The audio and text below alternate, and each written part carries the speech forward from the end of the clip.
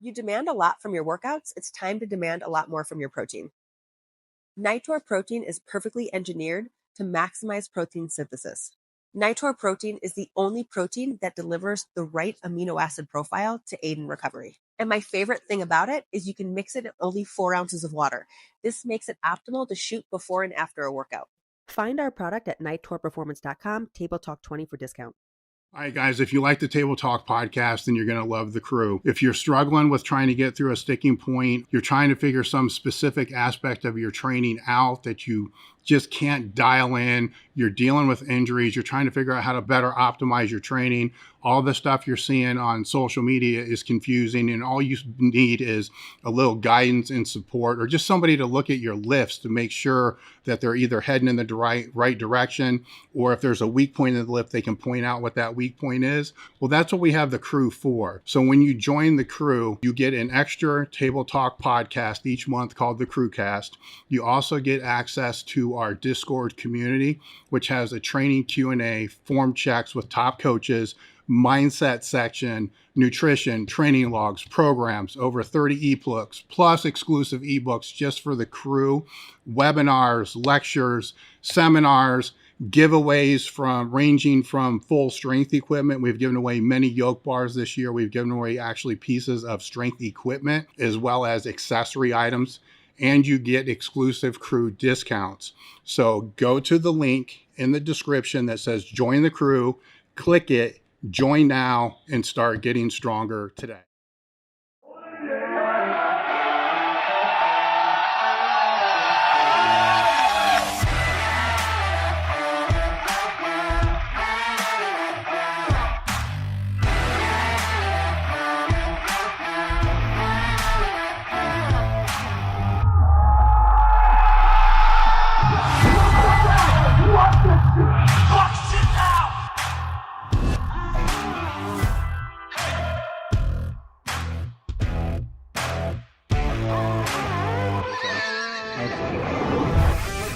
It's time to sit down, keep it real, and cut the bullshit. Welcome to Table Talk. All right, what's up, guys? We're back with another episode of Table Talk. Today, my guest is Chris McGrail. Did I say that right? Yep. Okay. We didn't say McGriddle. Well, we had like 5 other names that I was going through earlier, and it was going to be McGriddle. Then it started going all over the place. So now you nailed it. Yeah, Chris is an international elite powerlifter, 4-time all-time world record holder, combat vet, 6-time Olympia gold medalist, 5 times bodyweight squat, squatted 954 at 181, 4 times bodyweight deadlift, 800 and 181. The USPA Utah chairman, husband, father, and holds master's degrees in sports science and an MBA. Did I leave anything out of there? No, I think you covered all the basics. All right. So where I like to jump off on is to go back to how you started, but I don't even want to go back that far. So in high school, you got over 2 decades of competitive experience as well. So in high school, you were a track and field athlete. Yeah. Right. Then that led you to the military academy. Let me step back. What led you to go to military academies in West Point? Right. Yeah. So, back in 1994, I was probably a junior in high school. It was time to start looking for colleges because, back then that's what you do. You start getting close to the end of your high school years. And, I had 2 great parents who, pushed me to educate myself. And, they never try to lay out a plan for me. They didn't say, hey, you have to go to college or you have to do this, or, it'd be really great if you became a lawyer, but they did influence me to always seek out to better myself knowledge wise and to keep on, learning. That learning is a lifelong endeavor. It's not just, hey, you go to school for some years and then, you become 21 and that's it. You stop everything you've learned, now go out into the world. It's, I look at, people like my father who, he was always reading, it's one of the things that he just does as a pastime. And, when I was a kid, I thought that looked boring, but, when you watch your parents do something over and over again, you start doing it. So, I started reading more too, and it just became something that, became part of my daily routine. And, even to this day, I constantly read. I just want to absorb as much information about the things that interest me the most, as much as I can. And so he really influenced me to, take a look at college, and if it was the right thing for me, he was like, hey, I'll help you, get prepared to send out your applications, and I'll tell you what not to do, what to do, and to help you out. And so he really motivated me to do that. So, I took like back in the day, it was like some pre-SAT test thing, did horrible on it. And I was like, this was a lot harder than I thought it was. It's like, I had like A's in high school, but it didn't really, it came easy to me in high school. So I didn't really have that format of how to prepare for standardized tests down pat. So who were you in high school? Were you like the nerd, the jock? No, I mean, how were you? I was a little bit of both, because it was funny. I was kind of a wannabe nerd. I knew I wasn't as smart as a wannabe nerd. Well, here's why. My first cousin that lives next door to me, we went to school, from kindergarten all the way up to high school together and through high school together. And he was more like a brother because, he lived next door, even though he was my mother's nephew. One of the smartest guys I've ever met. He would do nothing and just ace everything. And, growing up with him, it was kind of like, damn, I'm not that way. I don't have this photographic memory. I couldn't comprehend things the way he did. He was also a great athlete. So, I felt like I was in kind of competition with him all the time. He was the oldest out of my grandparents' grandkids, and then me. And, he has two other siblings, and I have three. So there's like 7 of us, like within 100 yards of each other, like living. And, I always thought he was way smarter than me and way more athletic. And you kind of, even though parents don't try to compare you to each other, it was kind of always like, oh, Brian this and Brian that. And I was like, man, maybe I just need to crack the code on this. Why is he so smart? And I just can't, it didn't matter how much I studied. I was like, I just felt like I was nowhere on that level. So what I would do is in high school, to answer your question, I would just hang around the nerds. Okay, I get it. I was like, if I hang around the nerds, smart by association, maybe he'll just rub off on me or something. And so it's kind of like a pretend nerd. And then when school's over, I go do athletics and things like that. But it's funny, all day long, my cousin would be there in high school, and he would just be, he'd be sitting there in class, yawning and whatever. Test up, A. He wouldn't even bring his books home. He would put his books in the locker and just go home empty-handed. I'm lugging all my books home. I'm like, when do you study? He's like, I figured it out in class. I'm good. And so I started hanging around like him, and we had these other 2 nerdy friends. All today they're all doctors. They're all medical doctors. One's like a plastic surgeon. But I kind of hung around them because I just wanted to see what are the things that they're doing. Later on in life, I kind of did the same thing with powerlifting. I was like, there must be some sort of code here I can crack, because I see these guys, they're just normal guys. Nothing, didn't look like anything special about them, but then they would just do these extraordinary feats of strength. And I'm like, what? Yeah. That's just Bob down the street. So, going back to that, it actually did work a little bit, I'd study with them. After school, I'd hang out with them, just, they talking nerd stuff. And I'm just trying to take notes in my mind. And I just figured it out. And what it mainly came down to is that, most kids, back in elementary and high school days, they either just don't have the right, guidance or, the right discipline to do a few extra things that would, would go a mile for them, results wise. And basically all it was just spending more time, setting aside an extra hour a day to really try to figure out and kind of recap what you did in the day and not just forget about it to the next day. And, in preparation for the pre-college exam, when I didn't do very well on that practice test, I got a tutor. My mother got me a tutor. I was like, more teachers, more school. This isn't going to do it. And I still remember her name to this day. Her name was Mrs. Roush. And it's like she just did it out of her basement, like in a residential area, like out of her house. Mm-hmm. Like she wasn't associated with a school or anything like that. And I remember the first day I get there, I'm like, this is weird. Like, so I get in the house, I go down to the basement, and it's like, as soon as I get into the basement, the door opens up and there's like 85 kids packed in there. And she's just got like this whiteboard like up on the wall. And I'm like, what are all these kids doing in here? I quickly found out that she was like, not just a great tutor, but she was probably one of the best teachers I've ever seen. And she can just teach you, like say it was math and you were terrible at math. She can find a way to relate to you to the subject matter in a way that no one else could do. And, I took like a few weeks, courses with her, retook the exam and got like 40% higher. Mm-hmm. And the thing was, is that, she was my first, like, the first run-in with an actual teacher who was who is top notch and actually did what you don't see most teachers do. And it's just really relate to the kids and relate to the subject matter in a way that wasn't mundane. Like she was always very, she was very charismatic. So she always had your attention. She had you laughing, but she'd come up with these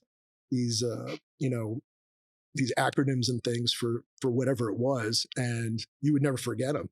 And so that's how I bettered myself towards the end of high school when I was able to get good grades, like on the SAT, and then I applied to a bunch of colleges. And I didn't plan on originally applying to the United States Military Academy, but I remember I was a Boy Scout. I remember this cadet showing up at one of our troop meetings, and he was a cadet recruiter. And he was still going to the school. He's dressed up in the uniform, and the reason they did that is because they want kids to see other people within their age range. Yeah. If you send down some 50-year-old old grad, like kids they're not gonna give a crap what that guy has to say. But so they send out somebody who's like 3 years older than us. So he's like one of us, and he just comes down there. He's got his uniform on, and he just starts, talking about the academy. And he said a couple of things that really grabbed my attention. And that was, he started explaining how if you make it into West Point and you go there, it's not going to be all just about academics. It's super important, and obviously it's if you're not doing the best you can academically, like you're not going to make it through the school. But there's other things that they focus on besides just regurgitating things on a test. Mm-hmm. And he explained that your whole entire cumulative grade is made up of physical, military, and academic, and they have different weights. Like, so you have like GPAs for each of those things. And when he said physical, I was like, physical? Yeah. It's like I can do that. Mm-hmm. Like, what do I gotta do? Run 2 mile fast? I'll figure out. And he was like, no, it's not like that. It's like you take courses, physical courses, and your tests are physical tests, just like the Army and the military do. But you get graded on it just like an academic course. And then the military side of things, it's you have you get graded based on your discipline and what you call military bearing, basically your ability to just be a good soldier, do the things you're supposed to do, and whatever. I'm just covering it, like summarizing it. Yeah. But so each of those things had a weight, and then you had your cumulative GPA, which is based on all of them, but they weren't weighted all evenly. So obviously academics was weighted by far the most. Yeah. You're there for school. That's the whole idea. Mm-hmm. So you get like 55% of your GPA is academic GPA. Then you got like 35% is military bearing. And then the rest of that, I think it was like 15% is physical. Mm-hmm. But in other words, he was saying you have to be well-rounded to do well.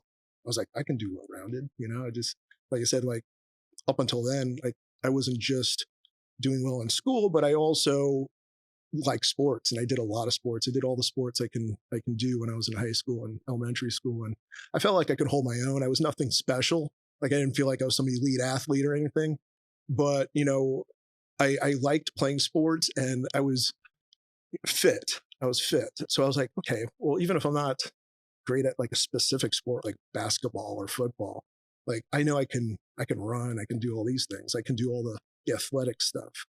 I had started track and field when I was like in 5th grade, so it's like I know I could run and jump and do that type of stuff. So I was like, I like this school. I want to go visit it. So that's when I decided I wanted to go down there and actually just take a look. I started the application process for some other schools. I applied to some bigwig schools, some local schools, and I got into maybe like half of them. But I had it narrowed it down between the U.S. Military Academy and Cornell and Notre Dame. Notre Dame was kind of like I had an older cousin who was going there. She's like, come to Notre Dame with me. And it's a hard school to get into. So just even getting into it was awesome. And then I got into Cornell, got turned down from, I applied to like Harvard. That was like the most embarrassing interview ever. If there's it was, man, like even just thinking about it now just makes me like shake my head. So it's kind of a funny story. So like, I applied to Harvard. I'm like, I'm probably like 16 years old. And I've always been an introvert. Even in the military as a military officer, I always had to force extrovert stuff. So, so I get this interview set up. I'm like, okay, this is, how do you prepare for this? Like you can't. So like, I get down there. It's my father drives me down there. It's like in Manhattan somewhere in some, it was like one of the clubhouses that the grads go to, and it's just like exactly what you think it would look like. It's just like mahogany, like the most intimidating thing you can think of. I remember walking to the door in the lobby, and just seeing all the the Harvard grads, just standing around there and like looking at you like what are you doing in here, kid? So they're like, so immediately I'm intimidated. I'm like, I'm like sweating bullets. I'm like, this is going to be bad. And so they call me in, and it's like the 2 giant wooden doors open. And it's like this giant, like elaborate, I don't know, it looked like one of those chambers in what do you call that Eyes Wide Shut movie? Oh God! It's like you know what I mean? Like it's just like out of all the movies, man. That's how it felt like that weird vibe with like everyone's like, what are you doing here? Yeah. And just the look of the place too. So like I go in there, I'm like, giant, way bigger room than it had to be, right? And it's like in the middle of the room, there's this like little long, wooden table, a long table like this. And there's one empty chair, which is obviously for me. And the rest of the chair, there's probably about 9, either professors or, grads from Harvard. And they're all just sitting around this table and didn't say a word. They're just, one person's looking at me and like beckons me over. And like, they're all just like, I get down, I sit down at the end of the table, and there's just this awkward silence for like a minute where I'm just like, do I start this? Like, do I say who I am or whatever? And they just, this woman at the end of the table, she just says one thing. She's like, so she kind of just looks down at me and she's like, so, I was looking at the paper, why do you want to go to Harvard? like this the easiest question ever like you could ask somebody, and I just blanked. I to this day I don't know what I muttered out, but it was probably nothing coherent. I was just stuttering over myself, and like like I said, I didn't even start answering the question for like 10 to 15 seconds, and it was at that point as I'm talking and I don't even know what's coming out of my mouth, I was just like, not getting into Harvard. Yeah. Anyway, long story short, it was just super awkward. I left there, got out, I as soon as the doors opened back up, I just scurried out of there as fast as I could with my head down into the car and drove the hell out of there. And it was just weird because like none of the other schools' application process were like that. Like even like Cornell, which is like an Ivy League school, like it was just one guy who did it out of his house.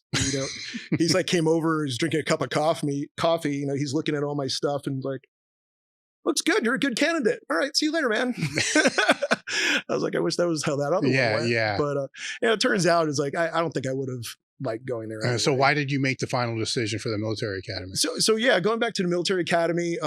So after all this, like during this whole process, I was going around looking at the other schools and visiting them, and I made the trek up to West Point with my father, and he's a big history buff, so he knows everything about it. And on the way up there, he's telling me everything, the history of it. Was this the last one that you visited to? I'm sorry. Was this the last one out of those that you visited to? Actually, I think it was. Yeah, okay. I had gone to like probably 8 other ones. All right, so you've kind of figured out what you don't want. Yeah. Right. Okay. Cool. Yeah. Like, and also like after that Harvard one, I started questioning my ability to go to like any of these other schools, because I was like, man, like I just felt dumb, really dumb. And so like I get to U.S. Military Academy, and it's a beautiful school. I mean, the grounds are impeccable. It's it's a national treasure, right? It's been preserved since the Revolutionary War. It looks like it's basically like a giant outdoor museum. It's got these monuments everywhere to the founding fathers and these battle monuments. It's pretty cool. It's cool to visit. And so like I'm walking around and like this place looks great. I mean, it's like I can live here for 4 years. It's so basically I saw like all the fluff stuff. Yeah. I didn't know. Well, that's why it's there too, right? Recruiting stuff. Yeah. Plus they got to balance it out too, or else people be running out of there. So while you're sitting there in the barracks, weeping, you can look out the window and be like, well, at least it's pretty outside. Yeah.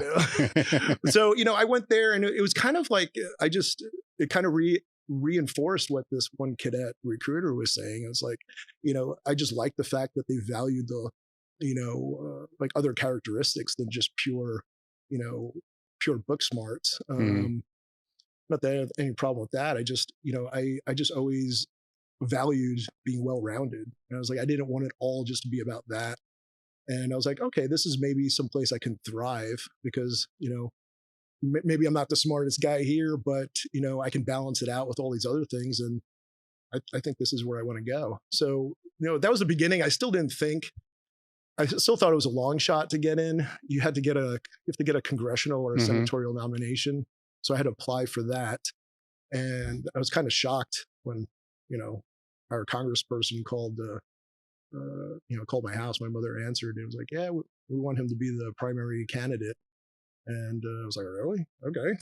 Because there's like 40,000 applicants. Yeah. Do you have any idea why? I don't. I mean, one of the things that they look at the full spectrum. I mean, I had good grades in school. I mean, I had A's. I was in a lot of sports. I was captains of like most of the sports I was in. So they look at things like that. I did a lot of extracurricular activities. I never had a paid job when I was a teenager. I was always doing free jobs, like volunteering for certain things. And, that was more from my mother. My mother thought that, that's the best way to learn how to be an adult is to go out and volunteer at different organizations and just learn, not just sit at home and watch TV and play wiffle ball, So I had a lot of that on my resume, I guess. And so that carried a lot of weight. There was a personal interview.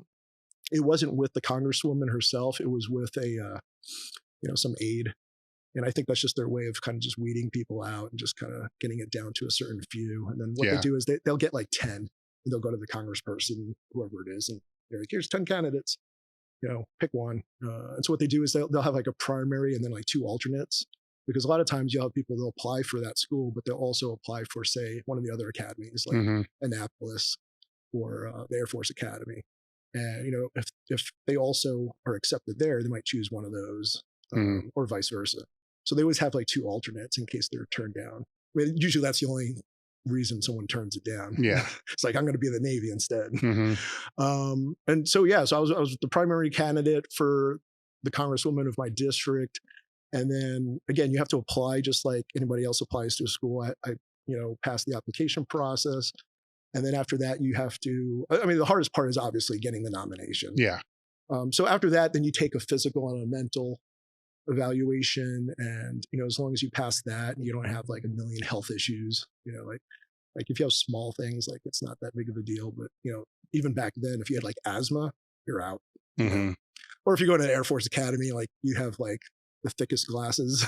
Yeah, It's like probably not going to be in the Air Force, Mm-hmm. So it was things like that. Did the physical and the mental evaluation and the health one, and got past that. And you think at that point you've passed all the hardest stuff, but once I accepted it and I actually went there and I showed up, that's when the tough part actually began. Mm-hmm. Like I said, I was like, oh man, I got over the hill. I got through the tough stuff. I might get you a cakewalk from this point. And it was not. Yeah, one of the biggest things that was not expecting was, you get there, they call it R Day for reception. You get there the first day, raised there with their parents, all happy. You got like your one duffel bag of stuff that you're going to use for the next 4 years. And like they go through that too. And it's like there was like a list you get of stuff that you can have in there. It's basically like, bring a change of socks, couple underwear, a couple. Like, yeah, we'll issue you a whole bunch of new stuff. And like a book and like some bathroom stuff. That was it. That's all you can take with you. And the clothes on your back. So you get there, and like as soon as you get there and everybody's all cheerful, happy to be there, all the new people. And then they bring you into an auditorium, and the superintendent will come out and give some speech to the newcomers and all the parents. And at the end of the speech, the general's like, okay, you got 30 seconds to say goodbye to your parents. Mm-hmm. Everybody's like, what? And that's it. Then they shuttle what they call the new cadets out the door. You wave goodbye to everybody. That's it. And as soon as you get in the hallway, they line you up and someone's yelling at you already. Basically like, shut up, get against the wall. I'm not talking to you. Like, why are you looking at me? Drop your bag. I didn't say put it down. I said, drop it, Yeah. And that's it. You're just like, oh, okay, here we go.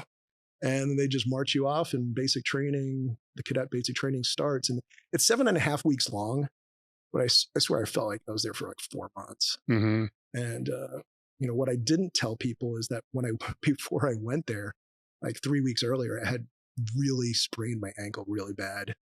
I was like an idiot playing pickup basketball down the street with my friends. Cause we just all got out of graduate high school. We had a few weeks of, living it up until we're on to the next thing. And sure enough, and I think this was probably the last time I ever played basketball. I was like, screw basketball.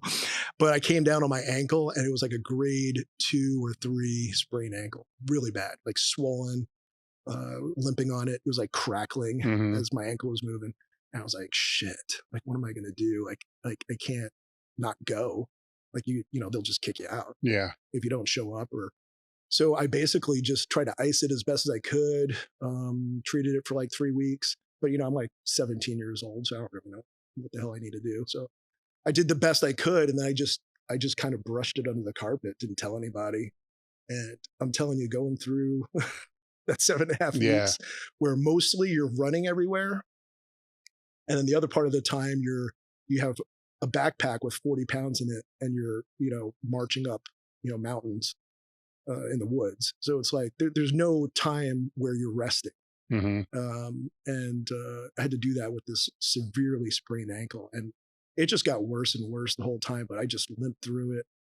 It wasn't until like about 2 weeks from the end where like one of the cadre, one of the leaders running the basic training was like, McGrail, what's wrong with your leg? What are you limping for? And I was just like, oh shoot, like this is starting to show. Yeah. And it was at that point where I kind of like, I just kind of bit the bullet. Like I told him I had sprained it there. Like I was like, I just twisted it while we were running. He's like, okay, whatever, get back in line. But eventually, he took me to get it treated afterwards.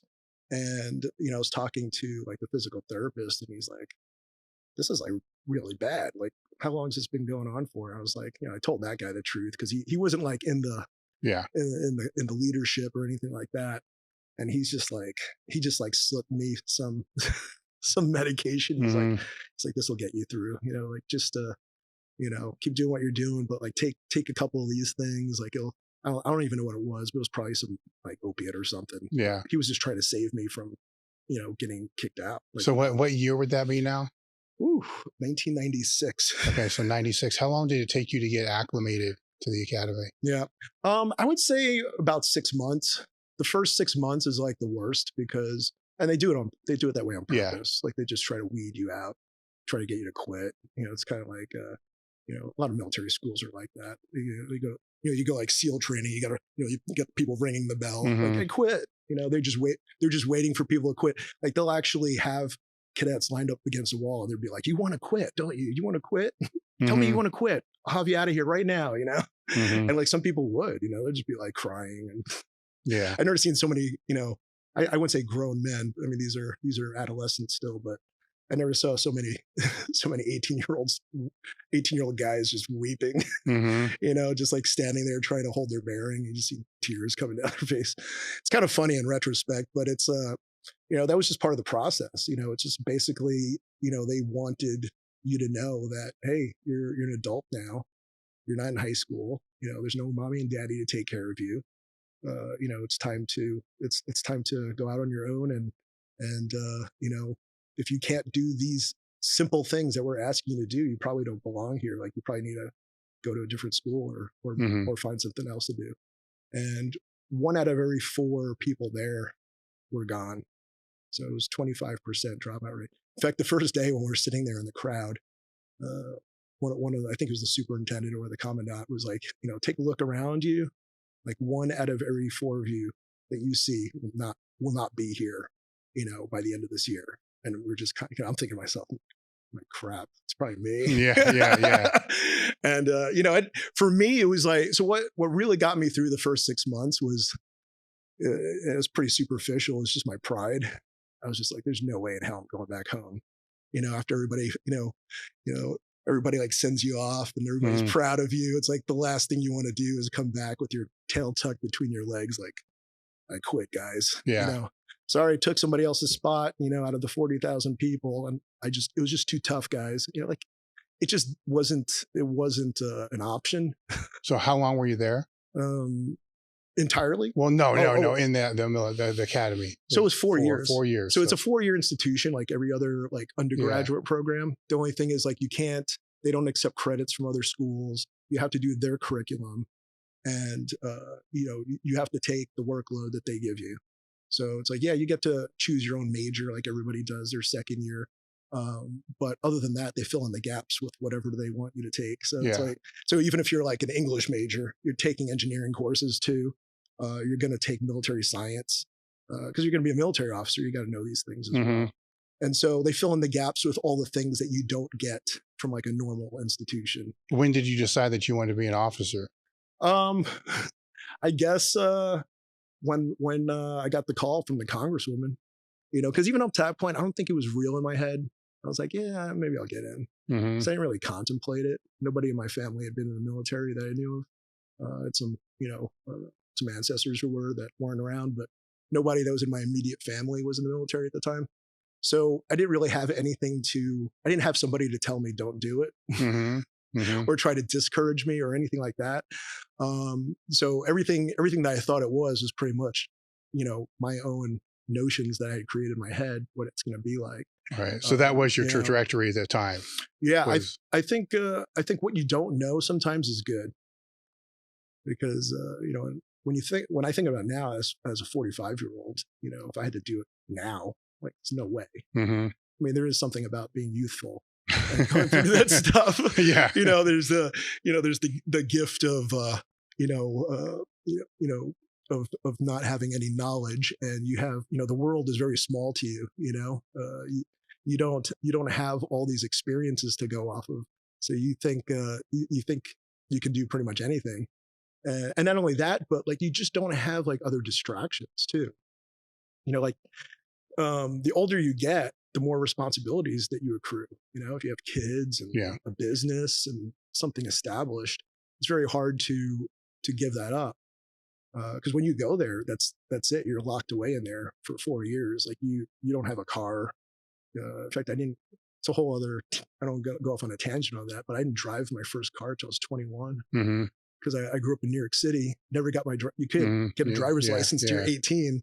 And I went there when I was 17. So I actually didn't drive a car till I was graduated I was 21 and I was already an officer.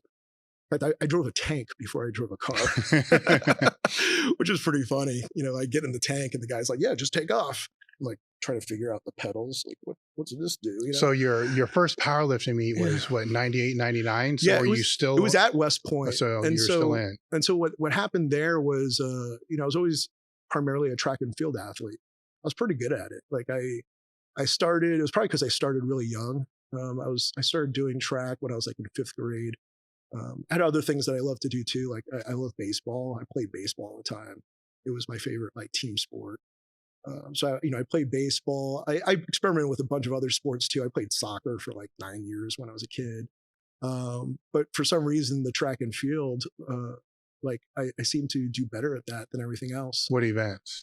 Particularly the long jump and triple jump. Like I was good at jumping. Yeah. Which probably is what helps me with squat and deadlift today. I was very explosive. Mm-hmm. Like I remember I did cross country for a year. And I knew cross country wasn't for me. Like when I was putting in all this effort. I was doing it for a whole year. Like I got okay at it, but it was always so painful to me. Mm-hmm. And like I look around at some of these other guys, it was like, it doesn't look like this is as much of an effort as it is for me. They're just coasting through. Yeah, I realized I didn't have any like slow twitch muscle fiber in me. So I'm like, it didn't matter how hard I worked. I was just kind of always like mediocre. And I remember like one of these cross country races, I finally came in like 5th place, and it's a big field of like 50 people, and I was so proud of myself. I was like, this is cool. And the next day, this new guy joins, and he didn't he never ran or did cross country or anything, and within like 2 weeks, we go to the next meet, and he just crushes everybody, but like several minutes. And like the guy's like, oh, this is how you do it? Okay. That's when I was like, maybe this isn't my sport. Like, like how can somebody like that just come in and, he wasn't even like breathing heavy. It's just like, he just like crossed the finish line after a 3-miler and was just like stretching. Yeah. All right. And I'm dying as I'm flying over the thing. So then my coach put me in some other events. He's like, hey, we need somebody to compete in the triple jump next week at the championships. And so I was like, all right, I'll go do it. The coach showed me how to do it. And like the first meet I did like 43 feet or something, which was like pretty good. And I'd never done it before. So, I was like, okay, maybe I'm an explosive athlete. And then I started doing the long jump. And by the time I left high school, I was the city champ in the long jump. My best long jump was like 23 feet or something.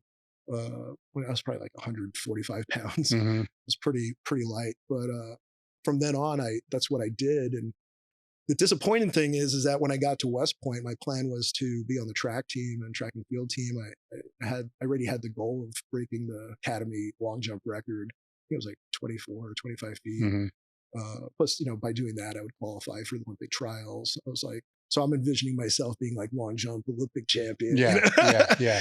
And not to go back to that sprained ankle, but I had made that thing so bad that by the time the academic year started and I went to go for tryouts for track and field, I couldn't, that was my jumping leg. I couldn't jump off of it. And so I had to, I didn't make the team because I couldn't do it.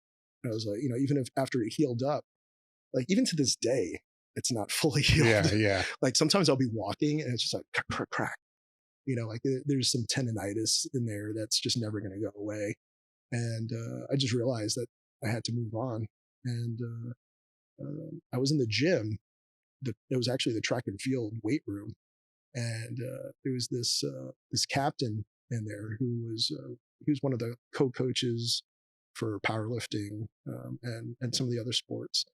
And he was watching me lift, and he was like, somehow I got talking to him about lifting, and he was like, why don't you come do powerlifting?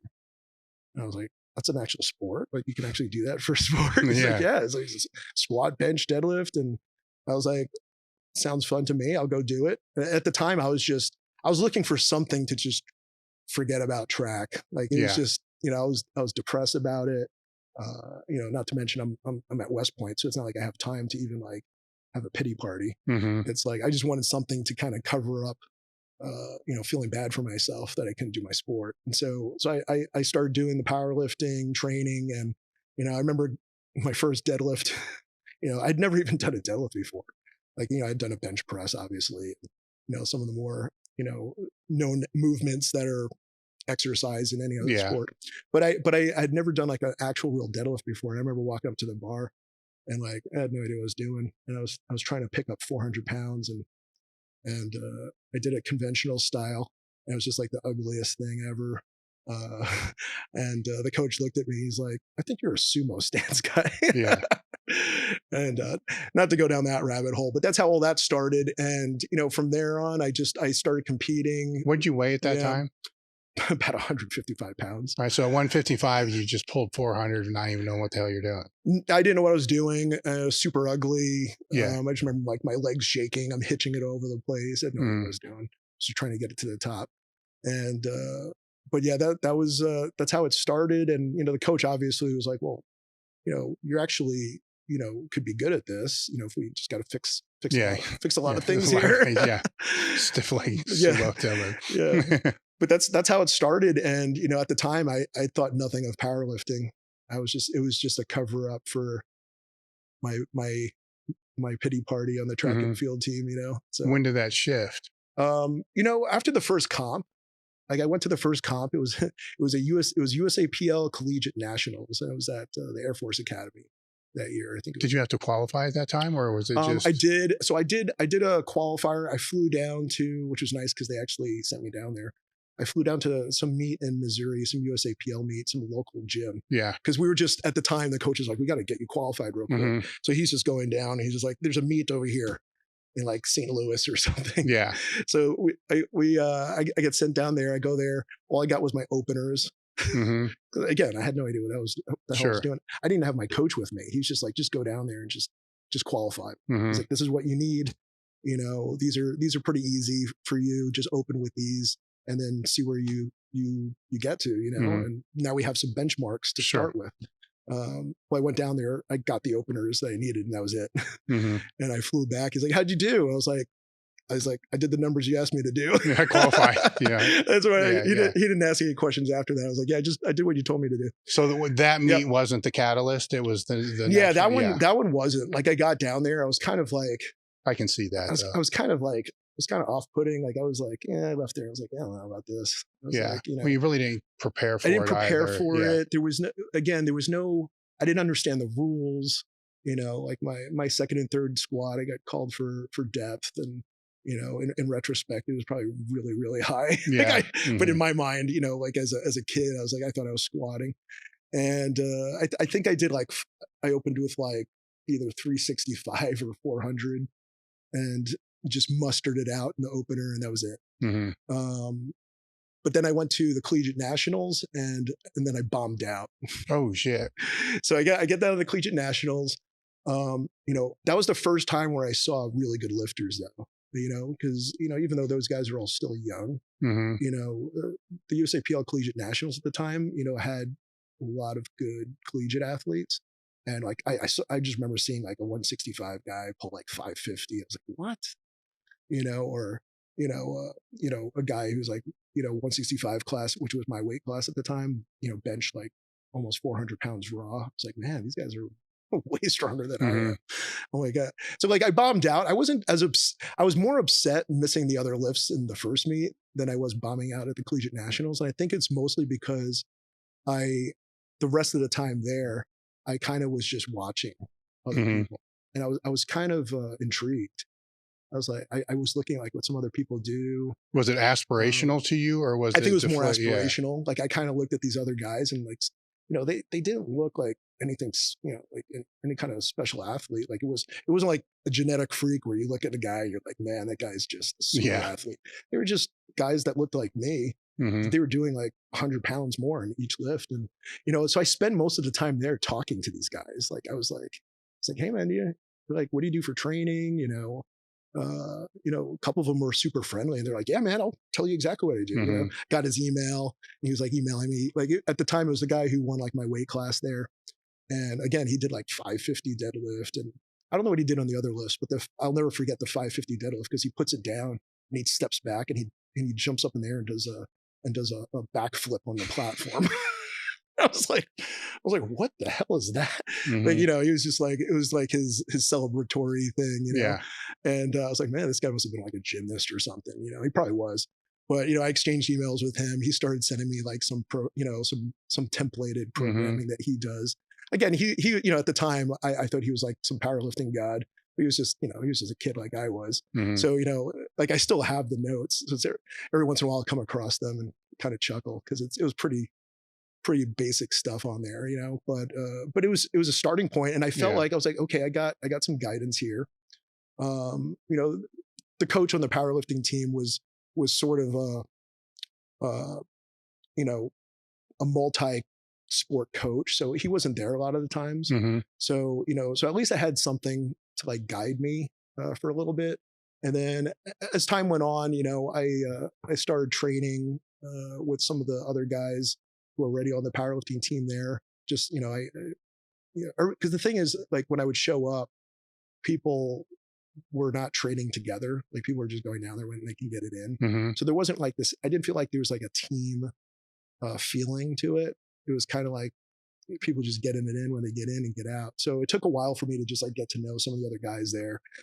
And then, you know, there was one guy who was the captain of the team. He took me under his wing. And from there, just, you know, I just started getting more inspired to compete. And, you know, I thought that I could be, you know, pretty okay at it. You know, I was like, it's like, maybe this is you know, a good sport for me. You know, without even knowing it, I'd been training for it sort of Mm-hmm. because, you know, since I was a strength athlete, you know, as a jumper, you know, I was ready like, you know, doing weight training and lifting weights. So it was at least something that I didn't feel completely foreign to. Mm-hmm.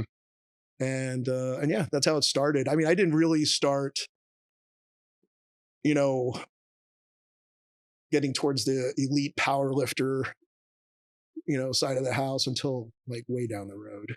Mm-hmm. And what they call a late bloomer. Yeah. When I was 22, I looked like I was 16. So it's like, Well, if the first one's right around, you know, 98, 99, yeah, then how's that work after you graduate? You yeah. re-enlist? So when you graduate from West Point, you're automatically commissioned Mm-hmm. as an officer. For how long? So when you're commissioned as an officer, you actually have an indefinite period. It's not like enlisting. Mm-hmm. Like 98% of the rest of the army that's enlisted, what you do is you have a preset amount of years that you enlist for. So usually it's like 3 or 4. And then when that's up, you can either leave, get discharged, or you can re-enlist. As an officer, once you're commissioned, you can go as long as you want until retirement, unless you resign your commission. Mm-hmm. So, because you're given that commission indefinitely. I don't say indefinitely, but you know, you don't have to like re-up or anything like that. So there's a commitment. You know, if you go to the U.S. Military Academy, I mean, obviously they're investing in you. Yeah. Well, it's a commitment. I mean, it's 17 years old. Yeah, too. yeah. It's so it's a 5-year commitment. Mm-hmm. So you know, I remember at the time I was like, you know, even if I don't like the Army and it's Mm-hmm. not for me, I'm like, I'll get what I want out of it. I'll learn some stuff. You know, I'll grow up a little bit and I'll move on to something else. Mm-hmm. You know, I didn't know what was in store for me, you know, come 9/11, but Yeah. you know, that's a whole other thing. But you know, at the time my plan was to do my 5 and get out. Yeah. I was like, there's no wars going on. Yeah. Well, what changed that plan? The 9/11, Mm-hmm. you know, up until then, which came really quick after I graduated. I graduated in 2000. Mm-hmm. And so I went to officer basic course in Missouri, Fort Leonard Wood. And then after there, I loaded everything I owned in a 4-door car and drove to Fort Benning, Georgia from Missouri. And I remember getting there and it's like everything I owned is just in my back seat. And, you know, I get there and, you know, you report to duty, you know, you have like a start time where you're supposed to report by, and that's it. They give you your unit, like, you know, cause I was a lieutenant at the time, I got commissioned as a lieutenant, you know, so I was assigned to a combat unit there. You know, I didn't really understand what it all entailed until I got there, but it was like, as soon as I got there, I found out that, the unit I was assigned to is the Army's Rapid Deployment Force. In other words, within 72 hours, you can be anywhere in the world. Mm-hmm. So basically, you know, you can just get, you know, at the time we didn't have like cell phones and smartphones, but your beeper goes off. Yeah. And it's like, get your bag, get your bag and show up at the rally point, and you don't know what's going to happen from there. You could be getting on a plane or whatever. But the 72-hour rapid deployment force was basically, the U.S. Army's, reactionary force. Like if there's a conflict that happens that nobody could have foreseen, that, boom, they have troops ready to go. So, and you can't you can't tell people where you're going, any of that stuff. So you have to have all that planned out ahead of time. It's like kind of like having a bug out bag, or like, an overnight bag in the back of your car all the time. So, that was the 3rd Infantry Division. And I was in what's called an engineer battalion. So I was an engineer officer, which it's pretty broad. Like as an engineer in the Army, you can be in a civil engineer unit where you're not in a combat unit. Your job is like infrastructure, like in Florida when they had that disaster there. The governor had to call up the Corps of Engineers, and the Corps of Engineers are the ones who fixed infrastructure and everything like that. I mean, back in the day, that's all you had was the Corps of Engineers. There's no other engineers out there. There wasn't privatized engineering or any of that. Like if you were an engineer, you were in the Army. It was the Corps of Engineers. So you're in the Corps of Engineers, so you can be either in like a unit like that, or you could be in a combat unit, which in that case you're trained to be a sapper. And you've seen the movie Saving Private Ryan, right? In the beginning when they get on Omaha Beach, those guys that they crawl up to the wire, and they got those. You see them slide the Bangalore torpedoes under the wire, and they basically blow up the defenses for the enemy, create lanes so that the infantry can run in there and do their thing. That's a sapper. So basically your job as a combat engineer is mobility, survivability, and counter mobility. That's your own job. And then your secondary mission is to fight as infantry if needed. So basically you're just an infantry guy with a backpack of explosives. Just to summarize it, I guess. So that's what I did. And when did you get deployed? So I got there to my unit September 2000, and exactly a year later is when 9/11 happened. I remember I was like driving into Fort Benning at the time. It was like early in the morning, and it's on the East Coast, so it was the same time. So it was like around 9 o'clock. I'm heading into work in my with my Army gear and all that stuff. And as I'm going through the gate into Fort Benning, like I'm listening to like the morning show of whatever was down there, and that's when I heard about the World Trade Center. And for me, it was even more shocking because I grew up on Staten Island. Like the World Trade Center is a fixture for me. Basically wherever you're at in Staten Island, you look up, and that's what you see. That's how big these things were. I mean, they were monstrosity. And 2 months before that, like I was in New York City and I was eating at the restaurant called Windows of the World. It's at the top of the North Tower. And it's so surreal looking back because I remember being up there, and the Windows in the World is like one of the best restaurants in the world. It's amazing. And it's like, I was on leave and I was like, I'm going to just go all out and splurge. Got some friends and we went up there. Our bill was like $1,000. When you're like a kid, you're like, that's a lot of money. I mean, we all split it up, but we were drinking like champagne and all this stuff. And I just, the windows up there that surround the restaurant, they go from the floor to the ceiling. And I just have this memory of just standing up against this window and looking down onto the city. Like you're literally look like you're in the clouds. Like there's nothing at your height. Like when you look around, you can see kind of a slight curvature of the earth. And you look down and you just see these little dots, which are the taxi cabs and everything going by. And the next tallest buildings are like you're looking down onto the roofs of them. And it just looks like you're in a plane, basically. And I just remember looking down and thinking to myself, I can't imagine if like this thing like toppled over. Like it was just a random thought I had in my mind.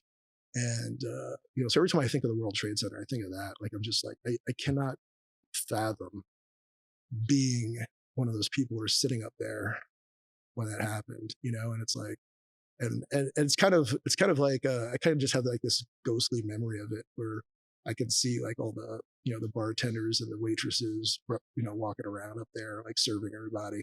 And it's like I didn't know at the time, like all those people like were stuck, they were ready at work, serving breakfast and stuff. Before that, when I was a kid, I would go up there for special events. So again, it really hit home, like when that happened, and it was very shocking to me. I mean, I think it was shocking for everybody, but like, since I grew up there, it was just like, wow. I had a cousin who was on a ferry boat who was pulling up to Lower Manhattan when the plane hit. He said debris flew over his head into the Hudson. It was that, and like the World Trade Center is pretty close to, the Hudson River in Lower Manhattan, but it's not that close. I mean, it's like blocks and blocks away.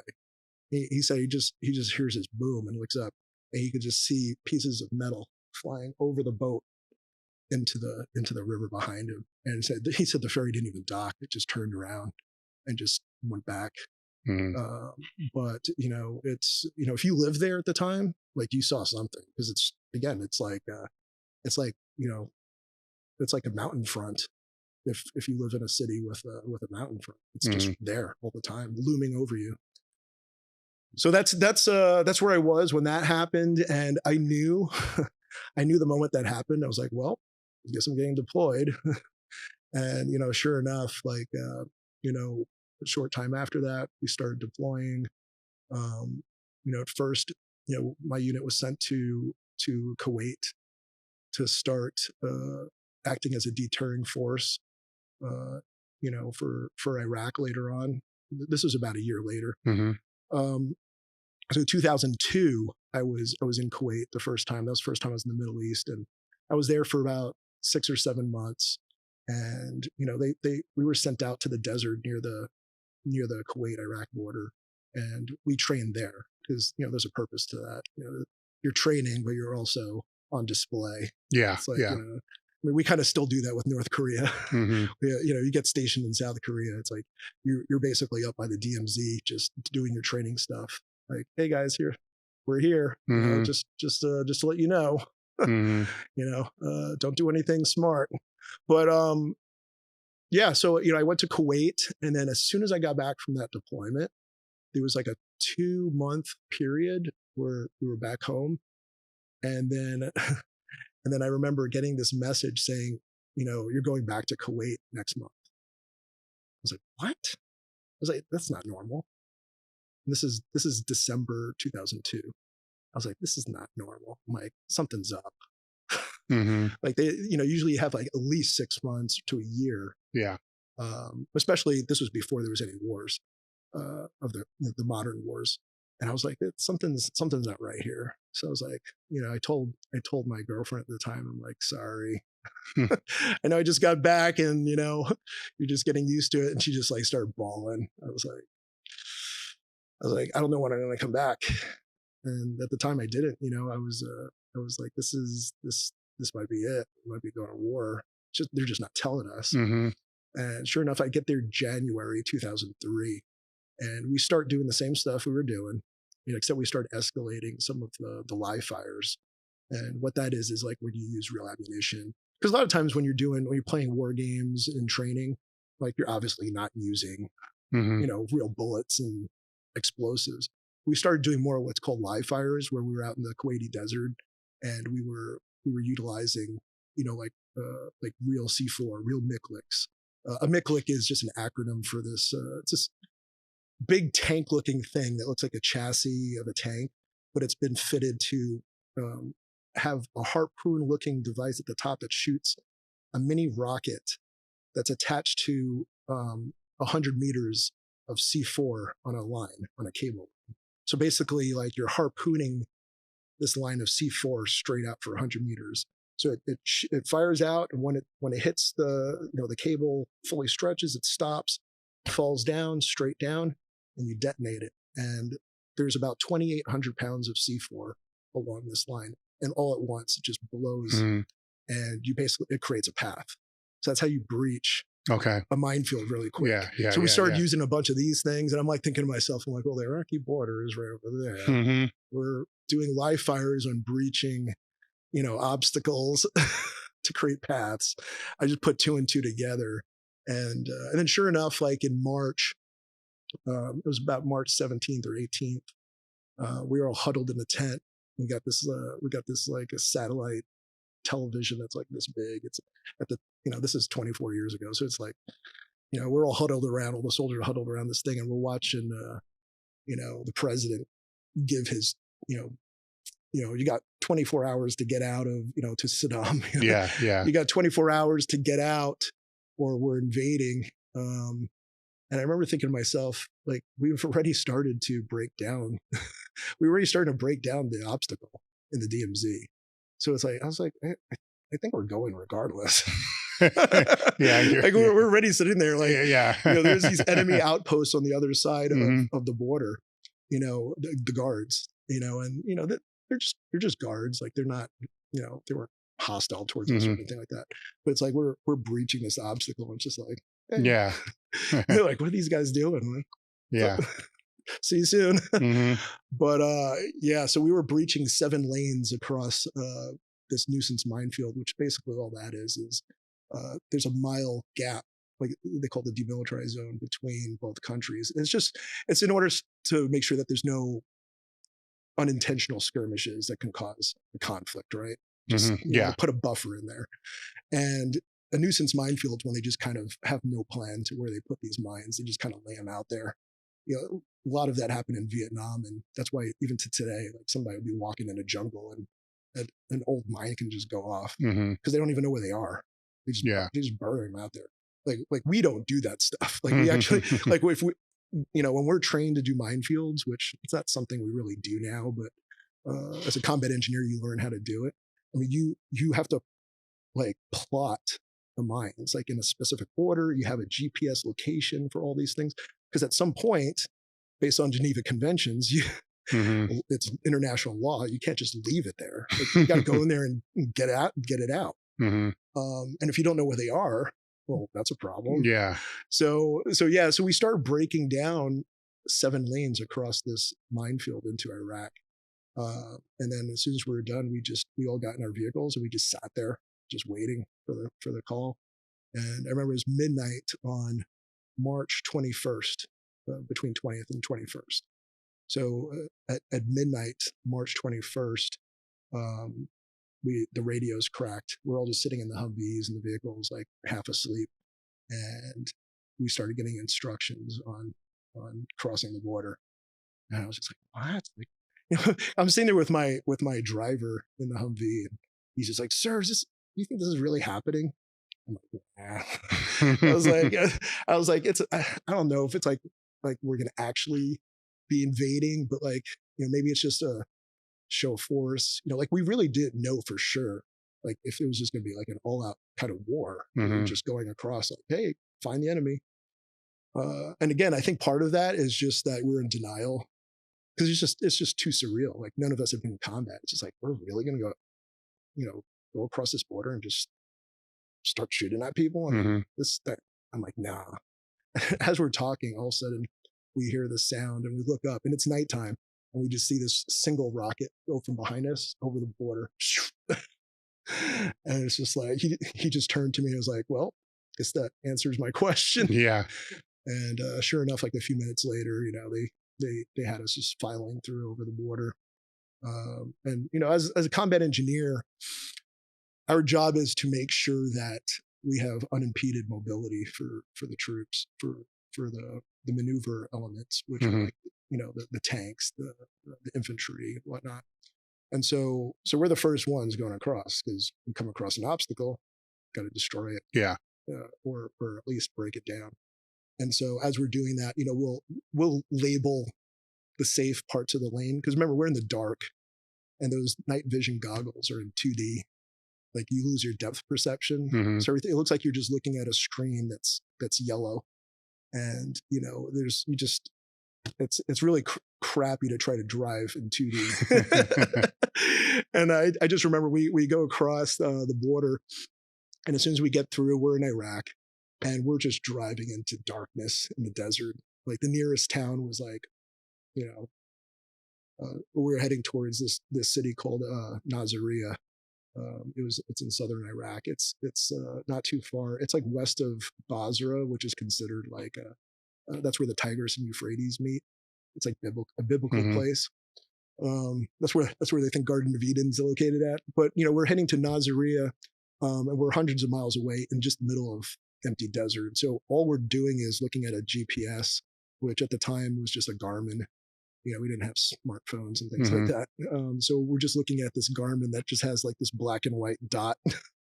And it's just like, you just hope that this thing is sending you in the right direction because that's all you got. And, we drove for hours and hours. And then, the moment I knew that we were really in some crap was when suddenly the radio cracks and I hear one of the maneuver elements, basically a guy in a tank up ahead, was just like, he just notified on the radio that he had spotted a enemy T-62 tank. And he's like, enemy 262 tank, over. And then all of a sudden there's just this quietness. And then all of a sudden I hear the task force commander, the colonel, get on there. Well, shoot it.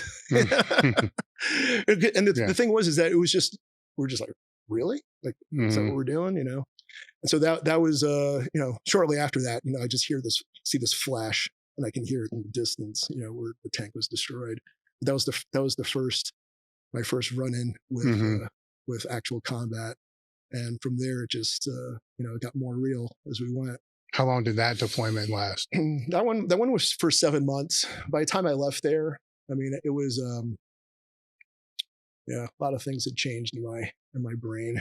It's just, I was young. I think I was like 23. If I'm doing the math correct, 22, 23. But there's my pre-deployment life, and then there's my post-invasion life. And what I mean by that is that it just drastically alters your perspective on everything, from just how you view people in general to how you view life in general. And, all of it was negative and positive since then. There's you have to come to terms with a lot of things in your mind. And, there's definitely no innocence left in there, especially as young as you are. Maybe that's why they send young people to combat. They just you don't have any of these preconceived notions yet. And it's like a blank piece of paper. But it does truly change like who you are as a person. And, whether which direction that goes is up to you, what you do with that stuff. But it's definitely a reckoning that you have to come to terms with. And I think some people never do. And so that, that causes problems in people's lives sometimes. Again, it just makes you question, purpose, life in general. When you see the worst things that that people are capable of doing to others, it's life-changing. You have this notion in your mind that everybody's generally good, and that, some people are just led astray and do bad things, but generally everyone is good-natured deep down inside. And, if you've been in war, you don't quite think that afterwards.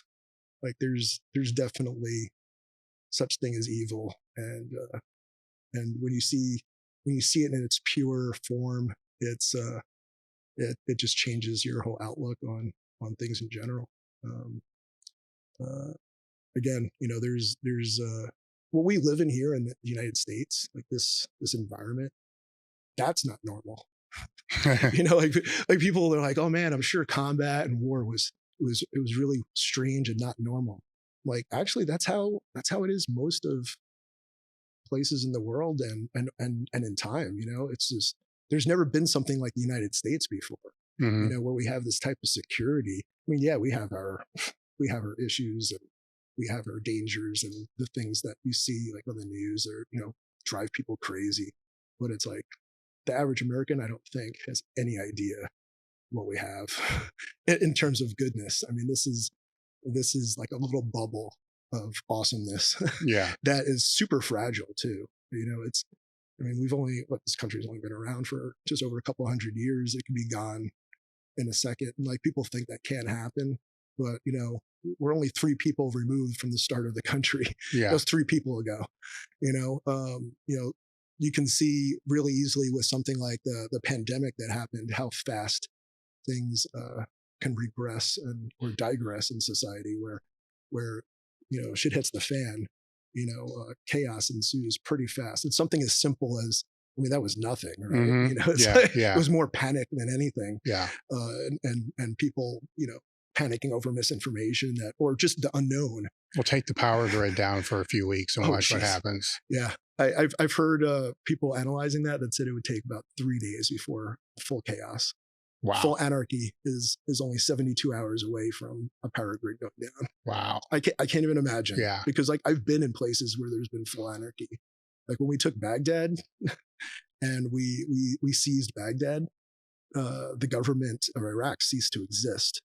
And what I saw, I can't even articulate it properly. It was just people running through the street. I mean, just pure, like a Hollywood movie. Like, I saw people dragging like, hospital beds and stuff out of hospitals, like down the street, stealing it. Like, they were pulling stuff out right underneath patients and taking it. And so, not to go off on a tangent, but there was this one point where, we were collecting up unexploded ordnance from a town and consolidating it so we could destroy it. And this car, it caught me off guard. Like, I'm surprised none of my guys shot at it, because this car just zooms up right next to us and stops, comes to a screeching halt. The driver runs out of the car. He's like in this panic. And he runs around the car. It's an Iraqi. He opens up the back passenger door and drags this guy out he's clearly been hit or shot. And he drags the guy out. The guy he's dragging out just kind of, grimacing in pain. And he pulls him up to us, rattles a bunch of stuff in Iraqi. I have an interpreter. So he was just like, hey, this guy got hit. He said, don't worry, you guys didn't do it. I guess that was their way of diffusing the situation. Like, oh, don't worry, it wasn't one of you guys who hit him. He just got hit by an AK-47 round. And the only reason the guy wasn't dead is because it hit his thigh in a way that it missed all his major arteries. But, I looked down, I can see he's bleeding in the leg. I look at it, there's, a small hole in the front of his leg with a little blotch of redness, the blood. I was like, maybe it was like a smaller round. We flip him over and the whole back of his hamstring is missing like this. And, we had to treat him because, we're the good guys. We're not going to he's a civilian. But the guy had brought him to us because the hospitals didn't exist anymore. He's like, I can't bring him to the hospital. There's nothing there. There's no doctors. There's no, equipment or medical stuff. He knew that we had our own stuff. And so he brought him to us because that was the only form of treatment he'd get. But you can see really fast, this was like a few days after Baghdad fell. So in the United States, we're not far from something like that happening if something like a power grid went out or God forbid we did get attacked on the homeland over here. During the COVID thing, people were, pushing each other to the ground trying to get toilet paper. I mean, you saw how crazy that got, and that was nothing, literally nothing.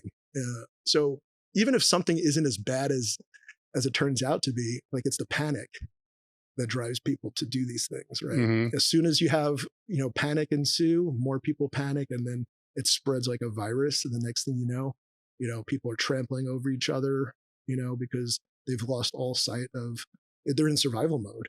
You become like an animal when you're in survival mode. The only thing you think of is surviving and protecting your family, and that's it. It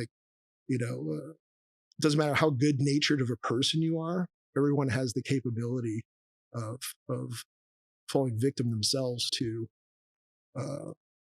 dropping certain principles that they might hold in high regard. They might, say, "Oh, I'll never shoot and fire a weapon at another person."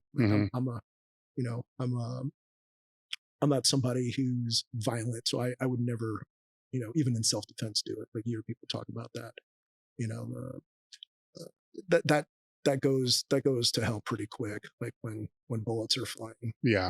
The true, you go into that survival mode, and there's again, I don't want to go off on another tangent, but it's like that movie that was from a book, We Were Soldiers. It was from the perspective of a journalist who was over there at in the Battle of Drang. I think Mel Gibson played the colonel. In that movie, and the book's goes much more in depth into the real life occurrence. But the journalist who wrote the book, he was over there to document the war, and he was a pacifist. And it's like he didn't have any, he wasn't there as a combatant. But when they got ambushed, they were overwhelmed. The author of the book found himself picking up a weapon and having to fire that weapon, or else he'd get killed. So even somebody who's a pacifist, when there's anarchy, all your superiority and your notions of of what's right and wrong kind of go out the window. So I'm assuming there's not a lot of powerlifting going on during this time. No, and getting back to powerlifting, I know this stuff is kind of nothing to do with powerlifting, but it really did shape like my whole perspective on even training, and why I continued to train after the war. Even though I wasn't able to train over there, like we would do stuff to stay fit, and you still got to stay fit over there. And it's hard, it's like, that's why every time somebody complains, I don't have equipment. I'm like, everything's equipment. You can, sandbag, you can do push-ups and stuff. You can make push-ups harder by doing other things to make it harder. So that was most of it. Most of it had to do with the fact that we didn't have a weight room there. There were times where eventually we're there long enough that obviously troops started building weight rooms. Leave it to soldiers to figure out how to. Well, when you were, how many times were you deployed? Two deployments to the Middle East. So neither of those times we had weight rooms. All right. So, and you didn't have long when you came back?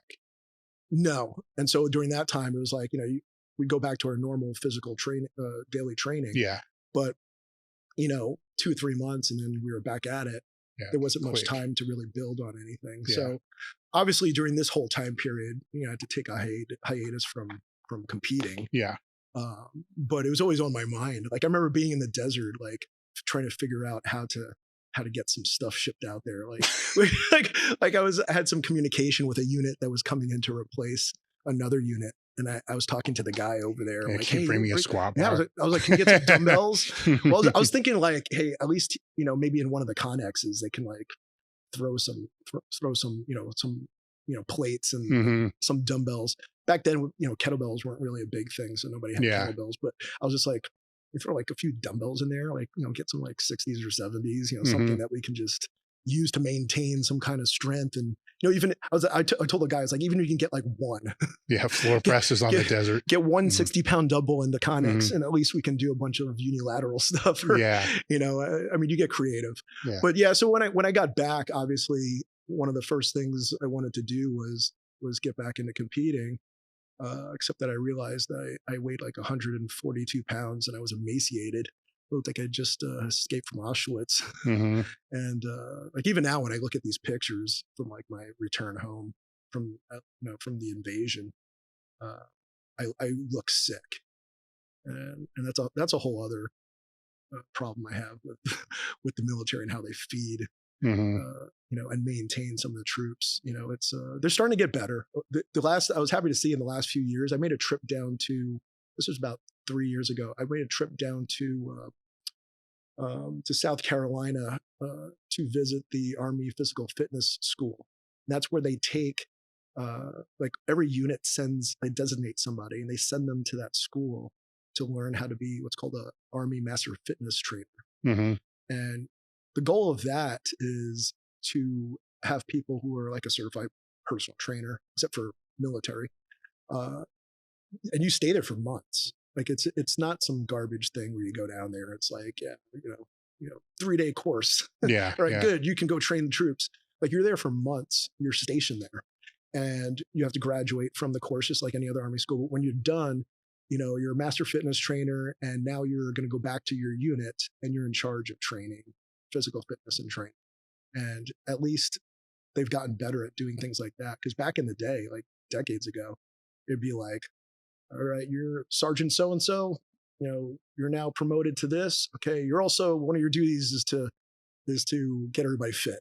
Yeah. And it's just somebody has just some random soldier who has no idea. I mean, they're not a trainer or a coach or anything like that. So at least the Army in the last decade has gotten a lot better with things like that. And I was happy to see when I went to go visit the school, I was just there to talk to them about fitness and training.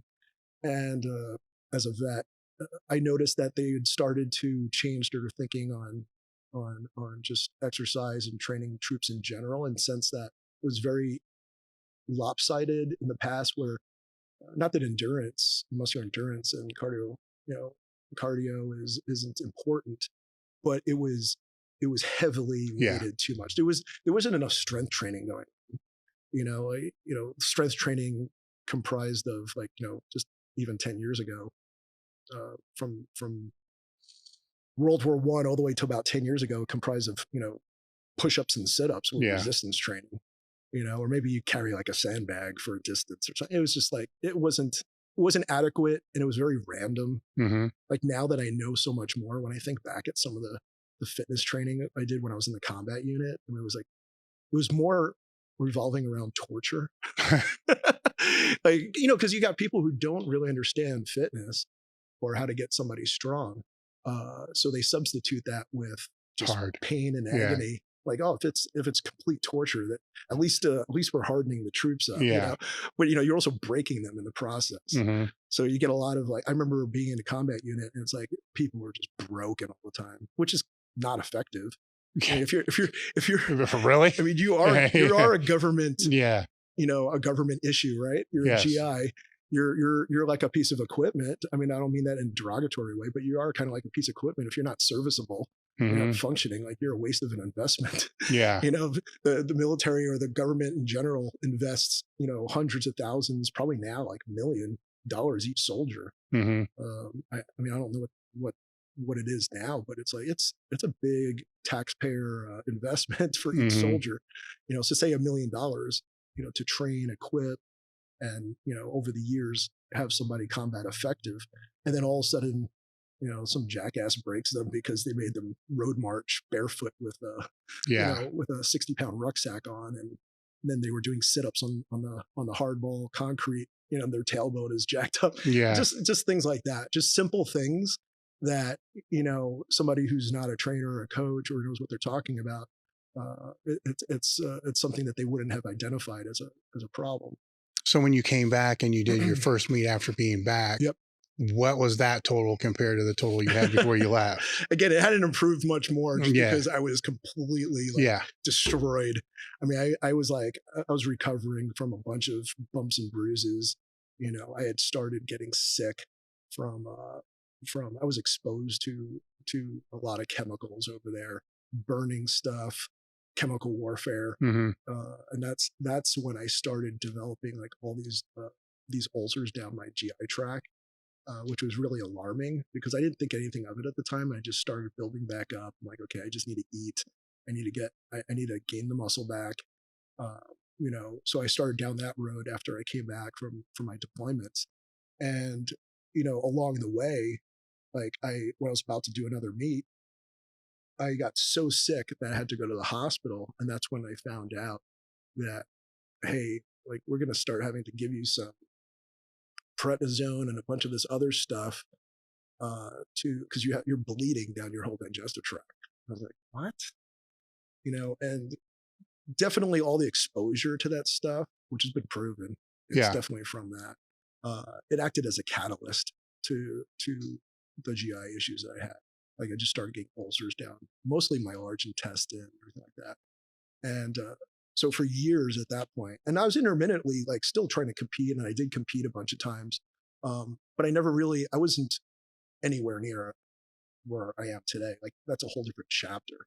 But I just wanted to get in and compete. Like, I didn't even care. I was like, I just want to beat my old total and just like be happy that I can, I'm alive and I can compete and have fun. But intermittently through the next 7 years after I got back, the ulcers started getting worse and worse and worse. And it got to the point where, I was seeing a specialist who was monitoring it and, trying to treat it. It got so bad. At one point I was taking like 24 pills from the VA. I was taking like the max amount of prednisone I could take. Like my face was bloated up and like had all the side effects from prednisone. Prednisone's horrible. I don't know if you've ever had to go on that thing, but it's horrible. It's like poison. You do not feel good. Like you feel like complete shit. And so I was just feeling worse and worse. Half of it was this thing called acetol or methalamine. You have to take like 12 pills of that. None of this stuff was working. So they tried Remicade, which is chemotherapy. So I had to do Remicade infusions for 6 months. And that's when I was sitting there getting Remicade infusions. That's when I was like, this is bad. Like I'm getting chemotherapy and like something's not, this is really bad. I don't know which route to go. And it didn't do anything. So like after that, I was just kind of like, or the doctors were like, they're like, well, you can just, kind of live with the symptoms and just manage it as it goes. But it was excruciating.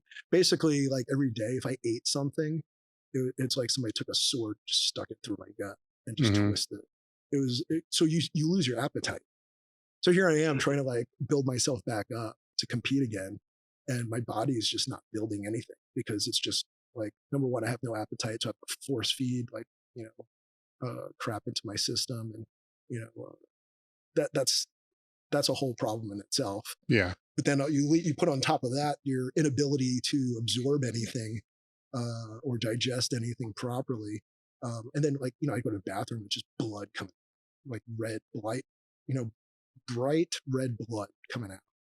And, I just remember like going back to the doctor, I'm like, the only thing coming out is blood at this point. So she's like, well, you're going to have to get surgery. I was like, I don't want surgery. She's like, well, you got two options. You can either get surgery at this point, or it's just going to get worse and until you die. So at that point, I was just like, all right, let's do it, and then she told me what it entailed. And really quickly, I was like back into that. It was almost like when I lost the ability to do track and field again, I just got into this super depressed mode. Because they were basically saying like, we got to go in there. We're just going to cut out like your entire large intestine, do what's called a full abdominal colectomy, throw that in the garbage. And, you may or may not have a colostomy bag for the rest of your life. So, what do you want to do? Like there's pros and cons to having a colostomy bag. And I was like, colostomy bag? I'm like, that thing that's stuck to your side where like your poo goes in? I'm like, no, I don't want that thing. They're like, well, at first you're going to have it regardless.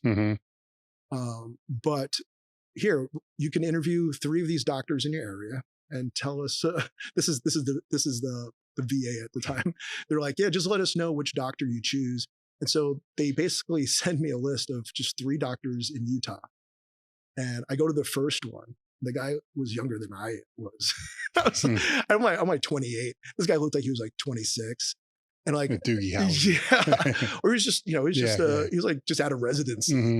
And like, I'm telling him like, so, how many times do you do this? Like, how many of these have you done? He's like, well, honestly, I've only done 1. And I'm like, oh, hell no. And especially the type of surgery it is, it's so invasive. I mean, this isn't like getting your knee scoped. I mean, they're literally going to like cut me open like an autopsy and resection out my guts. And I was like, no, I'm not doing this.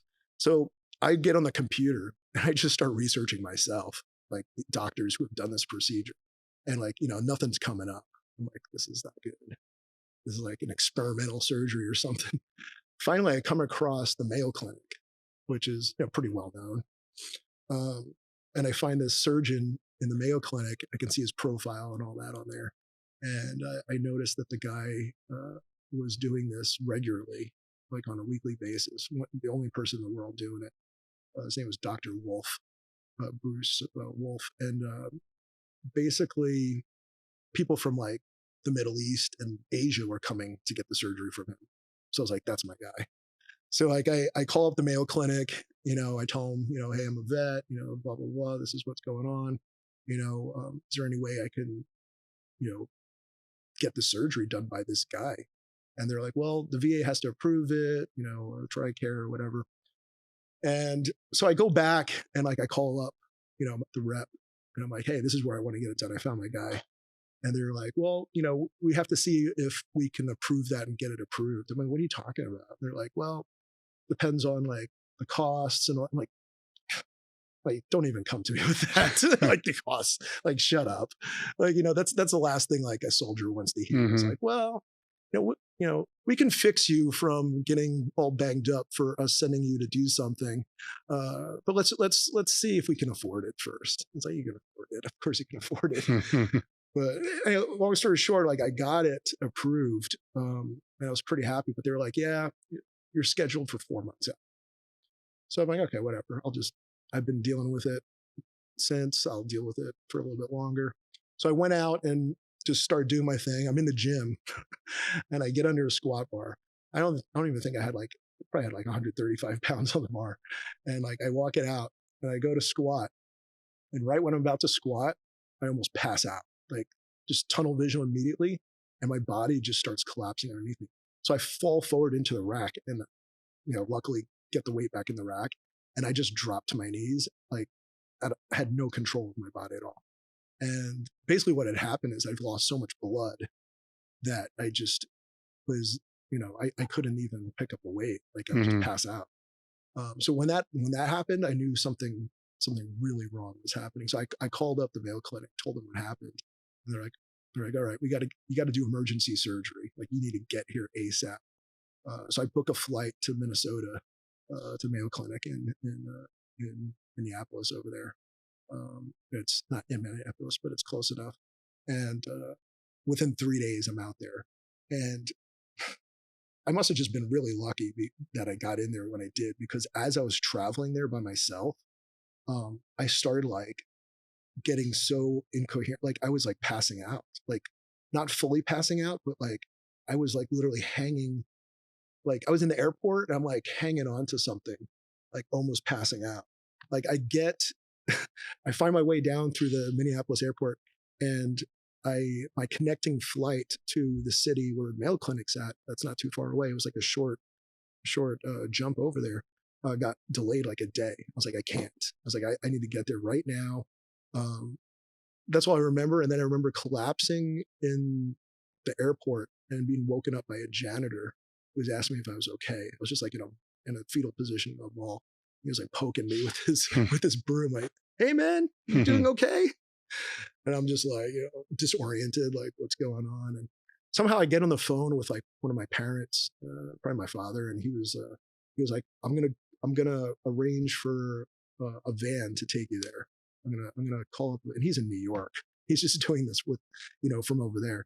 So he somehow, scheduled some van to meet me at some pickup point. He's like, I just need you to get there. So, I'm just all disoriented. I find my way, to the, passenger pickup. And I just remember like plopping into the van and heading off. And I don't remember the rest of the trip. I come to, like, as I'm coming out of the van and I'm being helped out of the van, and I fall straight into into a wheelchair that they had. They rolled up a wheelchair right to it, and I just plopped onto the wheelchair, and I was out. I woke up like probably 12 hours later, getting a blood transfusion. So basically, they were like, "Yeah, we can't put you under the knife until we did a blood transfusion because your skin was like mush." They said if they tried to like stitch anything or staple it, that basically my skin would just break. Like it was so, like, the malnutrition and just the state of my skin was just not capable of going through surgery. So they had to do this whole blood transfusion, and then 2 days later they went in there and just removed I had a total colectomy. I woke up with basically like a train track of staples down my abdomen from like my navel down to my pubic bone. And then I, looked to the side and I have a colostomy bag. And, man, I've never been, so down in my life. Like that was probably like one of the few times where like, I just felt completely like hopeless and like I just felt broken and useless. I was just like, I'm never going to do anything I want to do physically. Powerlifting's over. I'm not going to be able to do any lift weights anymore. I don't know what I'm going to have to live with a shit bag attached to me now for the rest of my life. I'm telling you, I was 29 at the time. So the prospect of having a, colostomy bag attached to your waist forever isn't, I was like a single guy at the time. I'm like, well, I guess I'll be single forever. Well, is that what they thought at the time? What's that? Is that what they thought at the time? Well, no, I had the colostomy bag because they removed the large intestine, and they hadn't really pulled the trigger yet on any of the follow-up surgeries. Mm-hmm. Basically after that, they were like, hey, once, I was there for 2 weeks after they did that, just laying in a bed. After somewhere during those 2 weeks, like I had conversations with the doctor, and he's like, first he was like super mad at me. I was all drugged up too. So I'm like, why is this guy mad at me? He was mad at me that I had let myself get to that point. Like I didn't seek treatment. He was upset. He was almost like yelling at me. And I'm like, what is this guy? What are you yelling at me for? I'm like Toradol or yeah. I got all morphine through my body, so I was just like all emotional about it. I was like, what did I do? I was like, I was just trying to do different things. Like it's like, well, if you waited any longer, like you would have just been dead.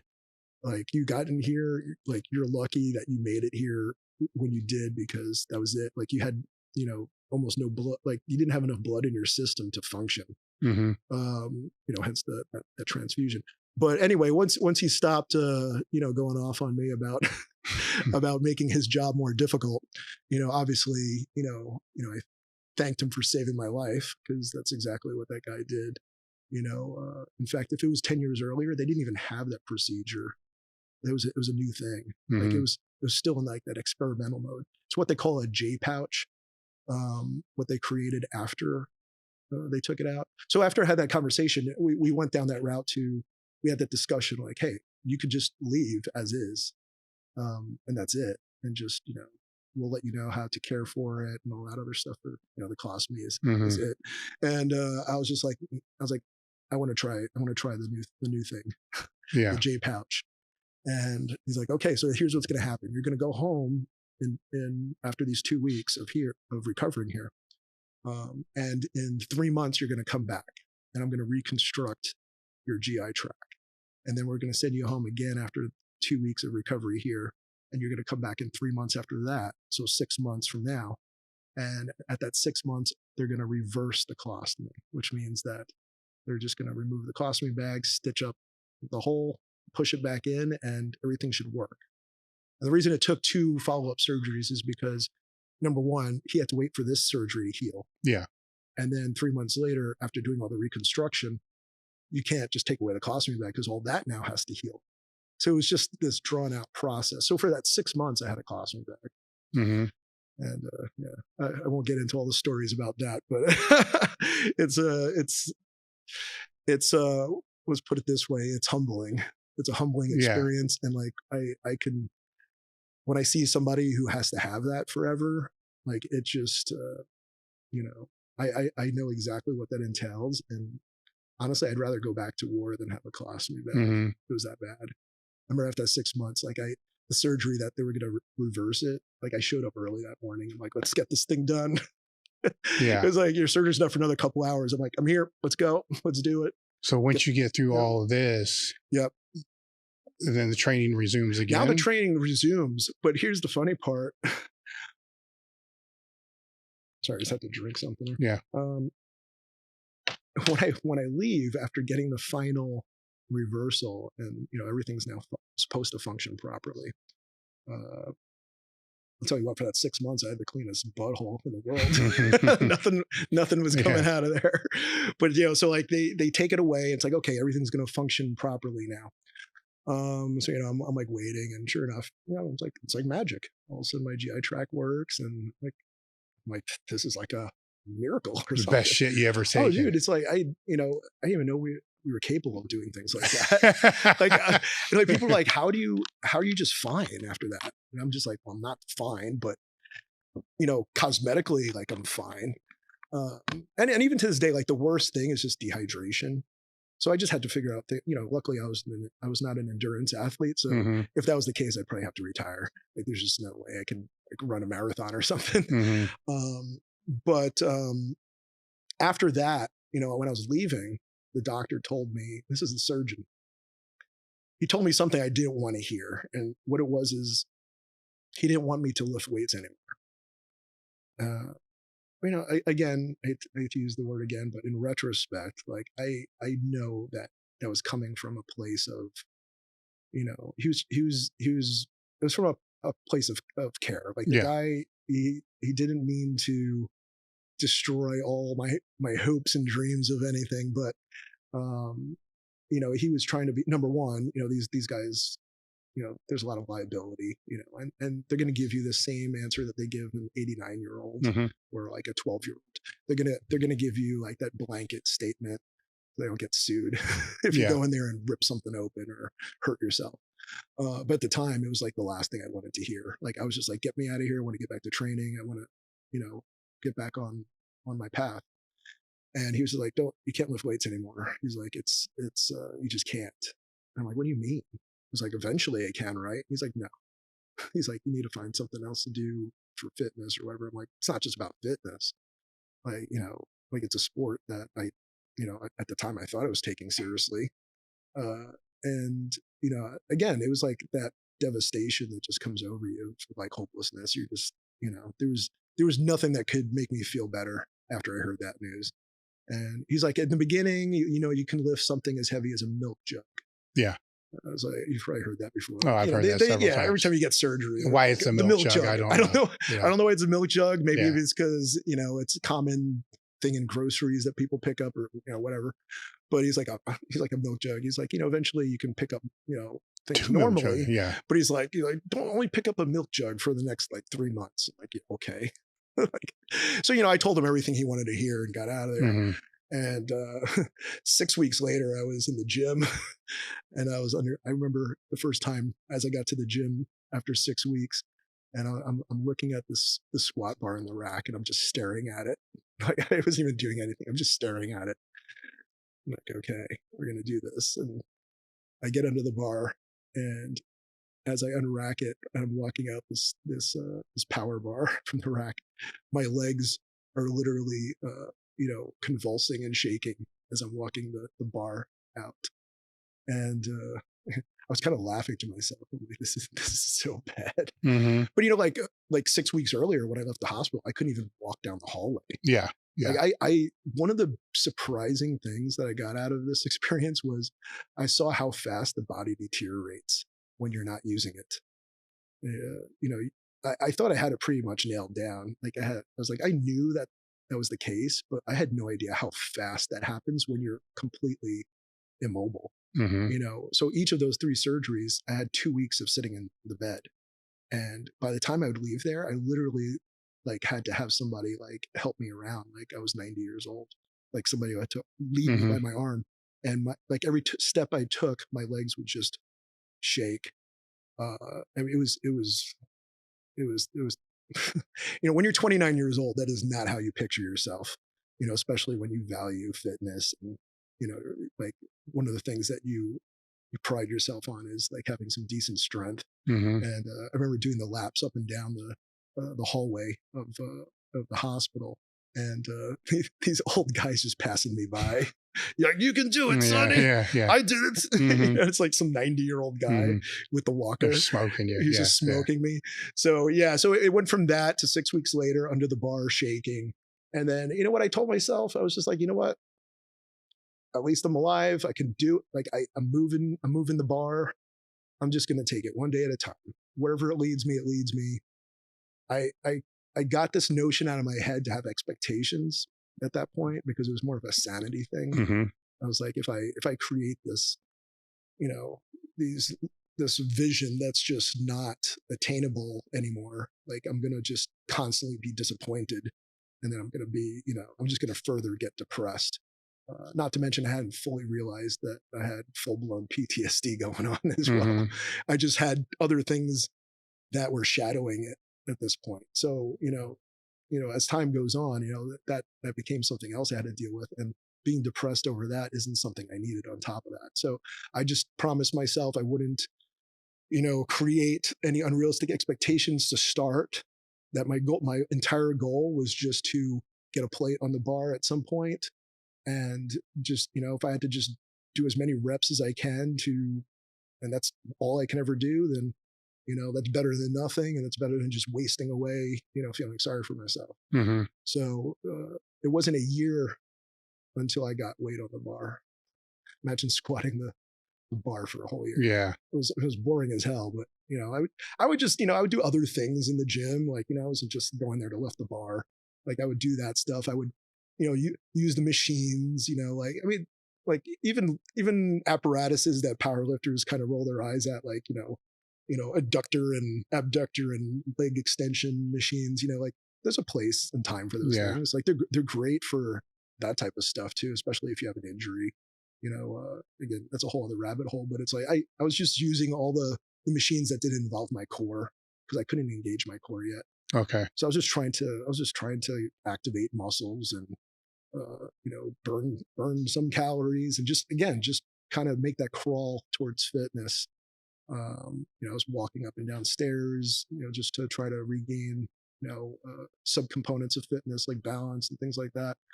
And then, like I said, a year later, I got weight on the bar, started doing that, but it didn't accelerate from there either. It was another like couple of years where it wasn't that I was afraid to put some weight on the bar, but I had so much scar tissue in my abdomen that, when you start getting up to a certain amount of weight, like you feel your core engage more and more and more. And until it becomes all 100% engagement. Like you can't like brace against the belt in the different way with a certain amount of weight. Once you get to that weight, it's like everything's activated. And so I was just avoiding, addressing that. Like basically the inside of my abdomen was like somebody took a whole bunch of tar and just opened me up and threw the tar into my guts and then just sewed me back up. So everything's just like stuck to each other. And like, you can feel it. Like, I don't know if you ever had surgery in that way where you can, I know you've torn your pec. Right? Yeah, I've torn. Yeah, which I've done that too. Several things. I popped my whole pec tendon off. But, going back to that, like it was just so much scar tissue in there that I couldn't do certain things. Like I couldn't do any direct abdominal exercises. Like forget about doing a sit up or a crunch. Like it was just too painful. Mm-hmm. And it wasn't painful in the sense like stabbing pain. It's just that everything was so stuck to each other that it's like if I tried to like extend my torso backwards, you can just feel like that tar feeling of like things breaking. Mm-hmm. Because it was like literally glued to each other. So I had to go do all this therapy for several years, which involved, it was super painful. I had to go to these really good massage therapists who are also qualified in other things like physical therapy and whatnot. So they're kind of like a hybrid type individual. And they would just go in there and break apart manually the scar tissue. And it takes a lot to get me to scream out loud, but I'm telling you, it was like uncontrollable, almost to the point where I was like laughing at myself. I was like, close the door. Yeah. I don't want anybody to hear this. And she'd be in there like, snap, crack, pop, like pushing it. And it was just like, I just like uncontrollable screaming. But eventually, enough of that got broken up that I felt like I could move normal again. The one thing that's been permanent is I had to relearn how to brace. Mm-hmm. And that didn't come into play as far as importance too much until later on down the road when, I start getting like 900 pounds on your back. That's, your brace is everything. Yeah. And so, there was a long road between then and the 900 pounds, but, along the way, I learned how to brace better. I wasn't bracing the proper way to begin with. That's what I learned. Yeah. The good thing is like, so I like the title of that book, like the Gift of Injury, because I've read it a bunch of times and, the way, McGrail, talks about certain things in there. Like I could totally relate to as far as injuries go. But the reason I like the title of that book is because it really is like, you learn so much from getting hurt and having injuries that you just wouldn't necessarily, it's like getting an accelerated education because you have to focus in on that one problem and then come up with a solution to circumnavigate it and accomplish what you want to get done. I learned how to brace properly because of all the injuries I had, like all the surgical injuries. Like I wasn't using the belt properly. I wasn't pushing out, and using my diaphragm properly. So I just got really good at bracing. So I couldn't do many other things. All right, I have to use the restroom real quick. Okay. We'll come back. All right, guys, we got new limited edition apparel. There's 2 designs, as with all the limited edition apparel. It's only while supplies last. This is the Blue Illusion tee, so I guess you can act like you're stronger than you really are. It's an illusion. And the other one, work harder, not lazier, or you could just work really, really hard at being lazy. Doesn't matter to me. All that matters to me is that you support the podcast. So hit the link in the description or go to elitefts.com, and on the homepage, scroll down, you're going to see limited edition apparel. Click on there. Pick up your limited edition apparel today. Help support the podcast. Thank you. I think most of us would agree that getting a coach is a great step forward that an athlete can make to make greater progress. What if you had a whole bunch of coaches and a whole bunch of driven elite level athletes and like-minded people all in your corner trying to make you better? That's exactly what you're going to get with the Table Talk Discord crew. Would I join again? Absolutely. And I will continue to be a member of the Discord group as long as it's active. I've been a big fan of Table Talk over the last couple of years. It's one of my top podcasts that I listen to. So once Dave Tate announced that there would be a Discord crew, it was a no-brainer for me to join. It's been overwhelmingly positive experience. One of the biggest benefits of being in the Discord crew, form checks. I work out in my garage by myself. I don't have people to cue me, to correct me, to coach me, anything like that. So being able to hop on the Discord, post my videos, and having elite top-level powerlifters and coaches able to give me real-time feedback that, hey man, you need to tweak this, you need to work on this, do some more accessories here, has been a huge, huge benefit. I've seen my progression as a lifter make jumps just because of that. There's so much info on the Discord group for the members, thousands of articles, tons of ebooks, and really the best thing about it, it's like you're back in the gym, you're busting other people's balls sometimes. At the same time, you're getting really good information. It's been a blessing for me this last year, and I really recommend it. You demand a lot from your workouts, it's time to demand a lot more from your protein. Nitor protein is perfectly engineered to maximize protein synthesis. Nitor protein is the only protein that delivers the right amino acid profile to aid in recovery. And my favorite thing about it is you can mix it in only 4 ounces of water. This makes it optimal to shoot before and after a workout. Find our product at nitorperformance.com, Table Talk 20 for discount. Okay, we're back. So you mentioned earlier the struggles that you've had with PTSD, and throughout your stories that you've told so far, there's adversity, there's depression. So there's a lot of adversity that's kind of played into all this. And then you have the PTSD, which is kind of being hidden because of the depression and all the other shit that you're dealing with. Yeah.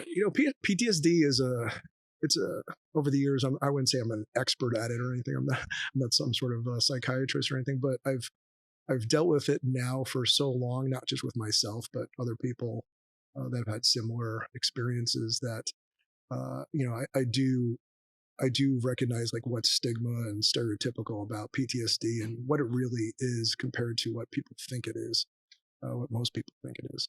And obviously it does carry a lot of stereotypes that I think in modern times now, like recently, people have started to learn a little bit more. I mean, now our country's been in war for like 24 years, in and out of wars. There was this point in time where, I remember coming back from Iraq and there was no like screening really for any of that crap.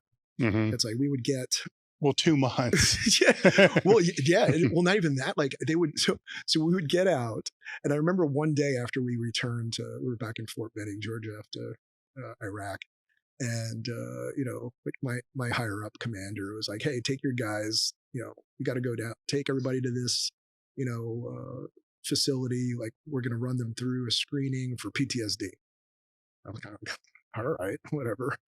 And it's like we get there, like one person would go in. It was just kind of like a conveyor belt of soldiers going in, and you would just go in, and like I remember it was my turn. I go in there, I plop down in front of the guy, and he just got like a notepad, and like what's your name? Okay, last 4, blah blah blah. Okay, do you feel this? Do you feel that? like 10 questions. And the guy's like, all right, next. And it's just like, you're just in and out. Like there was no real true digging around in there. But like I said, I don't even fault the system or any of these people, because what happened is, after 9/11, like it'd been a while since there was troops like, going to war, real war. I mean, even the Gulf War in like the beginning of the 90s, I mean, that was like a 24-hour war. Like you didn't have like this sustained operations and, like that whole thing was like, I think, not to downplay soldiers that were lost in that war, but it was like, I think it was like 200 something of Allied forces were killed, and, thousands of, obviously on the other side were killed, but it was over in 24 hours. So you didn't see, even in that war, you didn't really see, this prevalent, epidemic of PTSD come out from that. It probably hadn't been since like the Vietnam War or Korean War where there was, significant cases of soldiers with PTSD. So now you get like soldiers by the thousands coming back from Iraq, and it's not really getting caught on the radar. And the main reason for that is that, at the time, the stigma with it, especially like if you're in the military and you're a combat unit, it's like all male combat unit, A+ personalities. Everybody thinks they're a badass. Nobody wants to say anything about it. Like even if you feel something, you're like, no, I'm not going to be, it was, people just thought about admitting to something like that being a sign of weakness. Like, oh, just suck it up. What are you complaining about? Get out there. But you'd see that also creep up with other things, not just PTSD stuff. But I mean, if somebody like got hurt, like we'd be like, wrap that thing up, get back out there. Yeah. I mean, that's just, there's a nature of why it's like that in the military, especially in combat troops. It's because you got to kind of have that mentality. Because, when you're out there and you're in combat, there's no timeout. It's like, oh, you got a boo-boo, let's tell the enemy, let's have a break. Let's see, let's batch you up. Okay. All right. Time it. Like there's no timeout, right? I mean, you can get shot taking a piss somewhere. In fact, it went through my mind a lot of times when I was in Iraq. I was like, if I get killed, I just hope I don't get killed, like going to the bathroom or something. Like you're like, just don't die doing something stupid. It's funny because like, that doesn't seem like something someone would normally think about, but when you're trying to rationalize stuff in your head out there, that's the stuff that popped into your head. But getting back to that, like there was no real good screening process. Even myself, when I went through that thing, like there wasn't even, I was just like, I guess this is like a check the block thing. Like there's nothing wrong. Here's the reality of it. If you're a human and you're in combat, regardless of what you're in combat for or what you experienced, there's something that's going to happen. Like it doesn't matter. I mean, some people it's nothing that's really super noticeable. Some people it's very severe, but there's no one, and I truly mean this. There's no one who goes to combat and comes back perfectly fine. And if they say so, they're either being naive about it, or just like they're just not seeing it themselves, or they're just lying because they don't want to say it. And again, everybody deals with it differently. The big thing is, a big takeaway from that is that there's different levels to it, and one thing that affects one person might not affect the other person the same way. So you get some people who, in the same incident, it's even like if you witness a car crash, right? Like you're just driving down the street and somebody gets plowed by a Mack truck in front of you, and it's you and your significant other in the car or whatever, or your buddy, and you both witness it. One of those people may be completely fine. Like obviously it's traumatic, but like it's not going to affect like their daily life. And the other person, may be walking around like a zombie for for the next like 5 weeks, and then just have to go seek treatment or something. It just affects everybody. Everybody has different starting points when it comes to that. They have different mechanisms in their brain. I mean, no one's going to understand fully what any of those things are. I'm sure there's doctors who have theories on all this stuff, but that's why PTSD is such an encompassing term. It's kind of like using the term syndrome. Mm-hmm. It's usually like when you hear somebody say, oh, this is something syndrome, like Gulf War syndrome, that's code for like, we have no idea what the hell this thing is, but we're going to kind of pretend we do. And, this is our theories. That's what a syndrome is. And, I'm not saying there aren't people who don't really, really understand PTSD. It's just that it's very unpredictable and it's very encompassing. And there's so many factors that come into play as to how it's going to affect you. And the weird thing about it, just to go back to your question, is that most combat PTSD doesn't really like take root until like years later. That's why there's, everybody has heard of like, the old vet who's like telling their World War II stories, or, back in Nam. The reason that like they speak like that is because these things are still at the forefront of your mind. Like even like it's been 20 years since I was in Iraq. And honestly, I can remember details like it was yesterday. I mean, I don't think of them every day because like part of my coping mechanism is that I kind of, unless something brings up that time period, I actually don't think of it. But, something as simple as like a smell, or you see something and instantly you think of it just as if it's happening right now. Like that's what real PTSD is. Mm-hmm. It's not going crazy and running around like a lunatic and, offing people and yourself. Like that's not what true that does that happen? Very, very rarely does it become that severe with somebody. But that's part of the stigma, right? It's like, that does happen. But people think that like, that's what's going to happen if you have PTSD, and that's not true. The chances of that happening are very, very rare. It affects like a very small percentage of people who actually have PTSD. And there's probably a lot of other mental health issues that are mixed in there with it that form like that perfect storm or a catalyst to result in something like, drastic like that happening. But for the most part, most soldiers, at least with PTSD, have, they have triggers. Most of us over time will like identify those things. So you kind of, that's your control that you gain, right? Is figuring out like what those triggers are and then how to manage them. And, at first it's hard, but you really kind of figure out how to sort through it, and it's very doable. Mm-hmm. Like if you get the right guidance and the right, you take the right path down to solving the problem, like you can really, it's just like being an addict. Like you're always going to be an addict, but you don't have to be an active addict. With PTSD, like you're always going to have the PTSD. It's never going to go away. You just learn how to like make it like your. So it's not really solving a problem; it's managing a problem. It's completely managing it. I don't think it's possible to. Unless you get a lobotomy, I don't know how you'd get rid of like your own memories of something. That's ingrained. That's part of life. But the thing is, when I think about it, like especially when I was having problems with it, what about all these other people who live through that stuff as their life?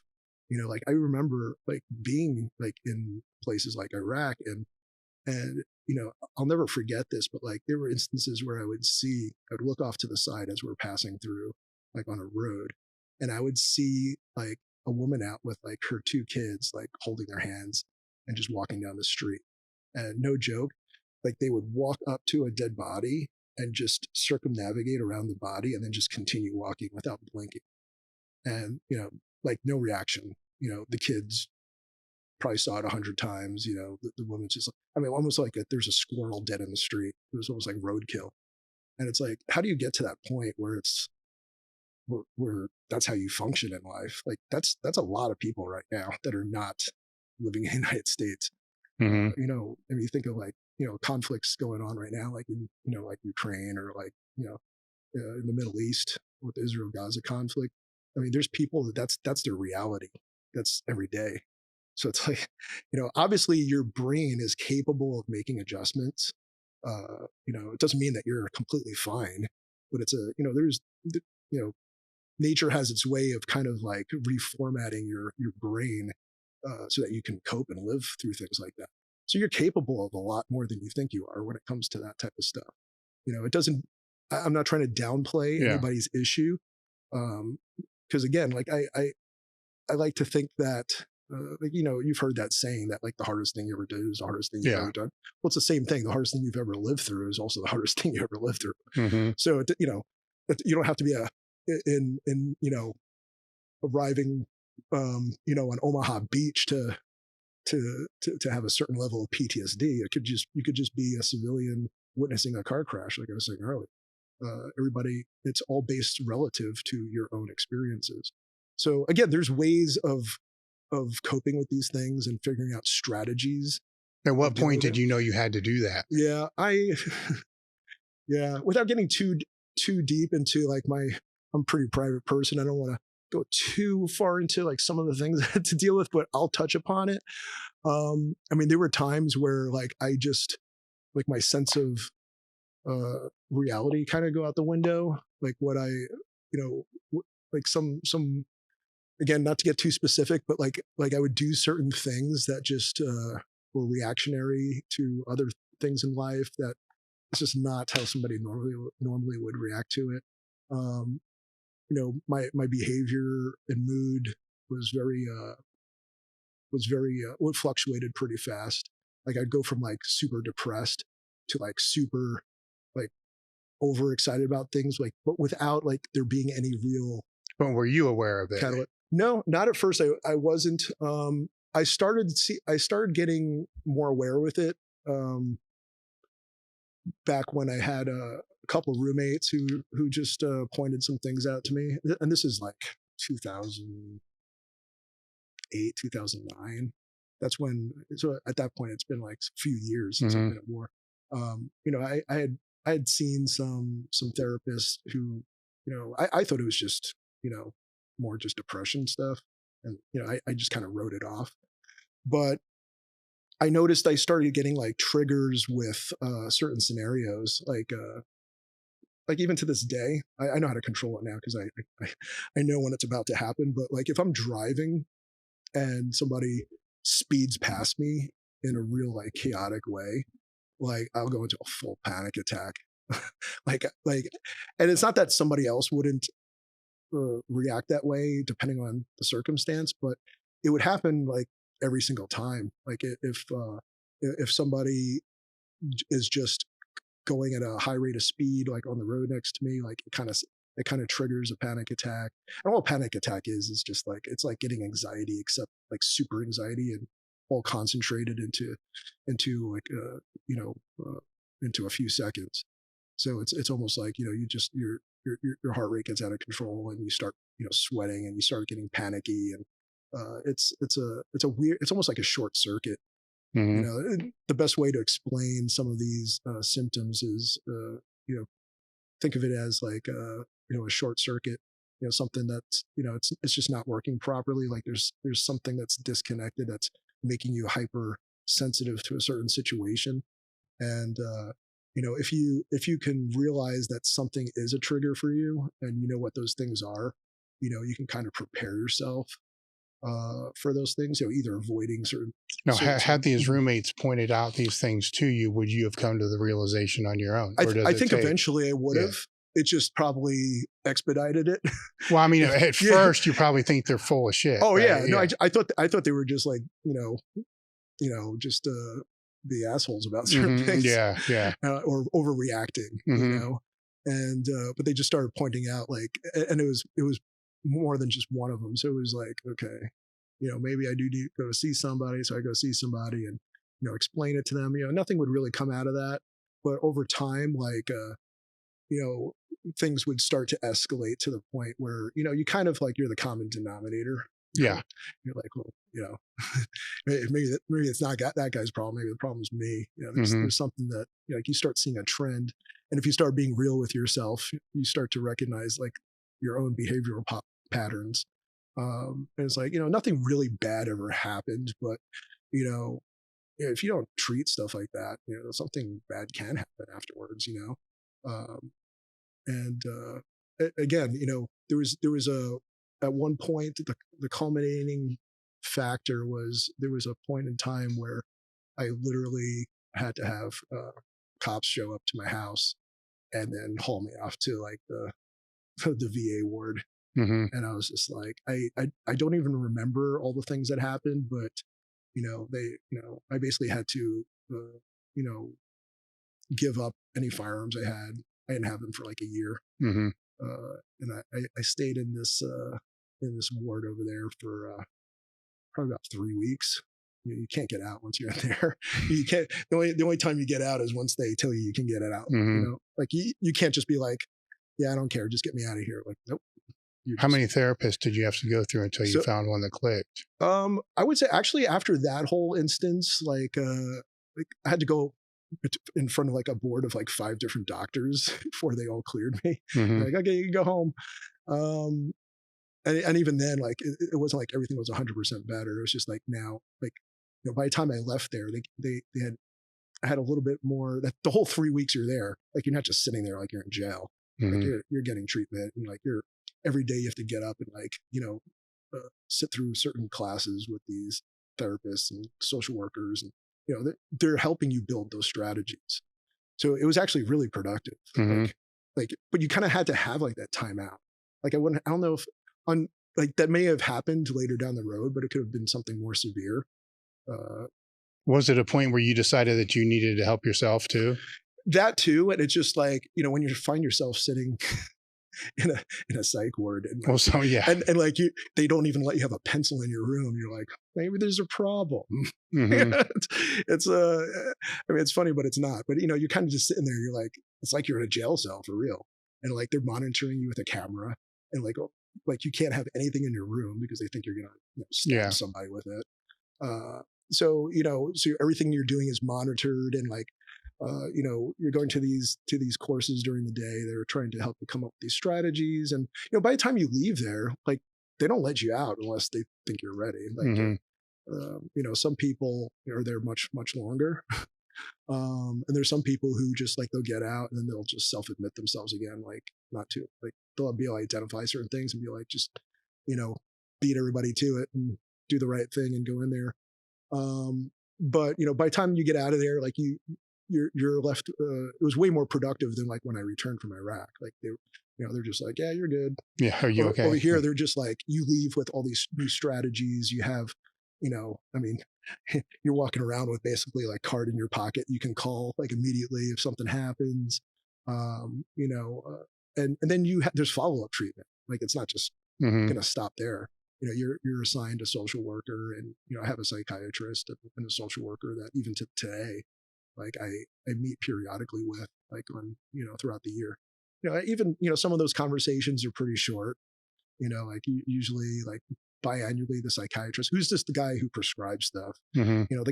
The people you talk to most of the time are like social workers or psychotherapists, like, but the medical doctor, he'll like manage your medication. Mm-hmm. So he'll just check in on you, be like, hey, how's this working? Like really to this day, like I've pretty much weaned off everything except for Ambien, which is pretty nice. Like I've a lot of the medications over time, I was able to just replace that with just keeping up on my training and things like that. Like, there's a similarity with, and I don't know if it's a combination of just the regulation of your dopamine and other factors like that with your other hormones, but there's an effect that training has on really leveling you out. Mm-hmm. It's amazing, actually. Like I never thought of training as a medicine, but it really is. And you only notice how impactful it is when you see it taken away from either yourself or somebody else who's relying on it, and all of a sudden things change drastically, right? And and it doesn't have to just be with combat vets who have PTSD. It could be somebody with a drug addiction. It could be people who just who have other experiences that have created some sort of mental health issue, whether it's depression or addiction or something else. It's I've seen a lot of people, once they have embraced that as the medicine, wean themselves off a lot of these drugs, mm-hmm. medications, and I think that's a good thing. I mean, medications are not really the best to. If it's going to save you, I mean, there's a place and time for it. And some people really do need it, but long term, I mean, it's not good to be just on medication forever. Like, so for you, it was more like a bridge. It was more of like a bridge. And then once I resumed training, it wasn't until like there was a certain point where I transitioned to group training, because up to that point, like, pretty much done powerlifting as like an individual sport. Mm-hmm. I mean, there were times where I was like, part of like a team, like in school and things like that back in the day. But, after I graduated West Point, all the way up until about, I had moved to Utah, post surgeries and post, identifying the PTSD stuff. There was a point in time where, when I moved here, I sought out the powerlifting gyms that were in the area. There weren't that many, now there's like dozens of them in Utah, Mm-hmm. but like, 10 to 15 years ago, there was like one or two, I think at the time there was two that I knew of. You had PSM Barbell up north. And then there was this gym called Rip Fitness. It was in Salt Lake City, and I was living in Salt Lake City. And the PSM Barbell guys, they seemed like they're all like equipped lifters, multiply guys, diehard multiply. I really like all those guys. They were a little bit too far north, Mm-hmm. so even though like I had contact with them and I would talk to them, and I really like those guys. Like, I started going to the Rip Fitness gym that was down the block. A lot of them were actually coming down to train with them because they're the only other powerlifters. So they'd be like, hey, let's link up and do some training together. So a lot of those guys were actually, training there sometimes too. And that's when I ran into my first powerlifting crew that actually like knew what they were doing, were kind of hardcore. Is that when your powerlifting started to take off? Yeah, like shortly after that. And this is the amazing part. Like, it completely changed my whole perspective on what I was capable of doing. What do you mean? And from a training aspect, I didn't think, well, number one, after all that crap that I had been through, like, I just didn't really think I was going to ever be like an elite powerlifter. I had never been an elite powerlifter up until that point. Mm-hmm. I sure as hell didn't think I was going to be one after that. So I kind of just wanted to get as good as I could get. So my goals were simple: just reach my potential. Mm-hmm. Whatever those limitations are, just do the best you can do, and don't fall short of your full potential. Because I knew that I could build myself up to a point where, even though I may have thought in my mind that I was kind of handicapped in a way, I don't like using that term because I wasn't, but even though I had some constraints to work with, I knew that if I reach my full potential, I could still be stronger than most people. Like, I just wanted to be like, have some kind of respectable strength. Like, that was kind of it. It's just anybody has a stronger version of themselves, they know that's a better version of themselves. And that's all I was kind of aiming for at that point. So when I went to this, I started going to this gym, I started, I was just training on my own at the time. I didn't know any of them there. I just started seeing at first it was like a bench crew. It's just a bunch of guys just in geared bench. And I was kind of like, oh, that's interesting. Like, I started noticing all these guys were benching like 600-700 pounds. I was like, never seen that before, because, before that I was like competing in like USAPL and AAU meets. Yeah. I mean, if you saw like a 600-pound bench over there, it's like, that'd be like, again, like a magical dragon or something.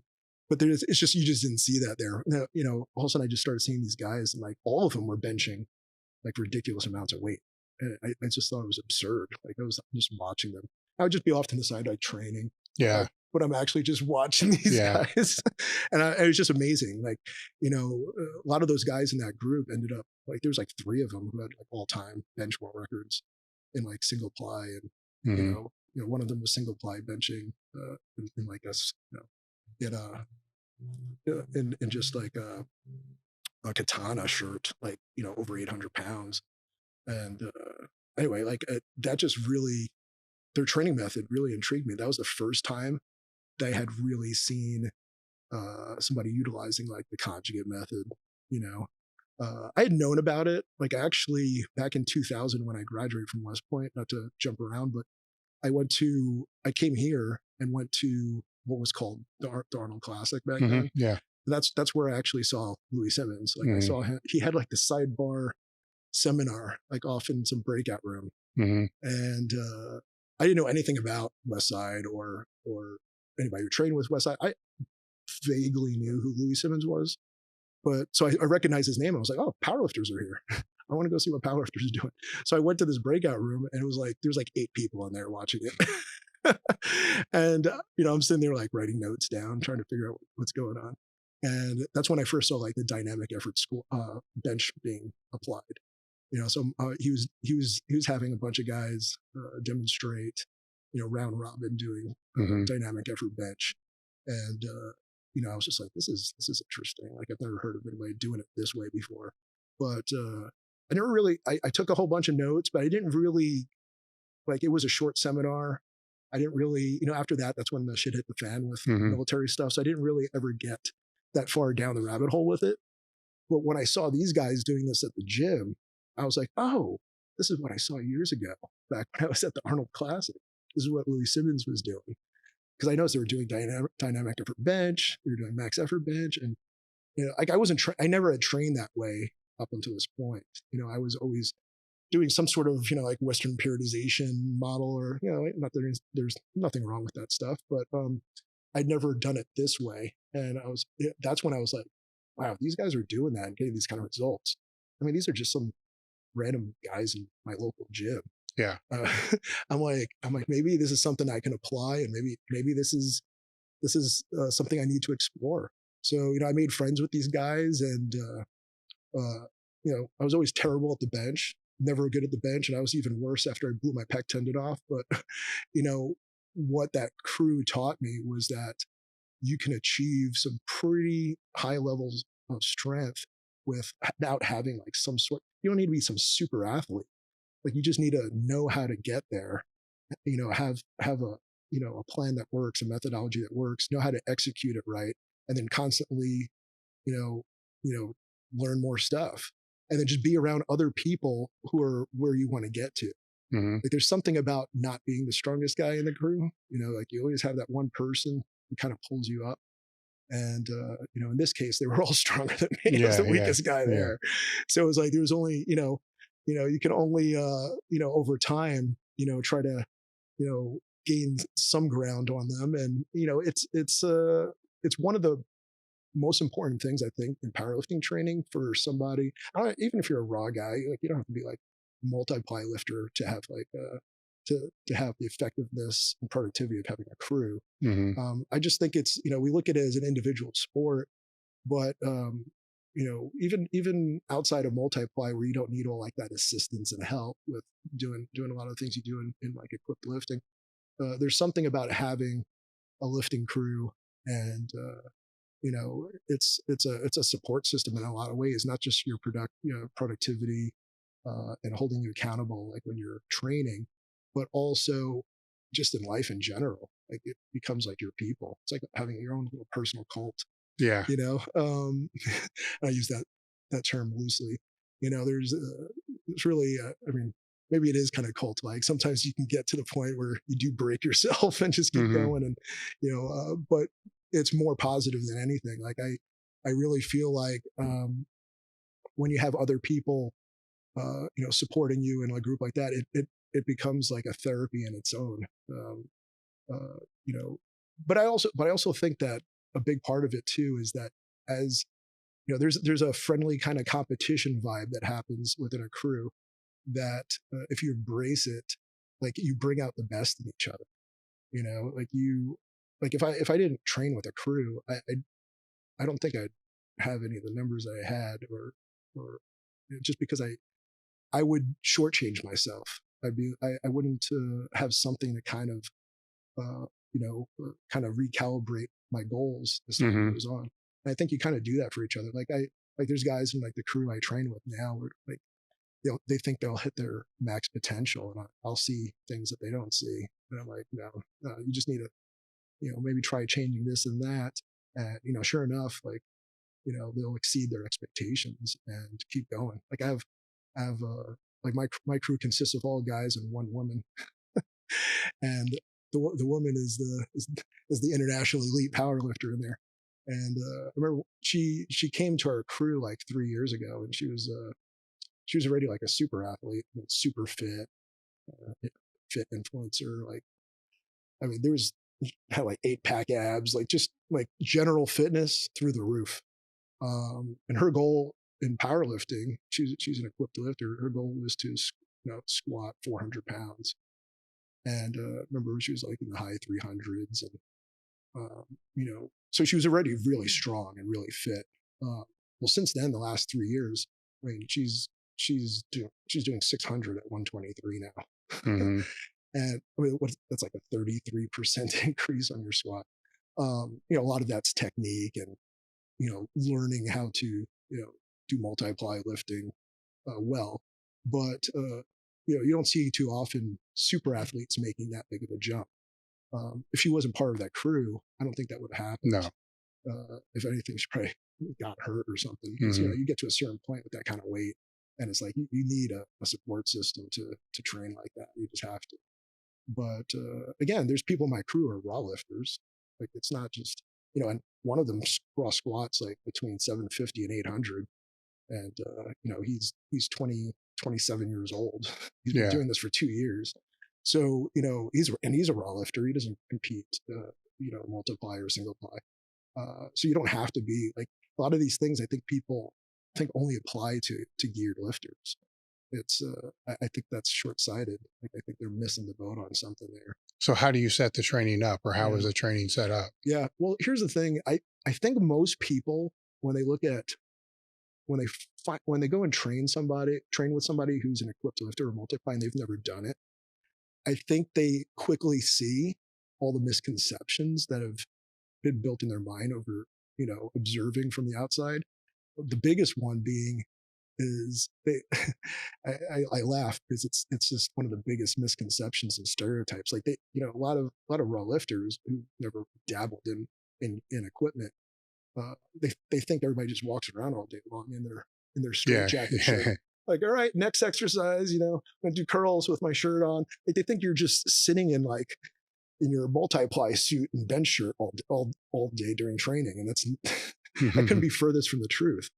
So like a lot of times new people, they'll come in, like, I don't just bring anybody into our crew, like we have to all want that person there. And, it's like maybe one new person every couple of years, maybe somebody, we don't have a lot of people who just up and quit because they just wouldn't do, they wouldn't last the first 3 weeks anyway. Like they would quit then. Well, that's how cults work too. Exactly. I like to call it a strength cult. It's a little strength cult. But, like when you get some new people who've just, all they've done is raw stuff, and they'll come in and they'll see a bunch of us. I think people are just intimidated by it too. And you don't know, and it just looks foreign and crazy. I think that a lot of times people, like, they just get defensive over it because it's just something they know that they can't do right now, and it's intimidating. And they also don't know how to go about learning how to do it. Like, good luck to somebody trying to figure out, a bench shirt by themselves. I tried that early on. It was like back when they had those blaster shirts. I was like, I remember in the 90s, I got stuck in one of those things. I tried to get some scissors and cut it off me. Oh, you know how you got it on. No, well, I had a couple people who I don't know help me get it on, because like I show up to this meet, I'm trying to use this thing, and they're like, "Where's your crew?" I was like, "I don't have a crew." So they helped me snake into this thing, and I got stuck. I had to cut it off, and the good old blaster shirt days. But the gear evolves and it gets better and better, but it's more ergonomic now, I think. But getting back to like those new people, they would come into our crew and they'd be raw lifters, and they're like, "Well, I don't know if this is the right thing for me to do, because you guys are all mostly geared lifters." Even though I'd point out a few guys who aren't. But what they'd quickly realize is that most of the time we're not in gear. And, there's been a few people who are like, "Man, you guys actually do more raw stuff than the raw powerlifters I know." And again, that's not any knock on raw powerlifters. I mean, it's each individual is responsible for their own training. But, like I'm talking about like the novice, poppy lifter who's just, I'm gonna do powerlifting, and most of the time they just have their tripod set up for the Instagram, and they'll just do their same bench squat deadlift over and over again every day for indefinitely until they quit. So, like that kind of person. And so quickly people realize that, like, hey, most of the time we're doing raw stuff, and we're doing just as much, or if not more, raw stuff, because you have to develop special strengths for equipment. Like there's just certain things you got to pay attention to that you may not necessarily be looking at if you're just a straight raw lifter. And so then they realize that after we're doing the raw training, that's when we're just starting to get into gear. So like we'll do like some of the raw guys, like they'll be done training, and then since we're a crew, they'll stick around and help, and I appreciate that because that's just part of being a crew. They'll help everybody else spot people going up, but they'll hit their maxes raw, and then everybody else is like still climbing the ladder, and we start adding gear in there, so it just extends you past that. Mm-hmm. So the training sessions are longer. Another reason why people, I think, like I would say the populace in powerlifting like shies away from, like you're never going to have this big percentage of lifters that convert over to multiply lifting. It's just there's just too many. It's sophisticated.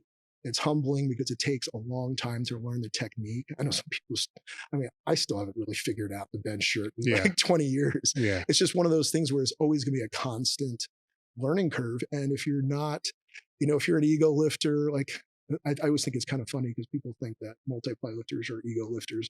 I think it's the other way around. There's a lot of people who would be really good, like multiply benchers that I've talked to who bench like 500 raw, 600 raw. I'm like, hey, why don't you give this shirt a try? And they're just like, well, like they have to relearn. Like I'm going to be the weakest one. Yeah. In other words, like they're going to. That's always been a weird term to me, anyhow. Because if you're not lifting for your ego, then what are you lifting for? Well exactly. that is exactly the ego lifting. Yeah, and so like I know some people who like they would be phenomenal, like multiply benchers or single ply benchers if they took the time to learn it. Mm-hmm. They're actually, and the funny thing is, a lot of them are actually interested in dabbling in it, but they just won't do it because for a while they'll have to lose to somebody who's maybe not as strong as them, just for a while. Yeah. And it's just like, dude, okay, so for 2 years while you're fiddling around with it, Joe Schmo here who can only raw bench 400 pounds, he might beat you, but eventually once you figure it out, like you're going to smoke everybody. Mm-hmm. But they just don't want to do that because they got to take a step back and like kind of check the ego. And well, the inverse can happen too, to where the weaker person can beat the stronger person if their skill is better. Yeah. There's definitely a learning curve to that as well. Mm-hmm. But I think the biggest thing for people to understand is that, strength is strength. It's all relative, obviously, because strength isn't a physics definition. It's not like you can measure force. Yeah. But strength is a relative term. So, you can be a strong marathon runner, right? Mm-hmm. But, being strong is being strong. And like, if you apply that over time to whatever the objective is, or whatever that new objective is, like, like I honestly feel like if you're the strongest, I don't know, multiply bencher in the world, like if you took that same time to do single ply benching or raw benching, like you'll be the best in the world at that too, because it's just a matter of like changing, adapting cues, like training cues and body cues. Like for one instance, like one of the things that you see in a lot of like inexperienced multiply lifters who just jump right into multiply lifting and they don't really have the right guidance. And this is kind of what gives multiply lifting like this, the stereotype that it gets from like other people who don't know anything about it, is that they'll jump into the gear. Number one, they'll put it on way too often, way too early, and they're relying on the gear as like a crutch. And what happens is, they're not really improving in other areas, and so they never really get better unless like the gear gets better or there's some other thing that propels them forward that's not getting stronger. But a lot of these people are like, oh yeah, well, when I take off my shirt or my squat suit, like I feel like I'm weak raw, or I'm getting weaker raw. And my answer to that is because that's a training problem. It's definitely a training problem, but it's also a cueing problem. Like your body receives cues. Yeah. If all you ever do is squat with your power briefs on or your squat suit on, like of course when you take it off, you're gonna feel weird. Like it's just like your body's looking for a cue. It's looking to receive some sort of tactical feedback. Tactical feedback, exactly the term I was looking for. And it's just not there. But under the right guidance, you can take that same person who's in that scenario, get rid of the gear in 3 weeks or 4 weeks, like they could be PRing raw. Like you just got to readjust the cues. So the trick is to like never really lose all the cues. Like you don't have to sacrifice your raw strength for to be for your equipped strength competing in multiply. And in fact, I think if you embrace both in a certain way, like they'll actually help each other. I always tell people like when I'm my strongest raw, like my strongest raw squat has always been done 2 weeks after my multiply meet. Because I'll kind of take a few weeks where I'm kind of, decompressing, letting my body heal. A lot of it's just this big adrenaline dump. Your CNS is just trashed. And plus I'm 45. So, so I need a little bit of recovery. But my first day back, heavy squatting, I always kind of just for shits and gigs, just max out on raw squat. And it always ends up as a PR. Like if I, and it's not like I've been trying to max out on raw squat for, leading up to that. But it's not like I'm doing tons of raw squats. I'm just not testing it out. So I'll test it out like a couple weeks, like, and that'll just be like my beginning of my next training phase. And almost every time that I've had like a PR in multiply squat, 2 weeks later, I've had a PR raw squat. And it's just because I've never stopped raw squatting. I do so many variations of squats. And again, there's a conditioning factor, an adaptability factor. And there's also, and what I mean by that is like, like if you were to look at like the training program that I do or my crew does, like we've been doing it for years and years and adapting slowly to adding certain things in there. Like if you just gave it to anybody, someone who's not adapted to that type of, training load, like they won't get halfway through it. Either that or they just won't walk for a week. Yeah. So, there's an adaptability, phase that has to happen there where you condition yourself to be able to do all that raw work and not just, throw on your suit, do some max squats and go home. So how do you physically lay this out? So if you we'll start with the meet's over and then we'll work through the meet. So meet's over. So you go into 2 weeks and not doing anything. Yeah. Then you go into whatever that next phasic structure is going to be. So what will that typically be? Yeah. So I wouldn't say even necessarily, I don't do anything for those 2 weeks in terms of like really heavy lifting, obviously. Usually, like for me, like some guys in my crew, like I was telling you about the woman in our crew. Her name's Lisa, by the way, since I keep on referring to her. Like she'll, she's crazy. Sometimes she'll do. This is her conditioning level. She'll do like 3 meets in a row. I need like 3 months to recover from a multi-meet. But she's so conditioned that she can. Like she literally last year did the WPO, hit some numbers, and then cut down to 123 or something the next week and did another meet and PR'd on everything. Like a week after the WPO, she went to like, some world meet in one of the feds and just PR'd everything. I've seen people like try to force that and not be successful, but only somebody like her would PR the next week after doing a meet. So anyway, there's just different levels of abilities that people have. And like my crew has pretty big spectrum of that. You got some people who are newer and younger. I got the youngest guy I got there is like 17 or 18, and then I think I'm the oldest, probably 45. There's another guy in our crew who's about my age, but so it ranges from like 18 to 45 years old. So obviously everybody's recovery times are different. Everybody's ability, like I don't do nearly the volume that I prescribe for a bunch of these 20-something-year-old guys.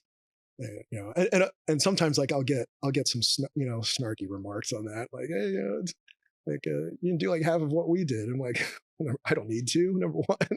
But I don't say it that way. But it's your priorities and your and things change as you get older, and we can get into that a little bit later. But it's like you have to evolve as you get older and more experienced too, because there's if you're an experienced older lifter. Like, I'm not saying you have to do less, but like you have to focus on different things. Like for me, it's mobility and some bunch of other stuff. Because if not, I'll just walk around like hunched over, my hip flexors like fully contracted all day. So with that, if it's a concurrent model that you're using, then are there blocks laid out to where the mobility is going to be higher after a meet, and then before a meet it's going to slow out?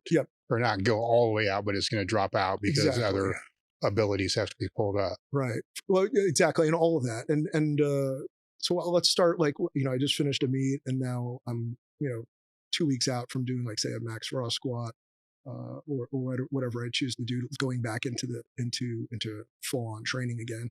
I'm going to back up for a second real quick. Since everybody in the crew that we have, has different goals and different abilities and different, whatever, we kind of have to address that as a group too. Like, cause again, like we all help each other too. Mm-hmm. So like if somebody has a meet, we're going to go help them, and so on and so forth. But, since everybody's got different goals, like we don't all, I know it's like, usually when crews train together, they try to compete all at the same meet and stuff like that. Yeah. Sometimes we do, but sometimes we don't because we compete often. Like I always tell people, competing is a skill set. I don't compete nearly as much as I'd want to every year because I run meets, I coach people. And it's like, I don't, I have to pick and choose like the meets that I'm going to do a lot more carefully now because like there's so many conflicts that I have. And I do believe in giving back to the sport, which like I said, I don't want to go on a tangent, but like, I've taken more and more of a role like that. But I've still never backed off my training is always the same. Like, again, like I fully intend on breaking the all-time world record, the squat, the deadlift. I can't say what time this year that's going to happen, but it will. But again, there's guys in my crew who compete like 5 times a year, 6 times a year. Granted, they're on their 20s and maybe one in their 30s, but so we'll kind of lay it all out. Like we'll kind of have like a little powwow. Okay, here's what's on the schedule. Here's what everybody's doing. We kind of mark it off, and then we start back planning the training from there. So basically, the way it works, and this is for anybody who wants to kind of look at this and adapt this, I think it's the perfect way to do it. Instead of just everybody because again, you want to act like a group because you are a group. If you start taking on, the resemblance of, not having a group, I mean, you're just going to kind of fall apart. Then you're just there to spot each other. Yeah. And that's you're losing a lot by doing that. Like, you're there to keep each other safe and spot each other. But, like we just talked about, there's so many other benefits to lifting with a crew. So in order to keep everybody on the same page, we'll kind of back it off. We'll choose meets that everybody competes at that are spaced apart based off our training. And what I mean by that is that everybody, when we start deloading and one person's going to compete, or 5 people are going to compete in this meet, like we're all kind of on the same page. Like, so if that person's deloading to compete, like we're deloading. Okay. And so we're just not going to compete. Like we might go, if somebody's not going to compete for a long time, like we'll kind of use that time period to kind of not do a mock meet, but when we come up on max effort day or which, for bench or squat or deadlift, like we'll kind of do like a circuit max or try to, get as close to, or try to break a PR without going like 100% and breaking yourself. Because again, I always tell people, training's about force output. Competing is about lifting as much weight as you can. Yes. If you get those confused, you end up with some catastrophic injuries sometimes. Again, I don't try necessarily to have my best squat ever in training if that means me going 100%. Like I'll save that for a meet. But if I go 98% or whatever, and that happens to be a PR, that's great. That happens often. Like a lot of times people, I think that's the big thing people miss with max effort too, without going down that road too far, is that there's this misconception that, in, the conjugate method of training, whether you're trying to follow as closely as possible, like the Westside method or some other variation of that, is that max effort means that like you're basically competing. Like, you can be competitive in training. Like we always try to one up each other. Like my big guy who squats like 750, he'll put on, and this other thing, he uses gear in training sometimes too, even though he's a raw lifter. Like I love power briefs. I think that they're one of the best inventions ever because you don't have to change like your stance up for power briefs. You can kind of keep your raw stance. So it's kind of like a secret weapon for some raw people. You get to overload. You don't have to like change up everything like if you're putting on hardcore gear. And I use it as to bridge the gap between like my raw stuff and putting on heavier gear too. Like there's a few sets where I'll just put that on. It kind of bridges the gap. So I'm not making this huge jump and changing stance and now I have to recalibrate. So anyway, so like there's times where like he'll put on the power briefs and do like, like 750, and then, I'll have to put on, I'll have to chip it. Yeah. So I'm not trying to do like, 100% max, but we're going back and forth, and we're trying to one up each other, and it's fun. But when we get to a certain speed, bar speed, like we just cut it off.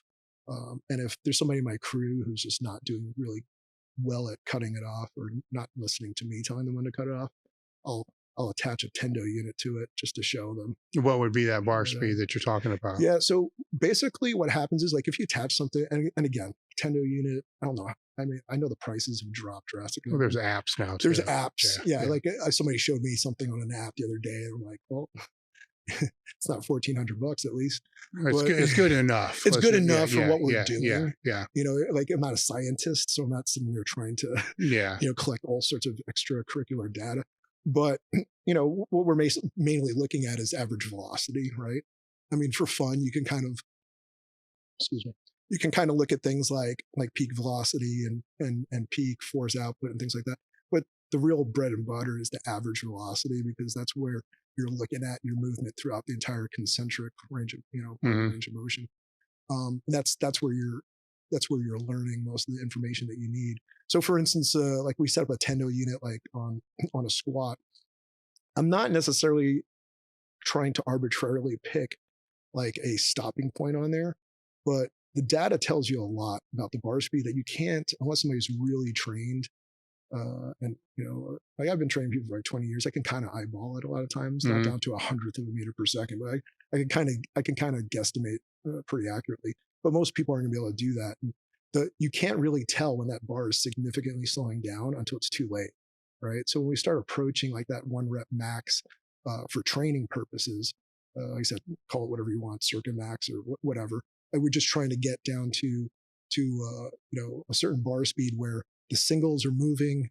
I would say like 0.3 to 0.4 meters per second. So pretty explosively. So maybe one more jump left in them without doing it. So what we're trying to predict is where that fall off is going to happen. Yeah. And then not do it. Yeah. And so sometimes we do it, and it's just like, okay, we'll back off, and then we'll do more singles there if we got there too quick. Because obviously you want to have enough workload and volume. Yeah. Now, is this for max effort you're talking about? Yeah, max effort squats. Okay. Yeah. I know it varies for bench and things like deadlift, especially. Deadlift is a whole different animal. Well, I don't want to get it confused with the dynamic, because the dynamic will be a different velocity. Yeah, like dynamic, we're always looking for like 0.8 to 1 meter per second, somewhere there. But standard Louis Simmons type stuff. I mean, again, there's no. I wouldn't say any of that stuff is arbitrary, but it's definitely it's not the opposite of that either. It's there's a reason why like it's in that range, and again, if it's a little off, it's not going to drastically change anything. Well, I think some people will get caught up in it, and they try to match that to where, essentially what you're saying on the max effort stuff is as long as you're taking reasonable jumps on the way up, right? You're not going plate. There's like one more jump left that you didn't do. Yeah, in the beginning it might be plate. Yes. But like I know what you're talking about. Like when you start getting to like your top working sets, you're trying to hone in on that. And I always tell the guys in my crew, like you'd rather repeat the same single than do an unproductive grinder. Yeah, or like a chip over it. I mean, who wants to do the same weight you twice? You don't need to do that. It's training. Again, it goes back to force output in training, weight lifted in competition. So I try not to, like a lot of times people are like, we have like some accommodation on there and they're trying to figure out what the weight is. I'm like, who cares?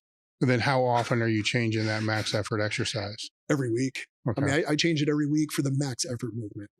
When we start getting into, we can go off on a tangent on that in a little bit, but when we start getting into like repetition effort stuff, that some of that stuff we keep in a rotation for about 3 weeks. Yeah. So if we're just working down through a max effort day, right? Max effort, I look at it as like you want to keep the same intermuscular coordination, but you want to change the intramuscular coordination. So like, again, we're adhering pretty strictly to like, what the Western method, teaches. So, there's certain lifts that I avoid and only use sparingly, like like the other day we did like, the whole heaven and hells thing, you got like the chains and like reverse bands. It was it was kind of like for fun. It's just fucking around. You're just fucking around, but it was just to change things up. Like that's not something that we'd have in there. No, but you're still kind of getting the same stimulus if you're looking at the intermuscular coordination of that. If you're looking at the bar speed. Exactly. It's all the same intermuscular coordination. It's just the intramuscular coordination is different. The only reason I only use that one sparingly, like maybe 2 or 3 times a year, is it's a fun lift. It's kind of an ego lift, but at the same time, like it's probably the one that has like the least, you can't really, it's hard to compare that to whatever else you do. That's why I really try to get people to stop being fixated off the weight on the bar. I mean, obviously you have to know for competition purposes, like what you're really capable of lifting. Cause I've seen it too, where people, they get this inflated idea of what they can actually lift because of the accommodation. And that's just usually inexperience. Right? And then they'll go to a comp and bomb out because they're like, well, I had 1,000 pounds top weight. I'm like, kind of. It was really like 700 pounds. Yeah. And so, and again, so that's where you get into like the ambiguity of things like that. But if you know what you're doing, like you can make the correlation. And here's the other thing too, just because you're doing max effort and doing these accommodations, that, if that's all you're doing, then that's a problem to begin with. I mean, there's not a week that goes by where we're not doing straight bar squats without a box and squatting. I mean, it might be a Zercher squat or a Hatfield squat or something like that, but there's not a week that goes by where you're not free squatting. I think that's a major mistake for a lot of equipment. So is that a supplemental movement? It's always an accessory movement, and then in some cases there's some versions of that I consider like a special exercise based off. This is where we're getting into like individuality in the crew. Our 22-year-old guy in our crew, may need more work, in some area. So, he may do a certain specific kind of squat. And here's the thing, they're doing it for like pretty high reps at that point. Like it's more for, neuromuscular, coordination and feedback and learning the technique and there's other things you can focus on like bracing and that you can't necessarily focus on when you have the biggest load of weight that you can handle your back. That's not the time to fix things. It's kind of like your body's going to go that path of least resistance when you have the most weight on your back, and that's whatever is going to get the weight back up. So that's why I'm saying there's, if you don't have these variations of methods incorporated into your program, especially in the conjugate method, like you can, the conjugate method is very easy to screw up. And I think that's why, like stereotypically, like, people who don't utilize it, they look at some people doing it improperly and you're just kind of like, that's dumb. Or they'll mock it, be like, I'm doing conjugate method, like on a Basu ball. Like touching their nose while they squat. But anyway, like getting back to that crew doing it, like when we plan out those meets, so we get those on the calendar and then we start training all on the same schedule. If half of the crew is competing in that meet, they compete and then deload. If you're not, like we just run through it, like you take the deload anyway, because here's the thing, you're going to need the deload anyway. And I rather plan deload. I mean, sometimes it's going to happen arbitrarily based off people's schedules, like, hey, I'm out of town for 2 weeks. Well, I guess that's your deload. Or, hey, I got sick or I'm hurt. So there's a deload. So again, we got to be careful because if not, you're not taking into consideration the unplanned deloads. And then before you know it, like you have weight. You're all you're deloading all the time. Right? You're never really getting high enough up that ramp to reach your full potential. So once you hit that max effort squat exercise, what are the supplemental exercises look like? How's the rest of the day fall? And here's the thing, like once we meet as a crew on the max effort days primarily. And then on the days where we're doing dynamic effort or, some, additional workouts, we might have some GPP workouts in there, some conditioning, which depending on people's time constraints, like I always tell them you don't have to do it like right afterwards. Like if you want to come back, later in the day or tomorrow and do it, as long as you do it within that 24-hour period, it's not going to spill over into like your recovery. But that's kind of like my limit. Like it's like if something's, if we're doing max effort on Monday, so we do max effort squats and and deadlifts also on Monday when we rotate in deadlifts.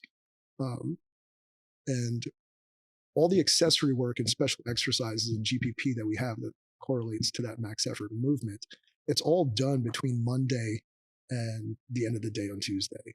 So, if you can't fit it in there, then just move on. Like it's, so it's like if you don't get it in that 24 hours, then you've it's going to conflict with other stuff later. Yeah. So I just usually tell somebody if they didn't do something that was on the schedule, it's like, just leave it off. It's not worth screwing up the rest of the week because you decided to do I don't know, belt squats on Wednesday and you're going to do, dynamic effort on Friday. Yeah. So again, we have a kind of that rule, but so we'll warm up, and I kind of have like this routine that we do. I'll briefly go through that so we don't get in the weeds, but like, I kind of have a short mobility routine that we do at the beginning of every workout. It's different for upper body and lower body stuff. So like for max effort squats, like the first thing people pick up when they get to the gym is, I know it sounds kind of weird from a powerlifter perspective, but the first thing they pick up is a kettlebell, and I just have them do goblet squats and hip hinges. We do an assortment number of those at like a pretty easy weight. Like I still use like a 50-pound kettlebell. Like I don't need to do 100-pound ones. Like that's not the objective. Yeah, I'm just trying to grease the wheels, get things moving, get the hip extension moving, get all the muscles that are involved with that hip extension operating function properly. And then after that, like we'll do some belt squats, like pretty light, before we start getting weight on the bar. And then we'll start max effort squats. And, again, like everybody's going to ramp up at different speeds, and we just have it worked out so that we go in ascending order, just how like most crews probably do it. Whatever accommodation that is for the day, like, we'll do that up until, how I explained earlier. And then we'll cut it off, and then we'll move on to accessories. Some people will finish earlier than others because, they're just lifting less weight. So if that happens, like they'll continue to spot, but they'll move on to like the deadlift movement, which if we're doing max effort squats, we're not doing anything close to a max effort deadlift. Like we'll have some kind of accommodation for the deadlift, but it's going to be, most of the time, it's for like 5s or 3s. But even those, I rotate the intensities because there's a difference between a high intensity. So I have my own acronyms. I don't use like RPEs and things like that. I think the problem with RPEs, it's kind of like the same problem you run into with percentages, predetermined percentages for like Western periodization. It becomes too arbitrary. What I mean by that is that every day you wake up, like your squat isn't going to be the same way every single day. I mean, I know it's all based off hypotheticals and stuff like that, but I just think that for too many people, again, I don't want to knock any one methodology because there's plenty of all-time world record holders and people who view all they used was linear periodization or Western periodization, but I just don't like it just because part of it's not as fun, but the other part is that I just feel like if you're using percentages of a max that you had, well, that's not going to be your max that entire time. So now you're taking, you get like, okay, I'm doing 75% of, my PR, which was this in the squat. Well, what if that's even off a little bit from like your max squat, then that's 75% doesn't mean anything. It's just arbitrary. So I think there's better ways to do things like that as far as, program, methodology where you don't, I'm not saying to get under like the most weight you can do every single week and just do that, but you're going to balance the intensities with your accessories. And that's how in essence, you accomplish the same thing. So like say we're doing max effort squats, we're going to go over to our accessory movement, which the first one I always do after that is some deadlift movement because I want to get that done. You're going to be fried after max effort squat. So your body is like the clock's ticking. Like as soon as your body realizes what you did to it, like you're not going to be deadlifting anything. So we'll do like 5, what I call, so again, what I was trying to say is instead of using like RPs and percentages, I have a couple generalized terms that I use. Like everybody knows what like an RM, like a repetition max is. Well, I'll use other terms like repetition circa max, and I'll explain that in a second, and repetition semi-max. and I'll attach that to whatever the prescribed working sets are. So I don't want to confuse that with calibration sets. I don't like calling them warm-ups because you're already warm. Yeah. But you're calibrating to a certain weight that now you're going to do working sets with. And like I said, the difference between the working sets and the calibration sets is that the working sets are the energy system you're using for that particular exercise, right? So the idea of doing max effort, the whole reason why, Louis Simmons created like the West Side method the way it is because, you're using the anaerobic lactic energy system. That's sport specific. We've all seen somebody who you have two people who deadlift 800 pounds, and then one of them can deadlift 600 pounds for like twice as many reps as the other guy, but they still have the same max. Mm-hmm. That's because one guy's focusing more on too much of a different energy system. You have two, you got the anaerobic alactic and the anaerobic lactic energy system. You see like the anaerobic lactic is like the bread and butter for strongman competition. It's like you got to be able to have that explosive 1 rep max strength. But you also, most of the stuff you're doing is like, carrying stones for, a distance or a period of time, or, doing farmers carries with stuff. You need the bulk of your training needs to be like focused on that energy system for your sport. Well, same thing with powerlifting. Like I believe that too many powerlifters are doing too much anaerobic lactic and not enough anaerobic alactic stuff. It's just too far and few in between. Like if you're not doing singles for 12 weeks and you're a powerlifter, I think that's a problem. Mm-hmm. That's a problem. And like, I don't feel like it's not that you can't get strong or be an elite powerlifter. I just feel like you're leaving things on the table. Mm-hmm. I knew a guy who deadlifted 700 pounds and like, he would never do anything different, even though I thought he was like an 800 pound deadlifter, but he was satisfied with 700 because he was beating everybody.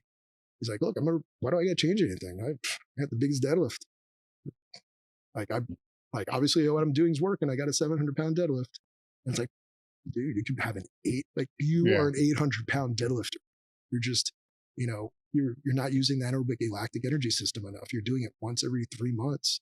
And so that's why when you get up there and you pull your max 700 pound deadlift, like you're shaking all over the place because your CNS is like, what the hell are you doing? Mm-hmm. You're just not visiting it enough.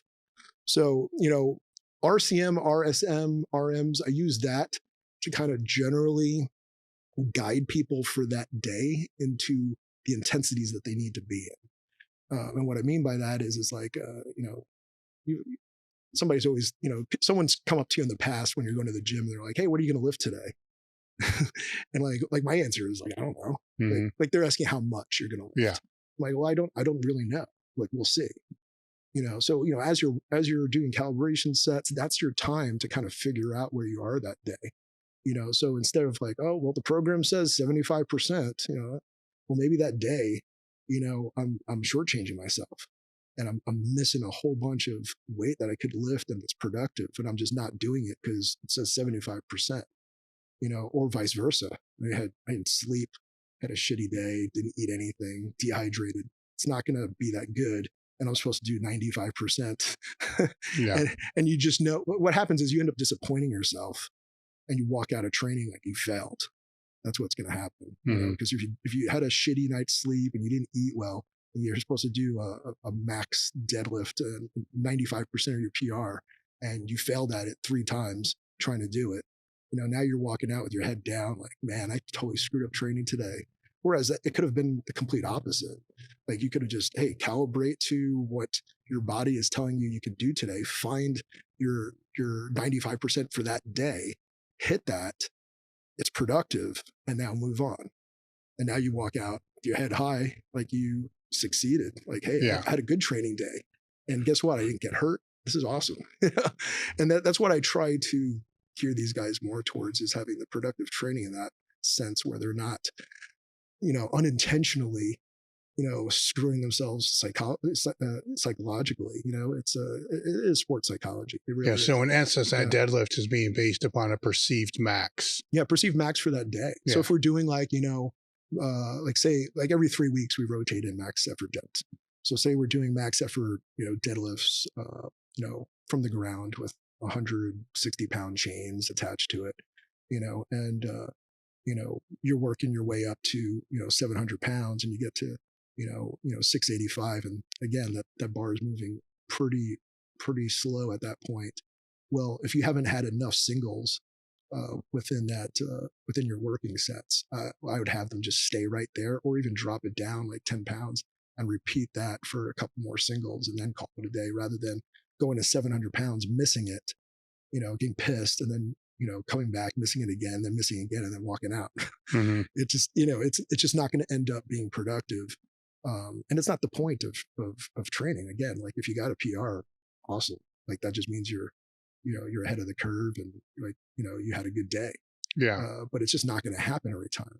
I mean, you can try to go for a PR without doing a grinder every time, but it's not necessary. Like I'd much rather not grind and fail. Like I want to never miss a lift in training. Mm-hmm. That's my goal. If I miss a lift, I screw something up. Either it was a technical screw up, which is different, or I was just completely off, like, my guesstimation as to what I was capable of doing for that day. Yeah. And that's why we have people in our crew. Like, even with myself, like there's been times where I get a nudge and be like, hey, you can do another one and still not be a grinder. And like, maybe I didn't see that because like, what you feel lifting isn't the same thing as what you see. You look at a video of yourself lifting, you're like, oh man, that moved actually pretty good. Felt like crap, but moved pretty fast. Yeah. And that's the benefit of having these crew members. And they're learning too as it goes on. It's like having like a seminar every single training session. Over time, these guys are getting better and better at what they're doing. And if you're a good coach and you're a good trainer, like, even if they don't want to be a coach or trainer, you kind of made them into coaches and trainers, whether it's just for themselves or for their buddies. Everybody's kind of like checking each other, and everybody knows like we all know each other's capabilities. Like we know when somebody's kind of sandbagging or when somebody's legitimately like hurt or not feeling it today. It's two different things. So once you get through that secondary movement, what's the rest of the training day look like? Yeah. On that secondary, just finishing on with that secondary movement, like if we're doing max effort deadlifts, depending on how we've rotated the intensities, that might be like, say, like if we're doing max effort squats, deadlifts will always be like 5s or 3s, like I was saying. When we're doing max effort, so we kind of use like almost like a 5-3-1, like every week with the deadlift. And the reason we do that, we don't do the same kind of format with squat and bench, is because there's no eccentric phase on the deadlift. So I always tell people like, you got to do max effort deadlifts because you got to develop those special strengths to pick up that weight. But you're not going to improve your deadlift by just doing deadlift. It's really a culmination of all the other stuff you're doing. So that deadlift, we rotate into max effort deadlifts. It might be a 1 RCM or it might be a 1 RSM. What I mean by that is like a 1 repetition circa max would be, not a grinding 100% like a repetition max, but you're leaving like either a half or 1 rep in the tank. Like you're kind of just calling it just short. Again, like if we had a tendo unit attached to it, which I do periodically just to show them. Like sometimes like, if they think I'm like bullshitting them or lying to them, I'm like, no, that was, you're good. This is what it was at. They're like I can tell they think like I'm kind of shortchanging them or stopping them. Like I'll hook that thing up to it and show them the numbers because the numbers won't lie. Like, oh, that was, you went from 0.3 meters per second and all of a sudden your next one is 0.05. When you see like a fall off like that, it's like, that's it. Like you're going to overtrain. And then you start running into the risk of just getting hurt. Now you're flipping a coin. So it's like, and I've done plenty of that. All the things I'm talking about, it's because I screwed it up. Like I've torn ligaments and tendons and muscles, and because I didn't follow my own advice sometimes, like I'm nursing a torn hamstring on my right side from October. It popped like twice, and it was just because I should have stopped. And somebody said something to me that drove my ego to go back to the platform when I shouldn't have. And again, I just didn't follow my own advice. It was stupid. Like I walked off and I was like, I was actually hurt and I was like laughing at myself. I'm like, freaking idiot. Yeah. So again, it's like I try that circa max with them because you can, a lot of times that 1 RCM might turn into an actual PR for that lift. And it's just because they got stronger. That's all.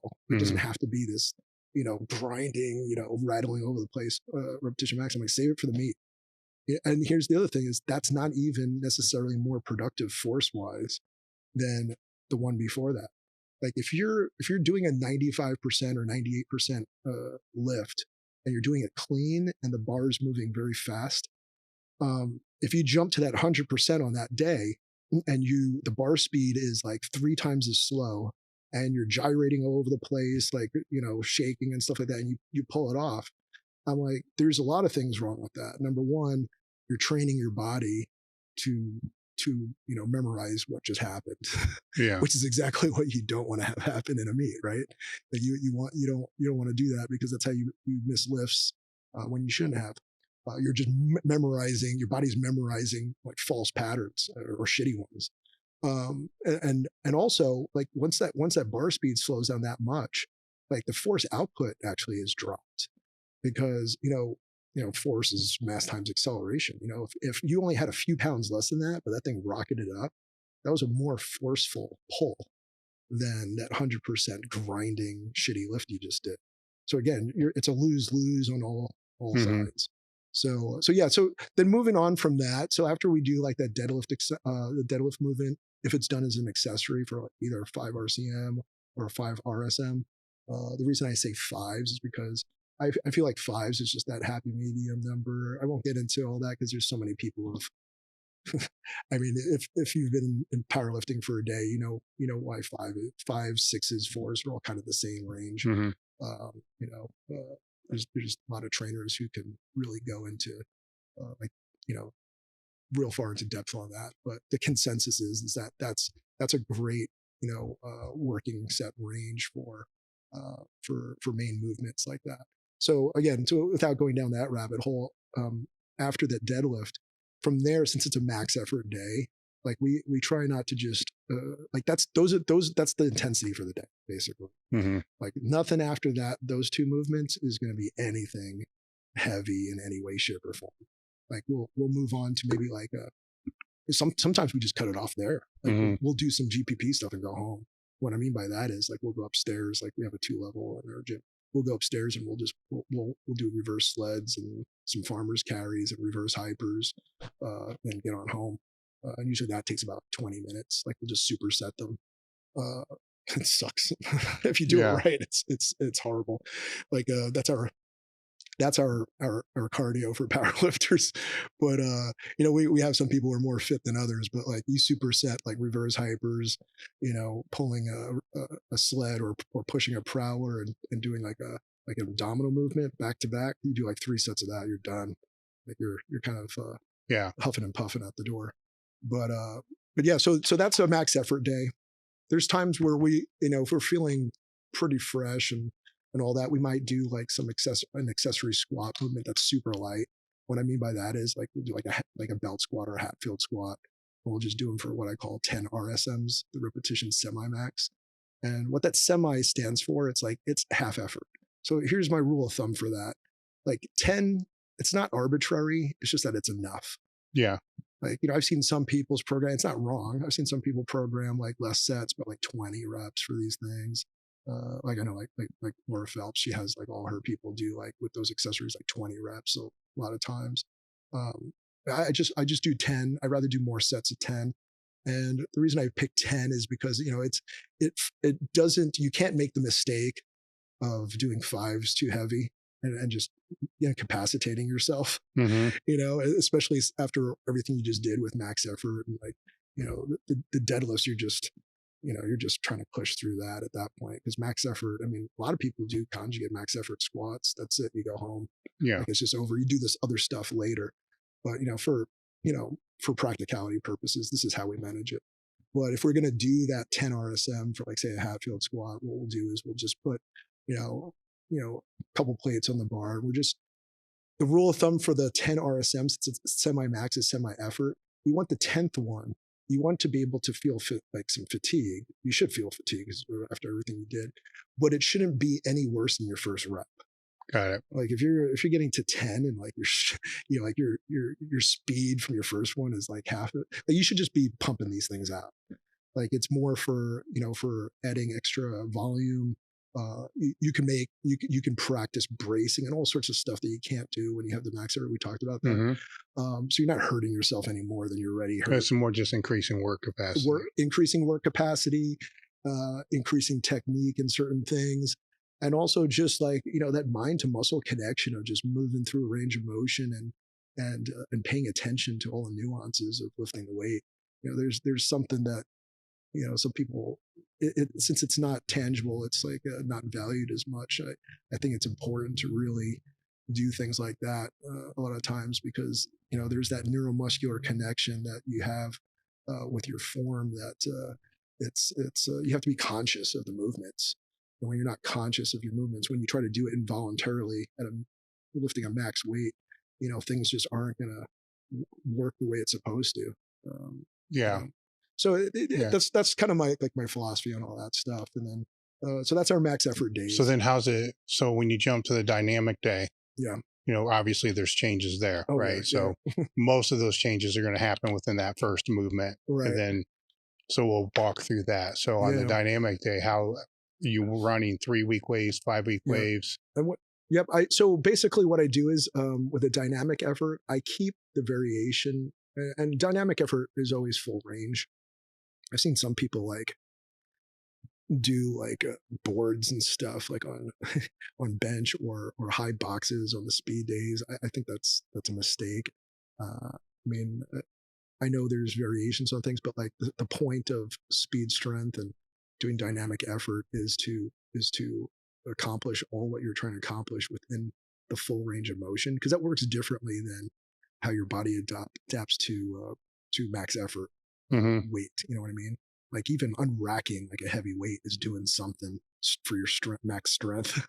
Not saying that that's all you should do or something like that, but it's when you're trying to look at your speed throughout the full concentric range of motion, because that's really what we're paying attention to in dynamic effort.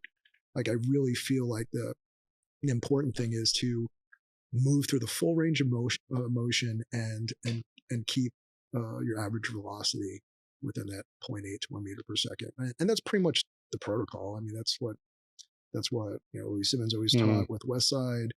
It's kind of, whether there's some people who do it and don't even know why they're doing it. They're just doing speed bench, but they got all the things nailed down. They just don't know where it came from or why or any of that. And it's not an exact science, as you know. It's some people are I'll get some nerds who come up to me, some guys who are PhDs in physics, and they're like, well, I took this percentage of that, and then I'm like, you're getting too far in that. And the thing is it's fun to do that, if that's your thing. Some people are just very cerebral about their training, and there's nothing wrong with that. Take it as far as you want. I think it's cool. It's cool. Some people are just data people. They just love to see the data. They're geeks about the data, and those are the people who go on and get exercise science PhDs and stuff. But if that's, you don't have to do that. I mean, it's not more productive or less productive. It's just that you just got to hit the big elements that make sense and that are tried and proven over the years with many, many people doing it. And, you don't have to be, an exercise scientist to figure this out. I mean, there's so much information out there now about it that, like I said, I think it just comes down to being an apprentice with it.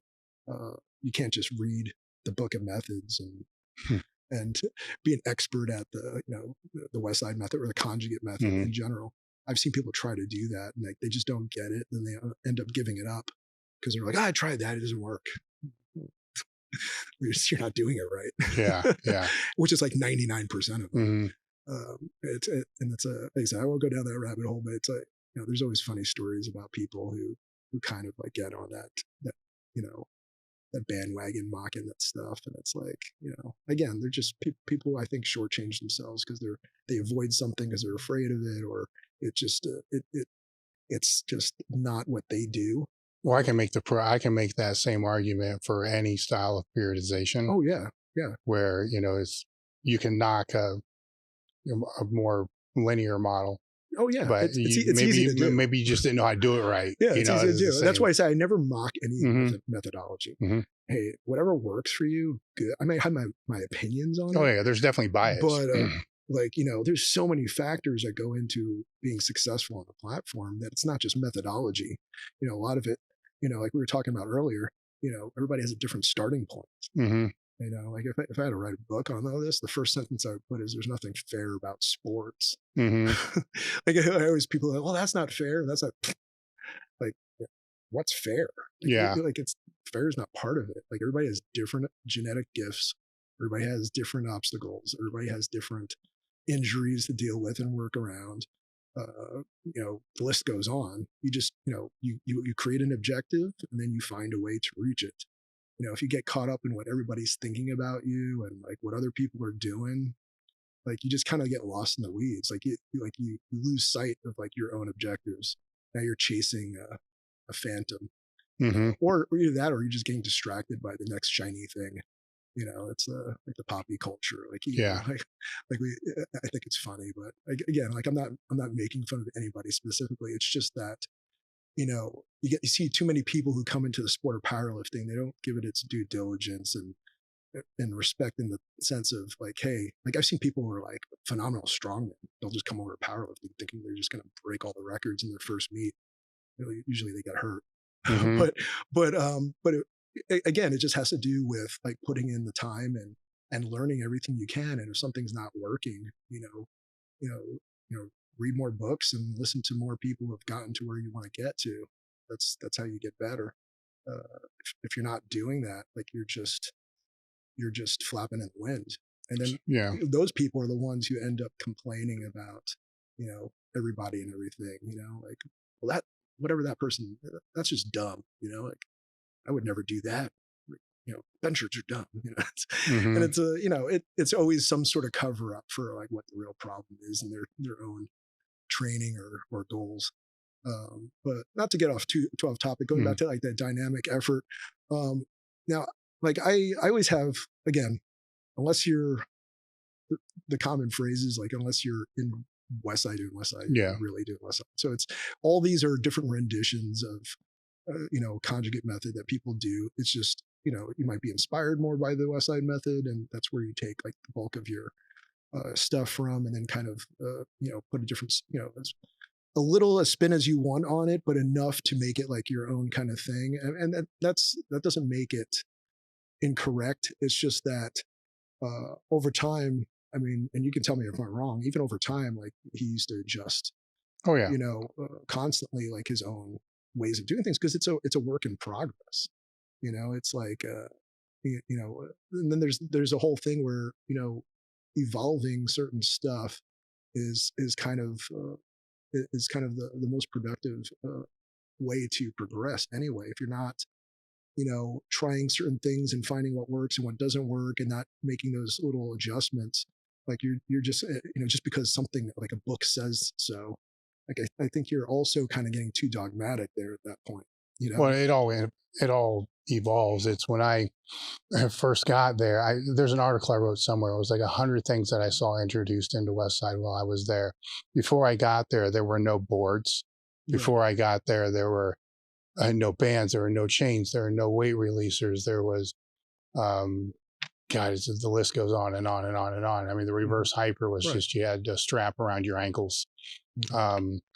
So, you know, all these things, and there's a lot of things that came in that didn't stick, you know, way more of those than the things that actually did stick, which is, I always thought it was humorous where you can't do it without bands and chains. Like, what the fuck are you talking about?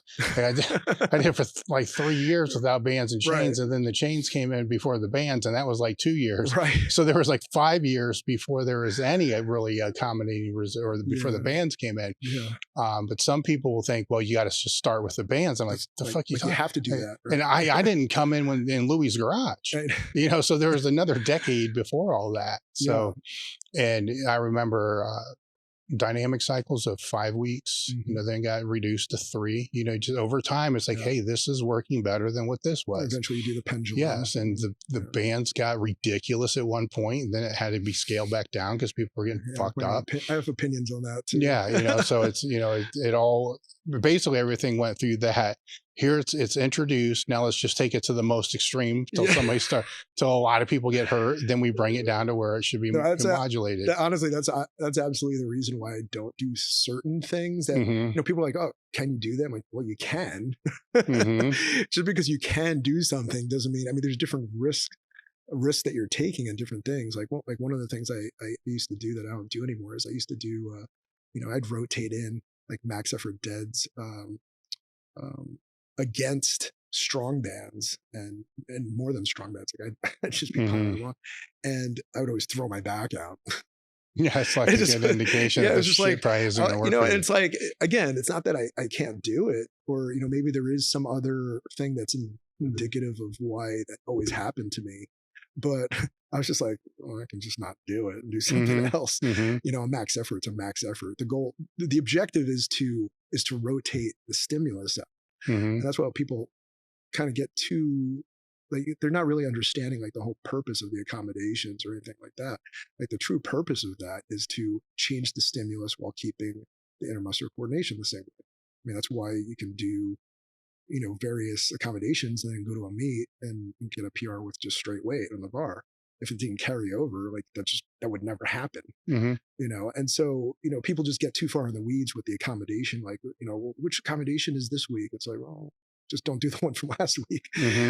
But there's certain accommodations where the risk really skyrockets. Oh yeah. And, you know, either, you know, even rarely doing that, like some of them you just might as well just not put in your arsenal. It's just like, it's not worth the risk. You know, like I used to do way more like bands than like, you know, in comparison to what was on the bar. And what happens is, you know, coming out of the hole, when you fly out of the hole in the squat, you know, and all catches up to you, just the risk of bad things happening just go way higher. Again, it doesn't mean don't do it or you shouldn't do it or it's not going to work. It's just you gotta manage all that against the risk and then make an educated decision. And it could just be for you. And then when you want to put it in, because obviously you're not going to put it in when you're peaking for a meet, right? There's also a wrong time to put it in. Yeah. But there's also, you know, the wrong time might be every time too for certain things. Sure. Like for me, like I'm just not going to be doing deadlifts against strong bands plus other bands. You know, it's just, you know, it's not worth 50-50 chance of throwing my back out.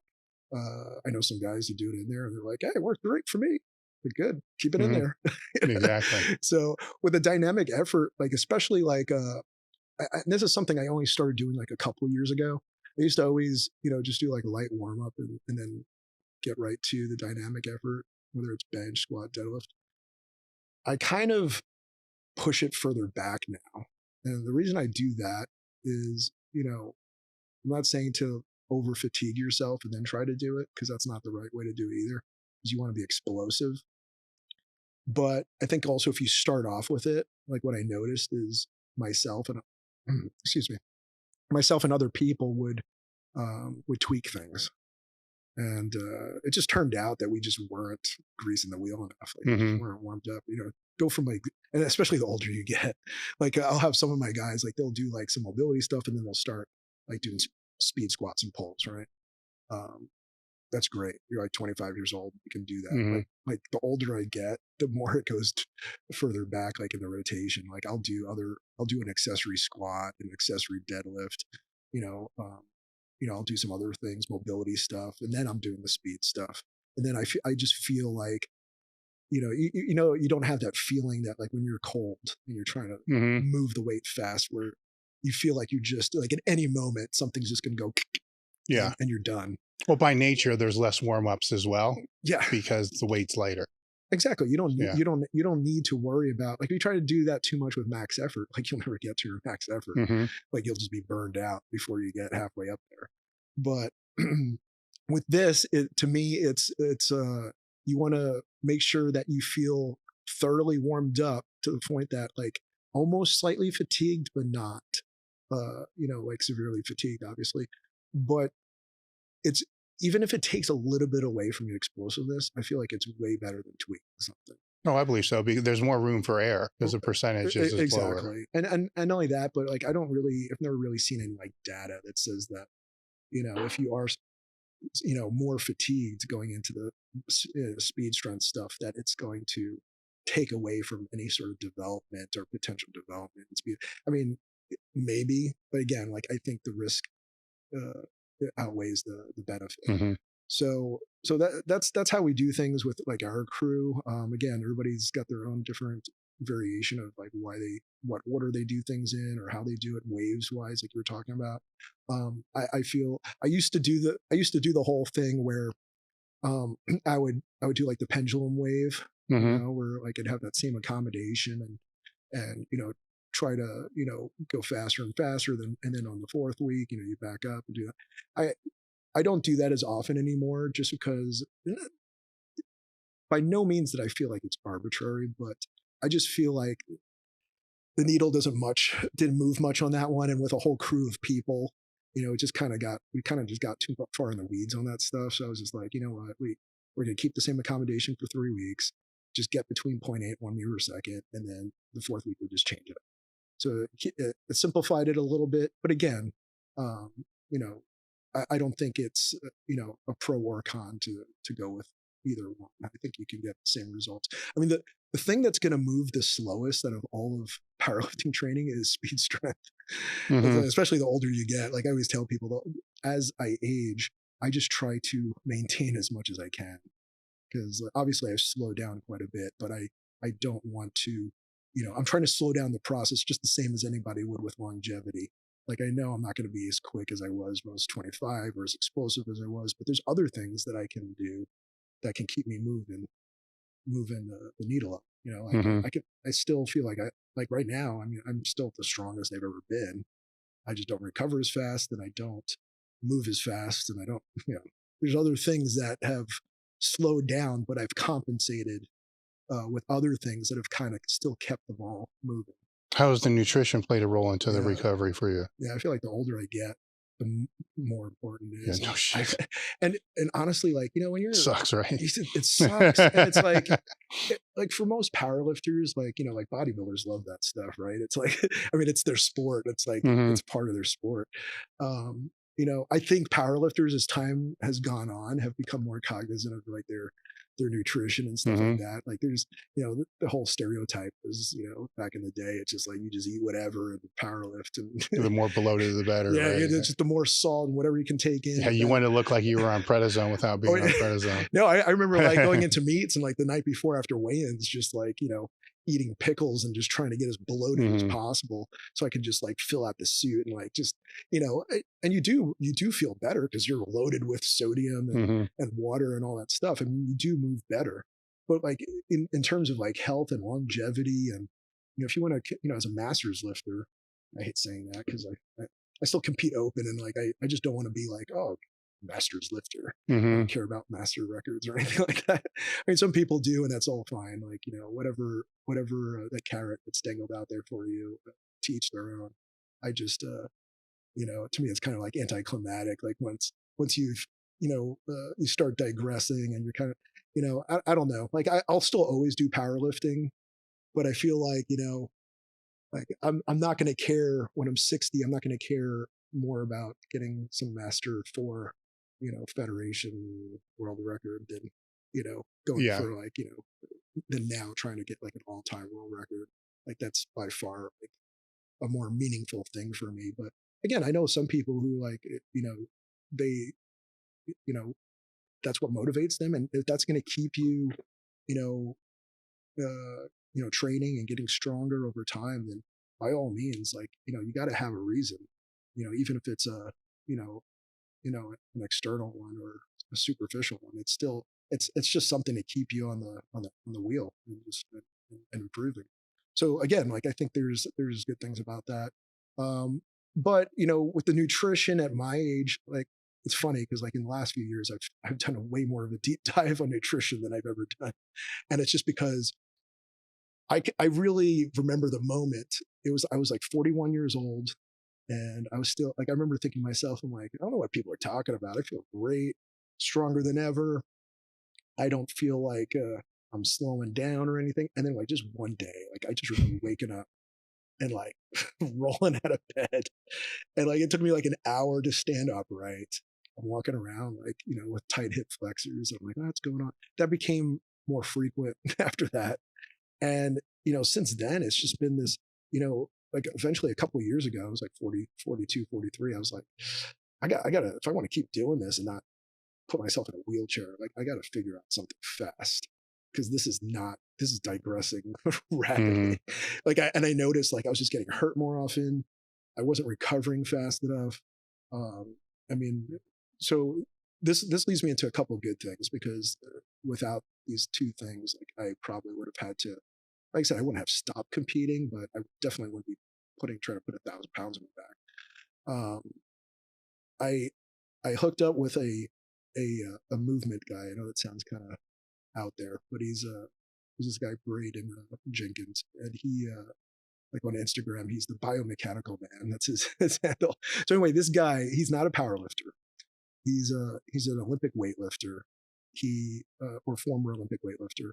He's dabbled in strength sports his whole life, but his whole thing is like movement and mobility. And the guy like walks the talk. Like he can. I mean, he's not like, you know, a gymnast or anything. But this guy can do splits all different ways. He understands movement and flow of energy better than anyone I've ever seen. Like he can analyze anybody's movement patterns and tell you immediately where energy is escaping, like what you're not doing properly. And again, I sought him out specifically because he wasn't a power lifter. I didn't want to get an echo chamber of like, you know, I'm not saying that like, you know, it's bad if he was a powerlifter. It's just, I just didn't want to have like an echo chamber of like some dogmatic powerlifter stuff back there. I was like, I'm going to find somebody who understands movement just for what it is, and mobility and increasing range of motion and things like that, and maintenance. And I'm going to get him to look at my stuff and give me feedback. So, you know, I hired him as a consultant to do that. I meet with him about once a week for about 90 minutes. And I tell you, I'm sweating more doing that than than some of my other workouts. But what he does is like, he'll just from start to finish, and he has like a daily routine that I follow. Like, it's almost like, you know, I call it, just jokingly, I call it like my yoga routine. But like, you know, in the morning, like I'll have like a 45-minute session that he has planned out for me every day. A lot of it's repetitive. We'll add things in there over time, but you know, it's all on the floor and with bands, and you know, most of it has to do with recorrecting overcompensations that I've developed. Like, you know, when you stand a certain way and you have a certain amount of weight on your back, and then you don't do anything about it afterwards, your body just starts to close off things. You know, you start losing range of motion. Think of it as like getting stuck in a pattern. Like you're almost like having, you ever like get your hands stuck on the barbell? Like I've seen some lifters, like they're holding the bar so tight, and over time, like they develop like a syndrome where like they'll get glued to the bar. Like you have to pry their fingers off the bar to get them off. Like there's some dysfunction there that's happening, right? It's like that's not a normal thing. But like I felt like that started happening with my hips. Like I would literally just like my hips would just lock up, and then like I'd feel like I can't open it up, and like, you know, if I do, like I'm gonna hurt something, and I just couldn't figure out how to fix it. And like this guy just, like I said, is the biomechanical man. Like if anybody wants to get information from this guy, he's a genius. But again, it's all about just like knowing how energy flows through your body. Like he can look at my lifts like on video or in person, and he can dissect like all sorts of things in my bracing. And here I am thinking I'm like the world champion of bracing. He's pointing out all these flaws in my bracing. So that's one thing that I've really started doing the last 2 to 3 years, and it's really helped me out in a way that you know, I can't even give him the credit that's due. I mean, I probably would have hurt myself pretty bad last year if it wasn't for this guy. So there's that, and then on top of that, you know, I have a really good chiropractor. Again, all these things are like, I don't think everybody has to run out and do all the same things that I'm doing. It's kind of like, you see people like, oh, I do like cold plunge and this and that. I'm like, there's nothing wrong with any of that stuff. But again, like if you don't add all these things to the list, it's not like you're doomed to failure. Well, the question I have with that, right, is you're in your 40s now, right? So all these things kind of get introduced over a period of time. where part of my brain thinks, wouldn't it have been awesome if they were just put in from the beginning? But you're working on other things at the beginning, so there's probably not enough time to be able to do all that, because in the beginning you're trying to build technical efficiency and all these other things, where I think the way I hypothesize it is they have to come in later, but we never do it soon enough. Like if you could know, if we could like know exactly like, hey, at 38 you need to start doing this mechanical man shit, you know? Yeah, like hindsight's 2020. It's like, like I remember when he started showing me certain things, I'm like, and I started feeling better. My hips start opening up. I'm like, hey, I'm not walking around like in pain all day long, because that's what would happen. Like it was kind of a joke. Like my wife knew which days, like you know, which days were my post max effort days, not just because like I'd disappear for like, you know, half the day for hours in the gym, but the next day, like I'd wake up and I'm just kind of shuffling around the whole day. And, you know, she's just like, you know, by noon, you're fully upright, you know, like she can see like me gradually standing more and more upright throughout the morning. And it's just because like I would just lock up so, you know, so badly. And it was just, again, it's dysfunction. It was just, you know, there's nothing to teeter out or balance out the scale, you know, especially like my size, like, you know, I think it's like almost 5.5 times my body weight. Like it's not something that there's a lot of data out there on.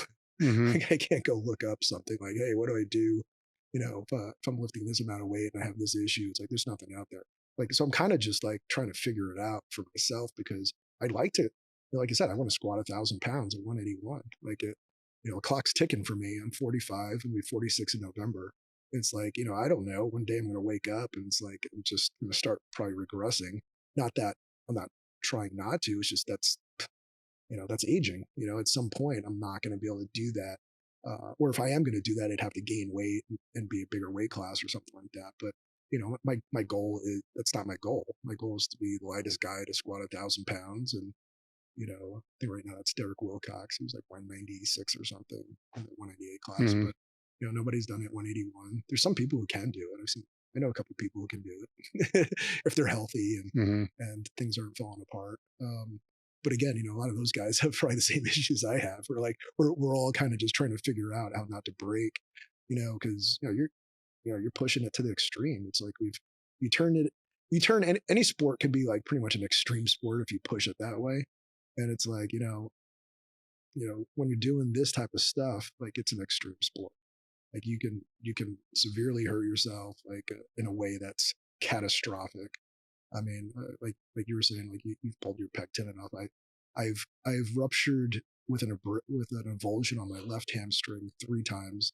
I've torn my left hamstring 3 times, my right one twice. I've popped my pec tendon completely off on the left side, which is why I can't really have to do like token benches and stuff. But you know, it's did you get it repaired? I got it repaired, but I won't go too far in the details. I don't want to always just be mocking the VA, but there's something to be said about free healthcare. Oh yeah. So the guy that does hip replacements did your pec? Yeah, it's like in high school, the art teacher is also like the strength and conditioning coach. But like, no, I get to the VA, and like I said, I don't want to drone on about it because it's a rabbit hole that I'll just get more upset as I'm talking about it. But like, you know, I ruptured it. I knew I ruptured it. And this was years ago. This has now been like, it was 10 years ago. Like I said, I was never great at the bench anyway. Like my bench was always like the thing that attached my squat and deadlift to get the total. I just tried to get as high as I can and you know, whatever. And it's not that I didn't try. Like I you know, I'm just not as genetically like gifted in the bench compared to like, you know, my strengths in the squat and deadlift. They're just always going to be off par. Like even if I get an elite bench, like it's not going to be anywhere close to what my squat and deadlift are.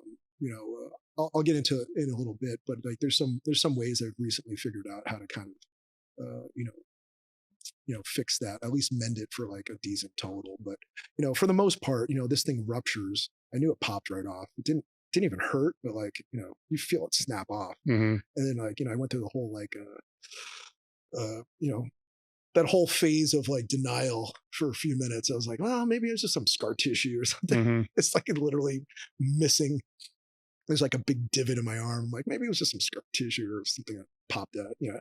So I go and I tried to like, I couldn't hold the bar up. I was like, oh, that's not good. And I was like, I couldn't have fully ruptured it. Like, it didn't even hurt. It just kind of felt like a little nervy sensation. I guess you can relate. It's like, it just felt weird. Like it had a little nervy. Mine didn't even bruise. No, well, right away, mine didn't either. It took like 3 days before I saw anything. And even that, it was just like a ring down my humerus bone, like halfway through. It looked like I had a ring tattoo on there.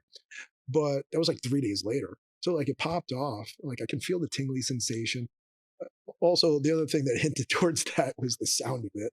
Yeah. Like I audibly heard it pop, you know, and you know, again, I don't want to give you PTSD on this either, but it's like, oh, I know it's like somebody trying to rip a towel. Yeah. Oh yeah. And then when it finally gives, it's like, like you can feel the striations just tearing away. And then the final pop is just like a rubber band snapping right off.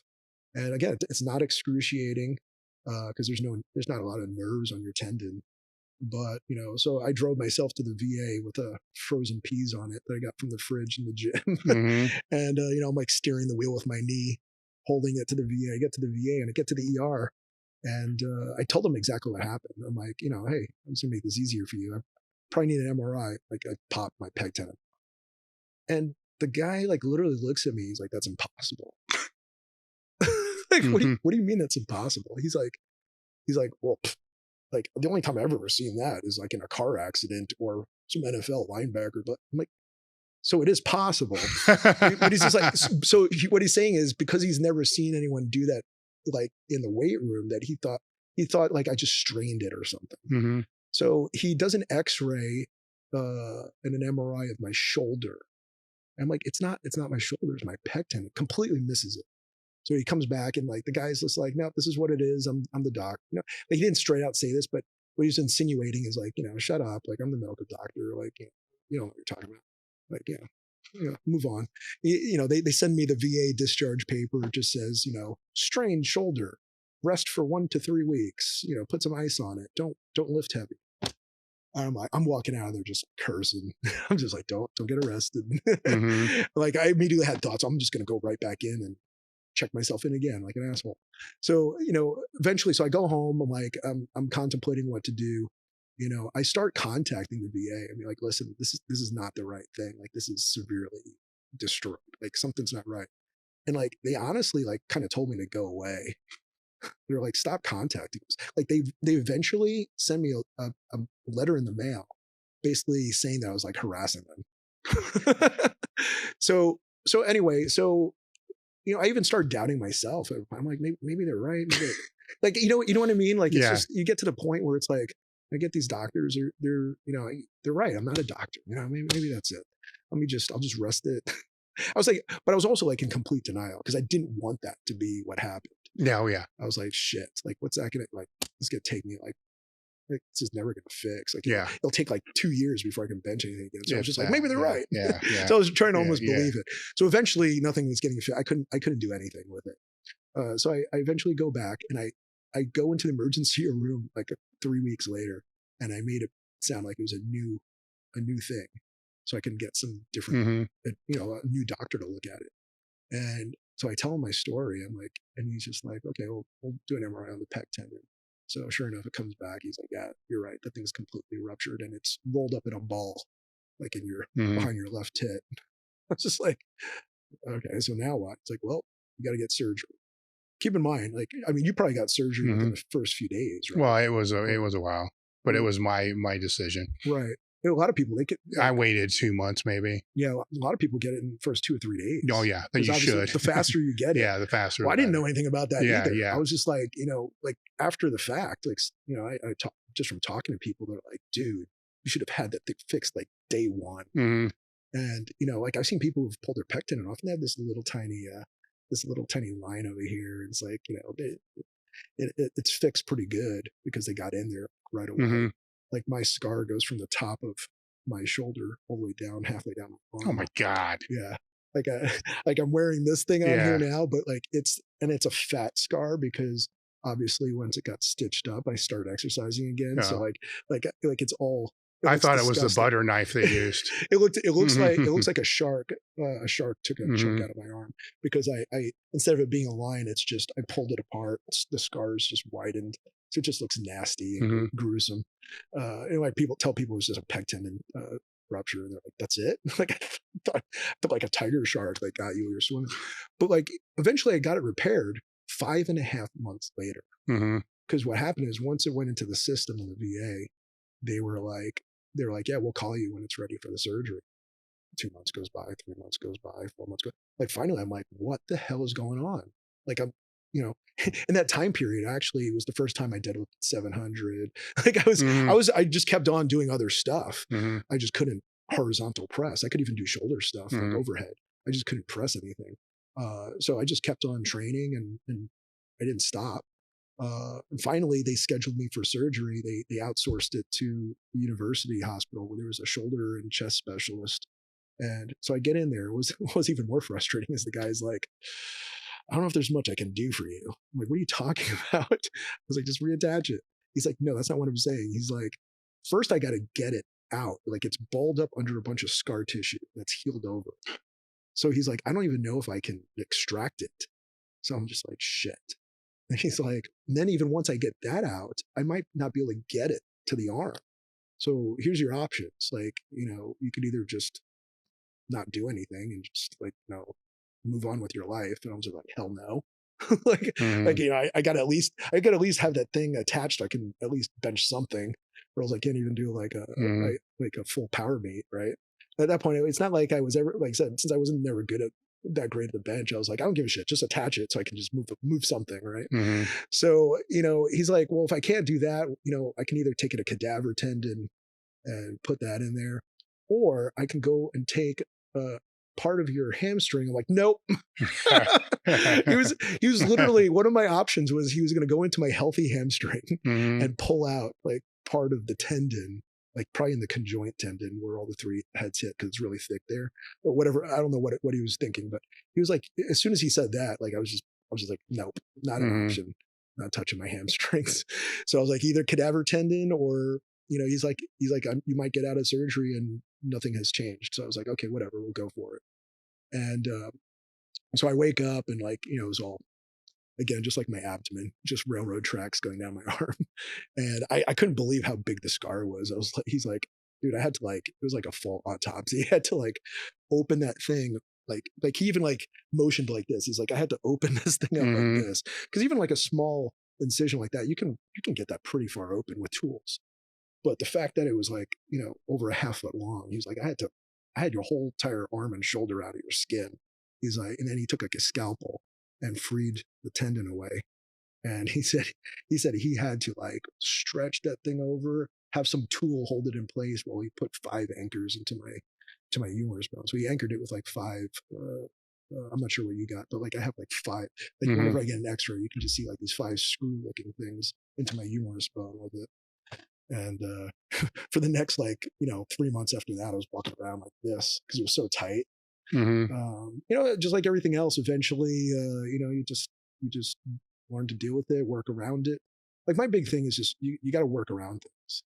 Like if you don't work around things, like you're just going to be constantly like backpedaling. You get so many injuries that happen. Like if you stop for every time you have a boo-boo, like you're never gonna make progress. So I got really good at just working around these things. You had a topic. I don't know if it's on this card, but it was something about warrior, and I don't know if it was about the what.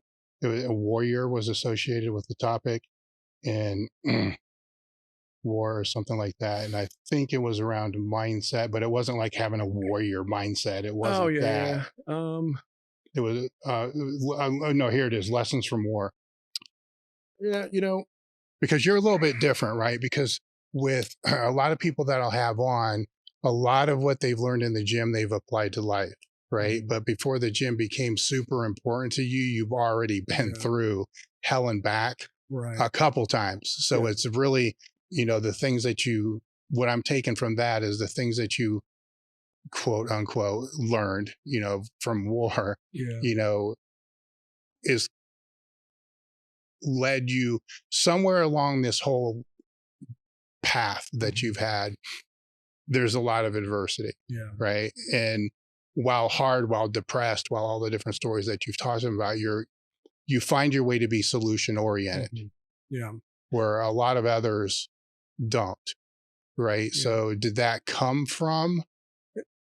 I mean, it was developed, obviously the foundation was set when you were a kid, right? But then it was developed more so probably when you were at West Point, right? But then ingrained. Yeah, West Point taught me a lot of, of how to organize your own life in terms of prioritizing things, because they controlled every when you go to some place like U.S. Military Academy, every aspect of your life is controlled, which can be a good and bad thing. The reason it's that way is because it's a 4-year institution. It's not forever.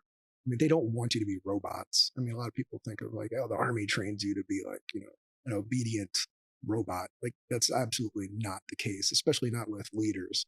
Like, you don't want, because that leads to inaction or hesitation, which can kill you. So that it's actually quite the contrary. They want you to be able to, on your own, unilaterally make, life and death situations without, asking, mommy for permission. You got to, and sometimes you're given that ability to do that and that power to do it, and sometimes you're not. But when you are, there were times when I was in Iraq where we moved into a town, and keep in mind, I'm 23 years old. I don't know crap. And I found myself the mayor of the town. Like there's this town called Al-Kifl. It's just right outside where ancient Babylon was. And, you got to see like elements of like the Hanging Garden of Babylon and stuff. That was pretty cool. Things that like no one can unfortunately see nowadays. But when I was there, like I remember we rolled into this town at night of Al-Kifl, and we rolled in, immediately, clashed with insurgents, a lot of fighting, a lot of, the night sky was lit up.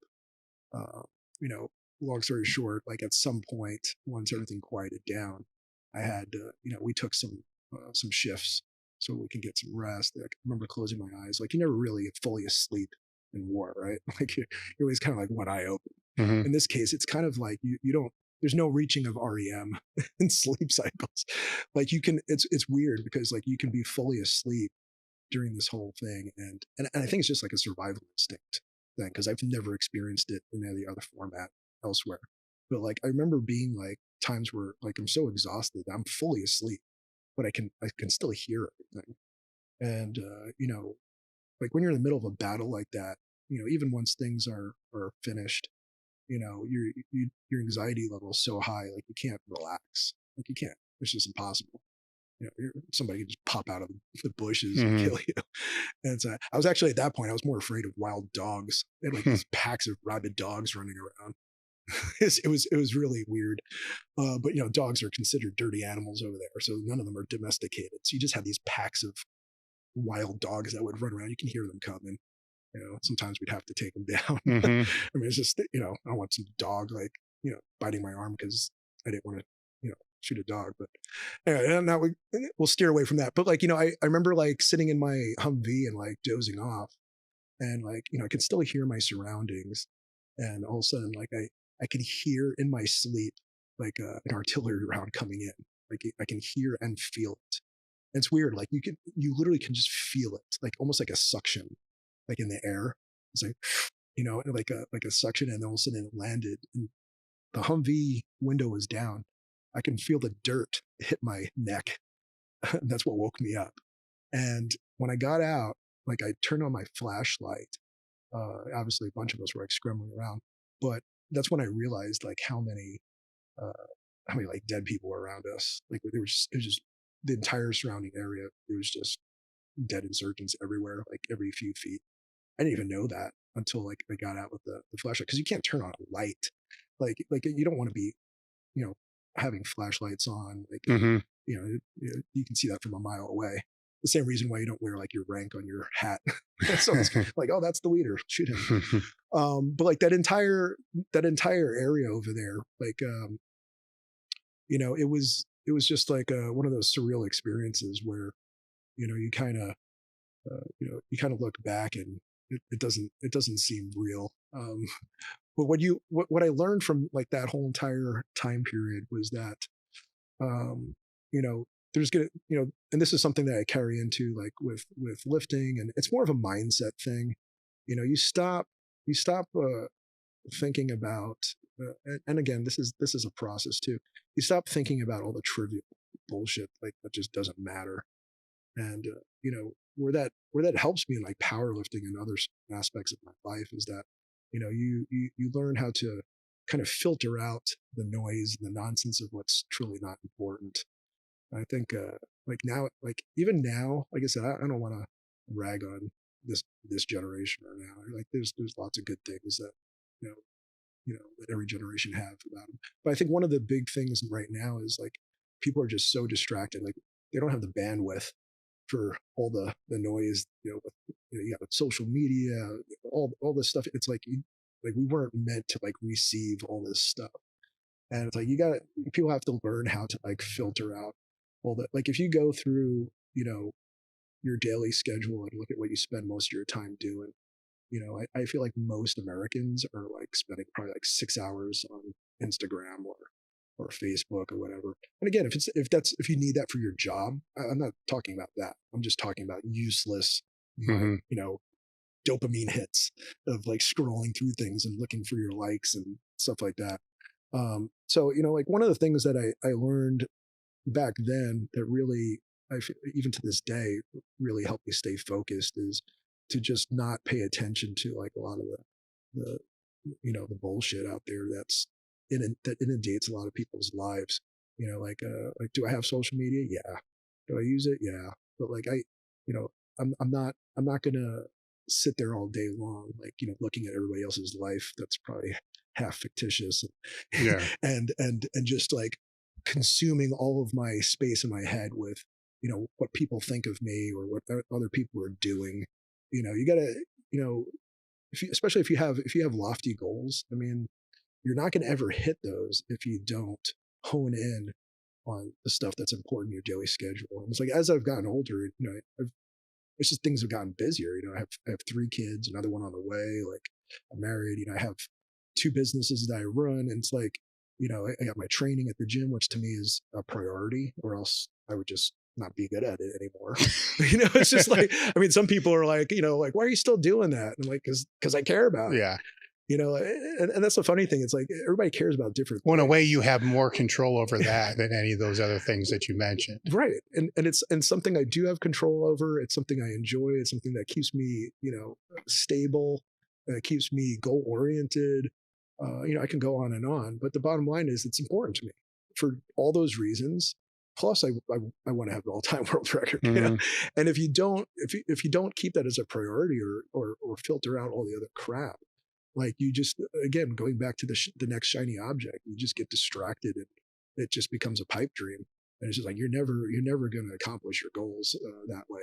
And so it doesn't matter what that thing is that you have in your life that you want to accomplish, or if you fill up your bandwidth with just all this bullshit around you, what people think about you or what they're doing with their life, or just all this stuff that doesn't really mean stuff or have any value in your life, you're giving up your time during the day to somebody else. Like that 24 hours is now 6 hours. Mm-hmm. Because, if you spend 6 to 8 hours sleeping a day and you spend 6 to 7 hours scrolling on social media or screwing off, very easily you're going to be like, well, I don't have time for anything.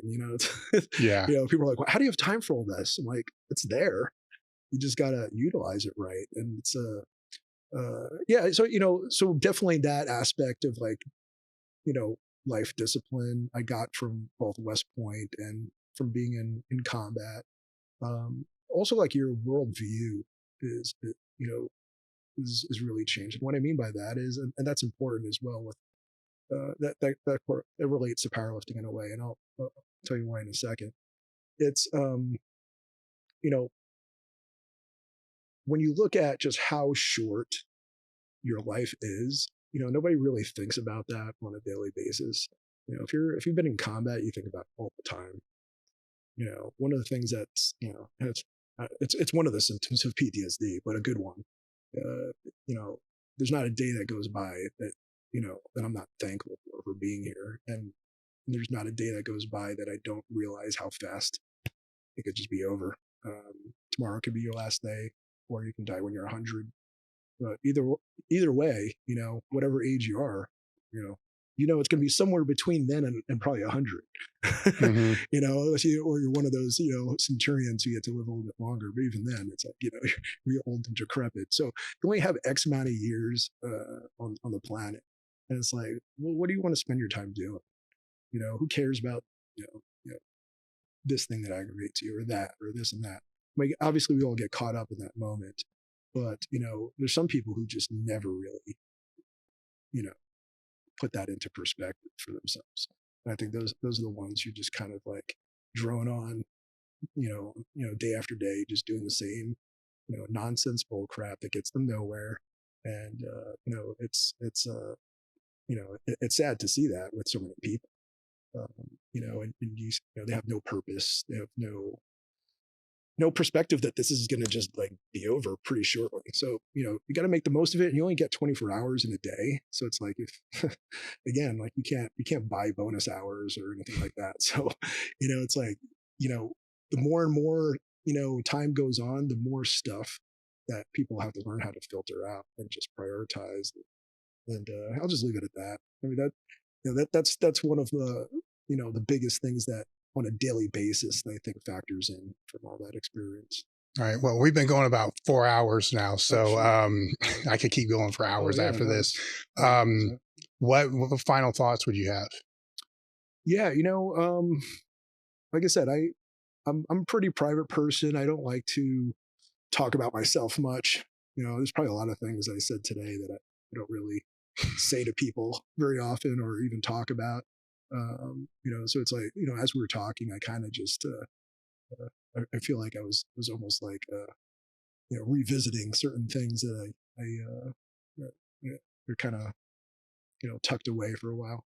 But, yeah, all I can say, I guess, from like, the purpose of even like explaining this stuff is to, find something, whether it's powerlifting or something strength training, or even something that has nothing to do with that keeps you passionate every day, and and then pursue that with the utmost of time being the essence, and as much vigor as you can, because again, you don't know when you're not going to be able to do that stuff. I'm not saying to put all your eggs into one basket.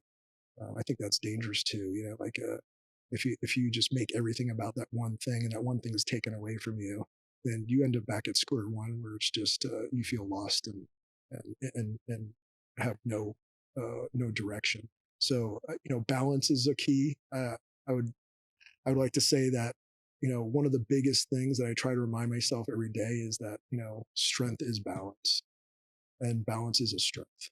And it's like, if you have other things that you like to do besides powerlifting, if powerlifting's your thing, you have goals in powerlifting, don't make powerlifting your only thing.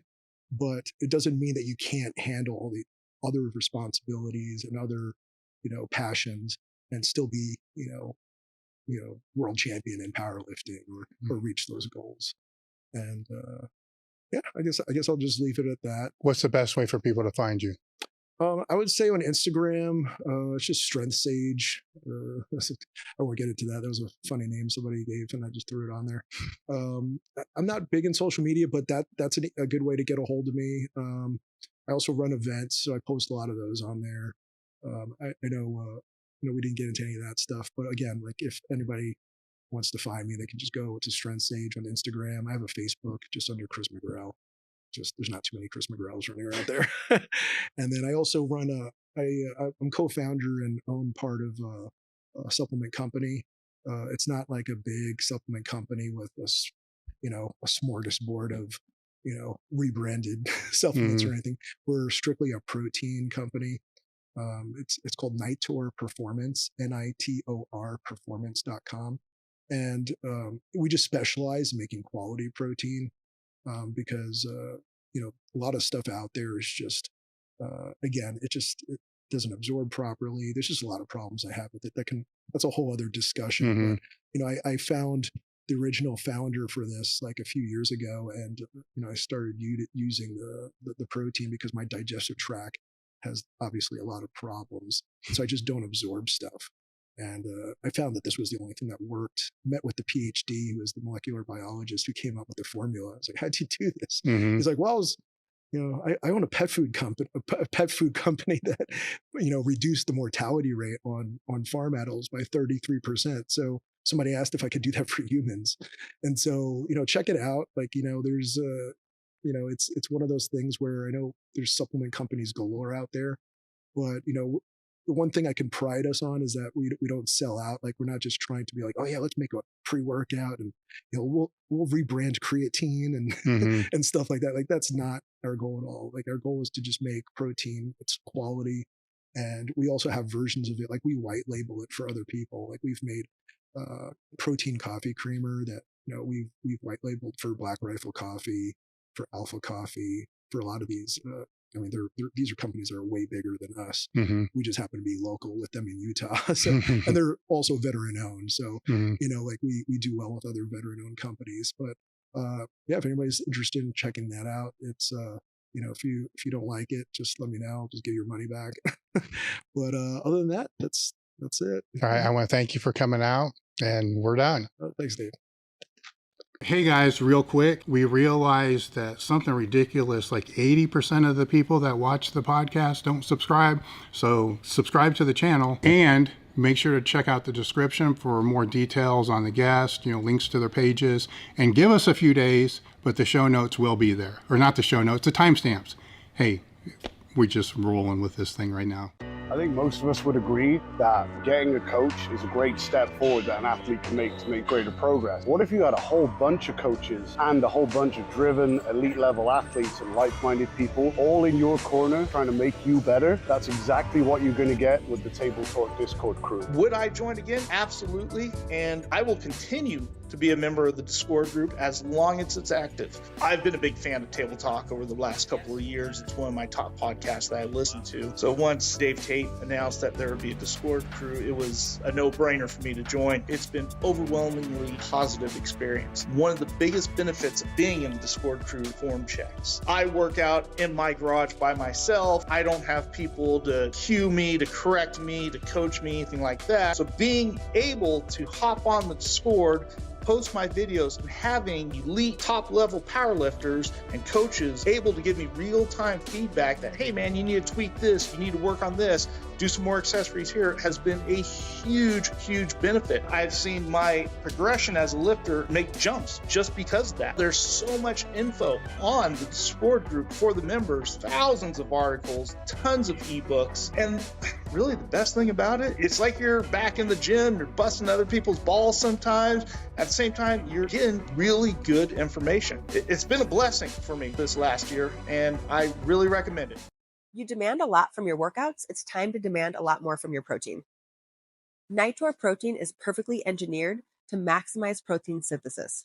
Nitor protein is the only protein that delivers the right amino acid profile to aid in recovery. And my favorite thing about it is you can mix it in only 4 ounces of water. This makes it optimal to shoot before and after a workout. Find our product at nitorperformance.com, Table Talk 20 for discount.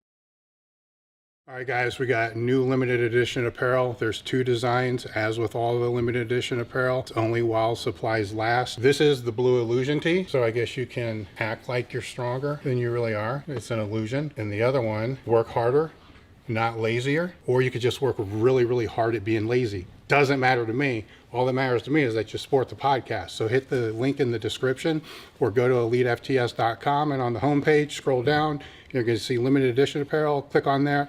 Pick up your limited edition apparel today. Help support the podcast. Thank you.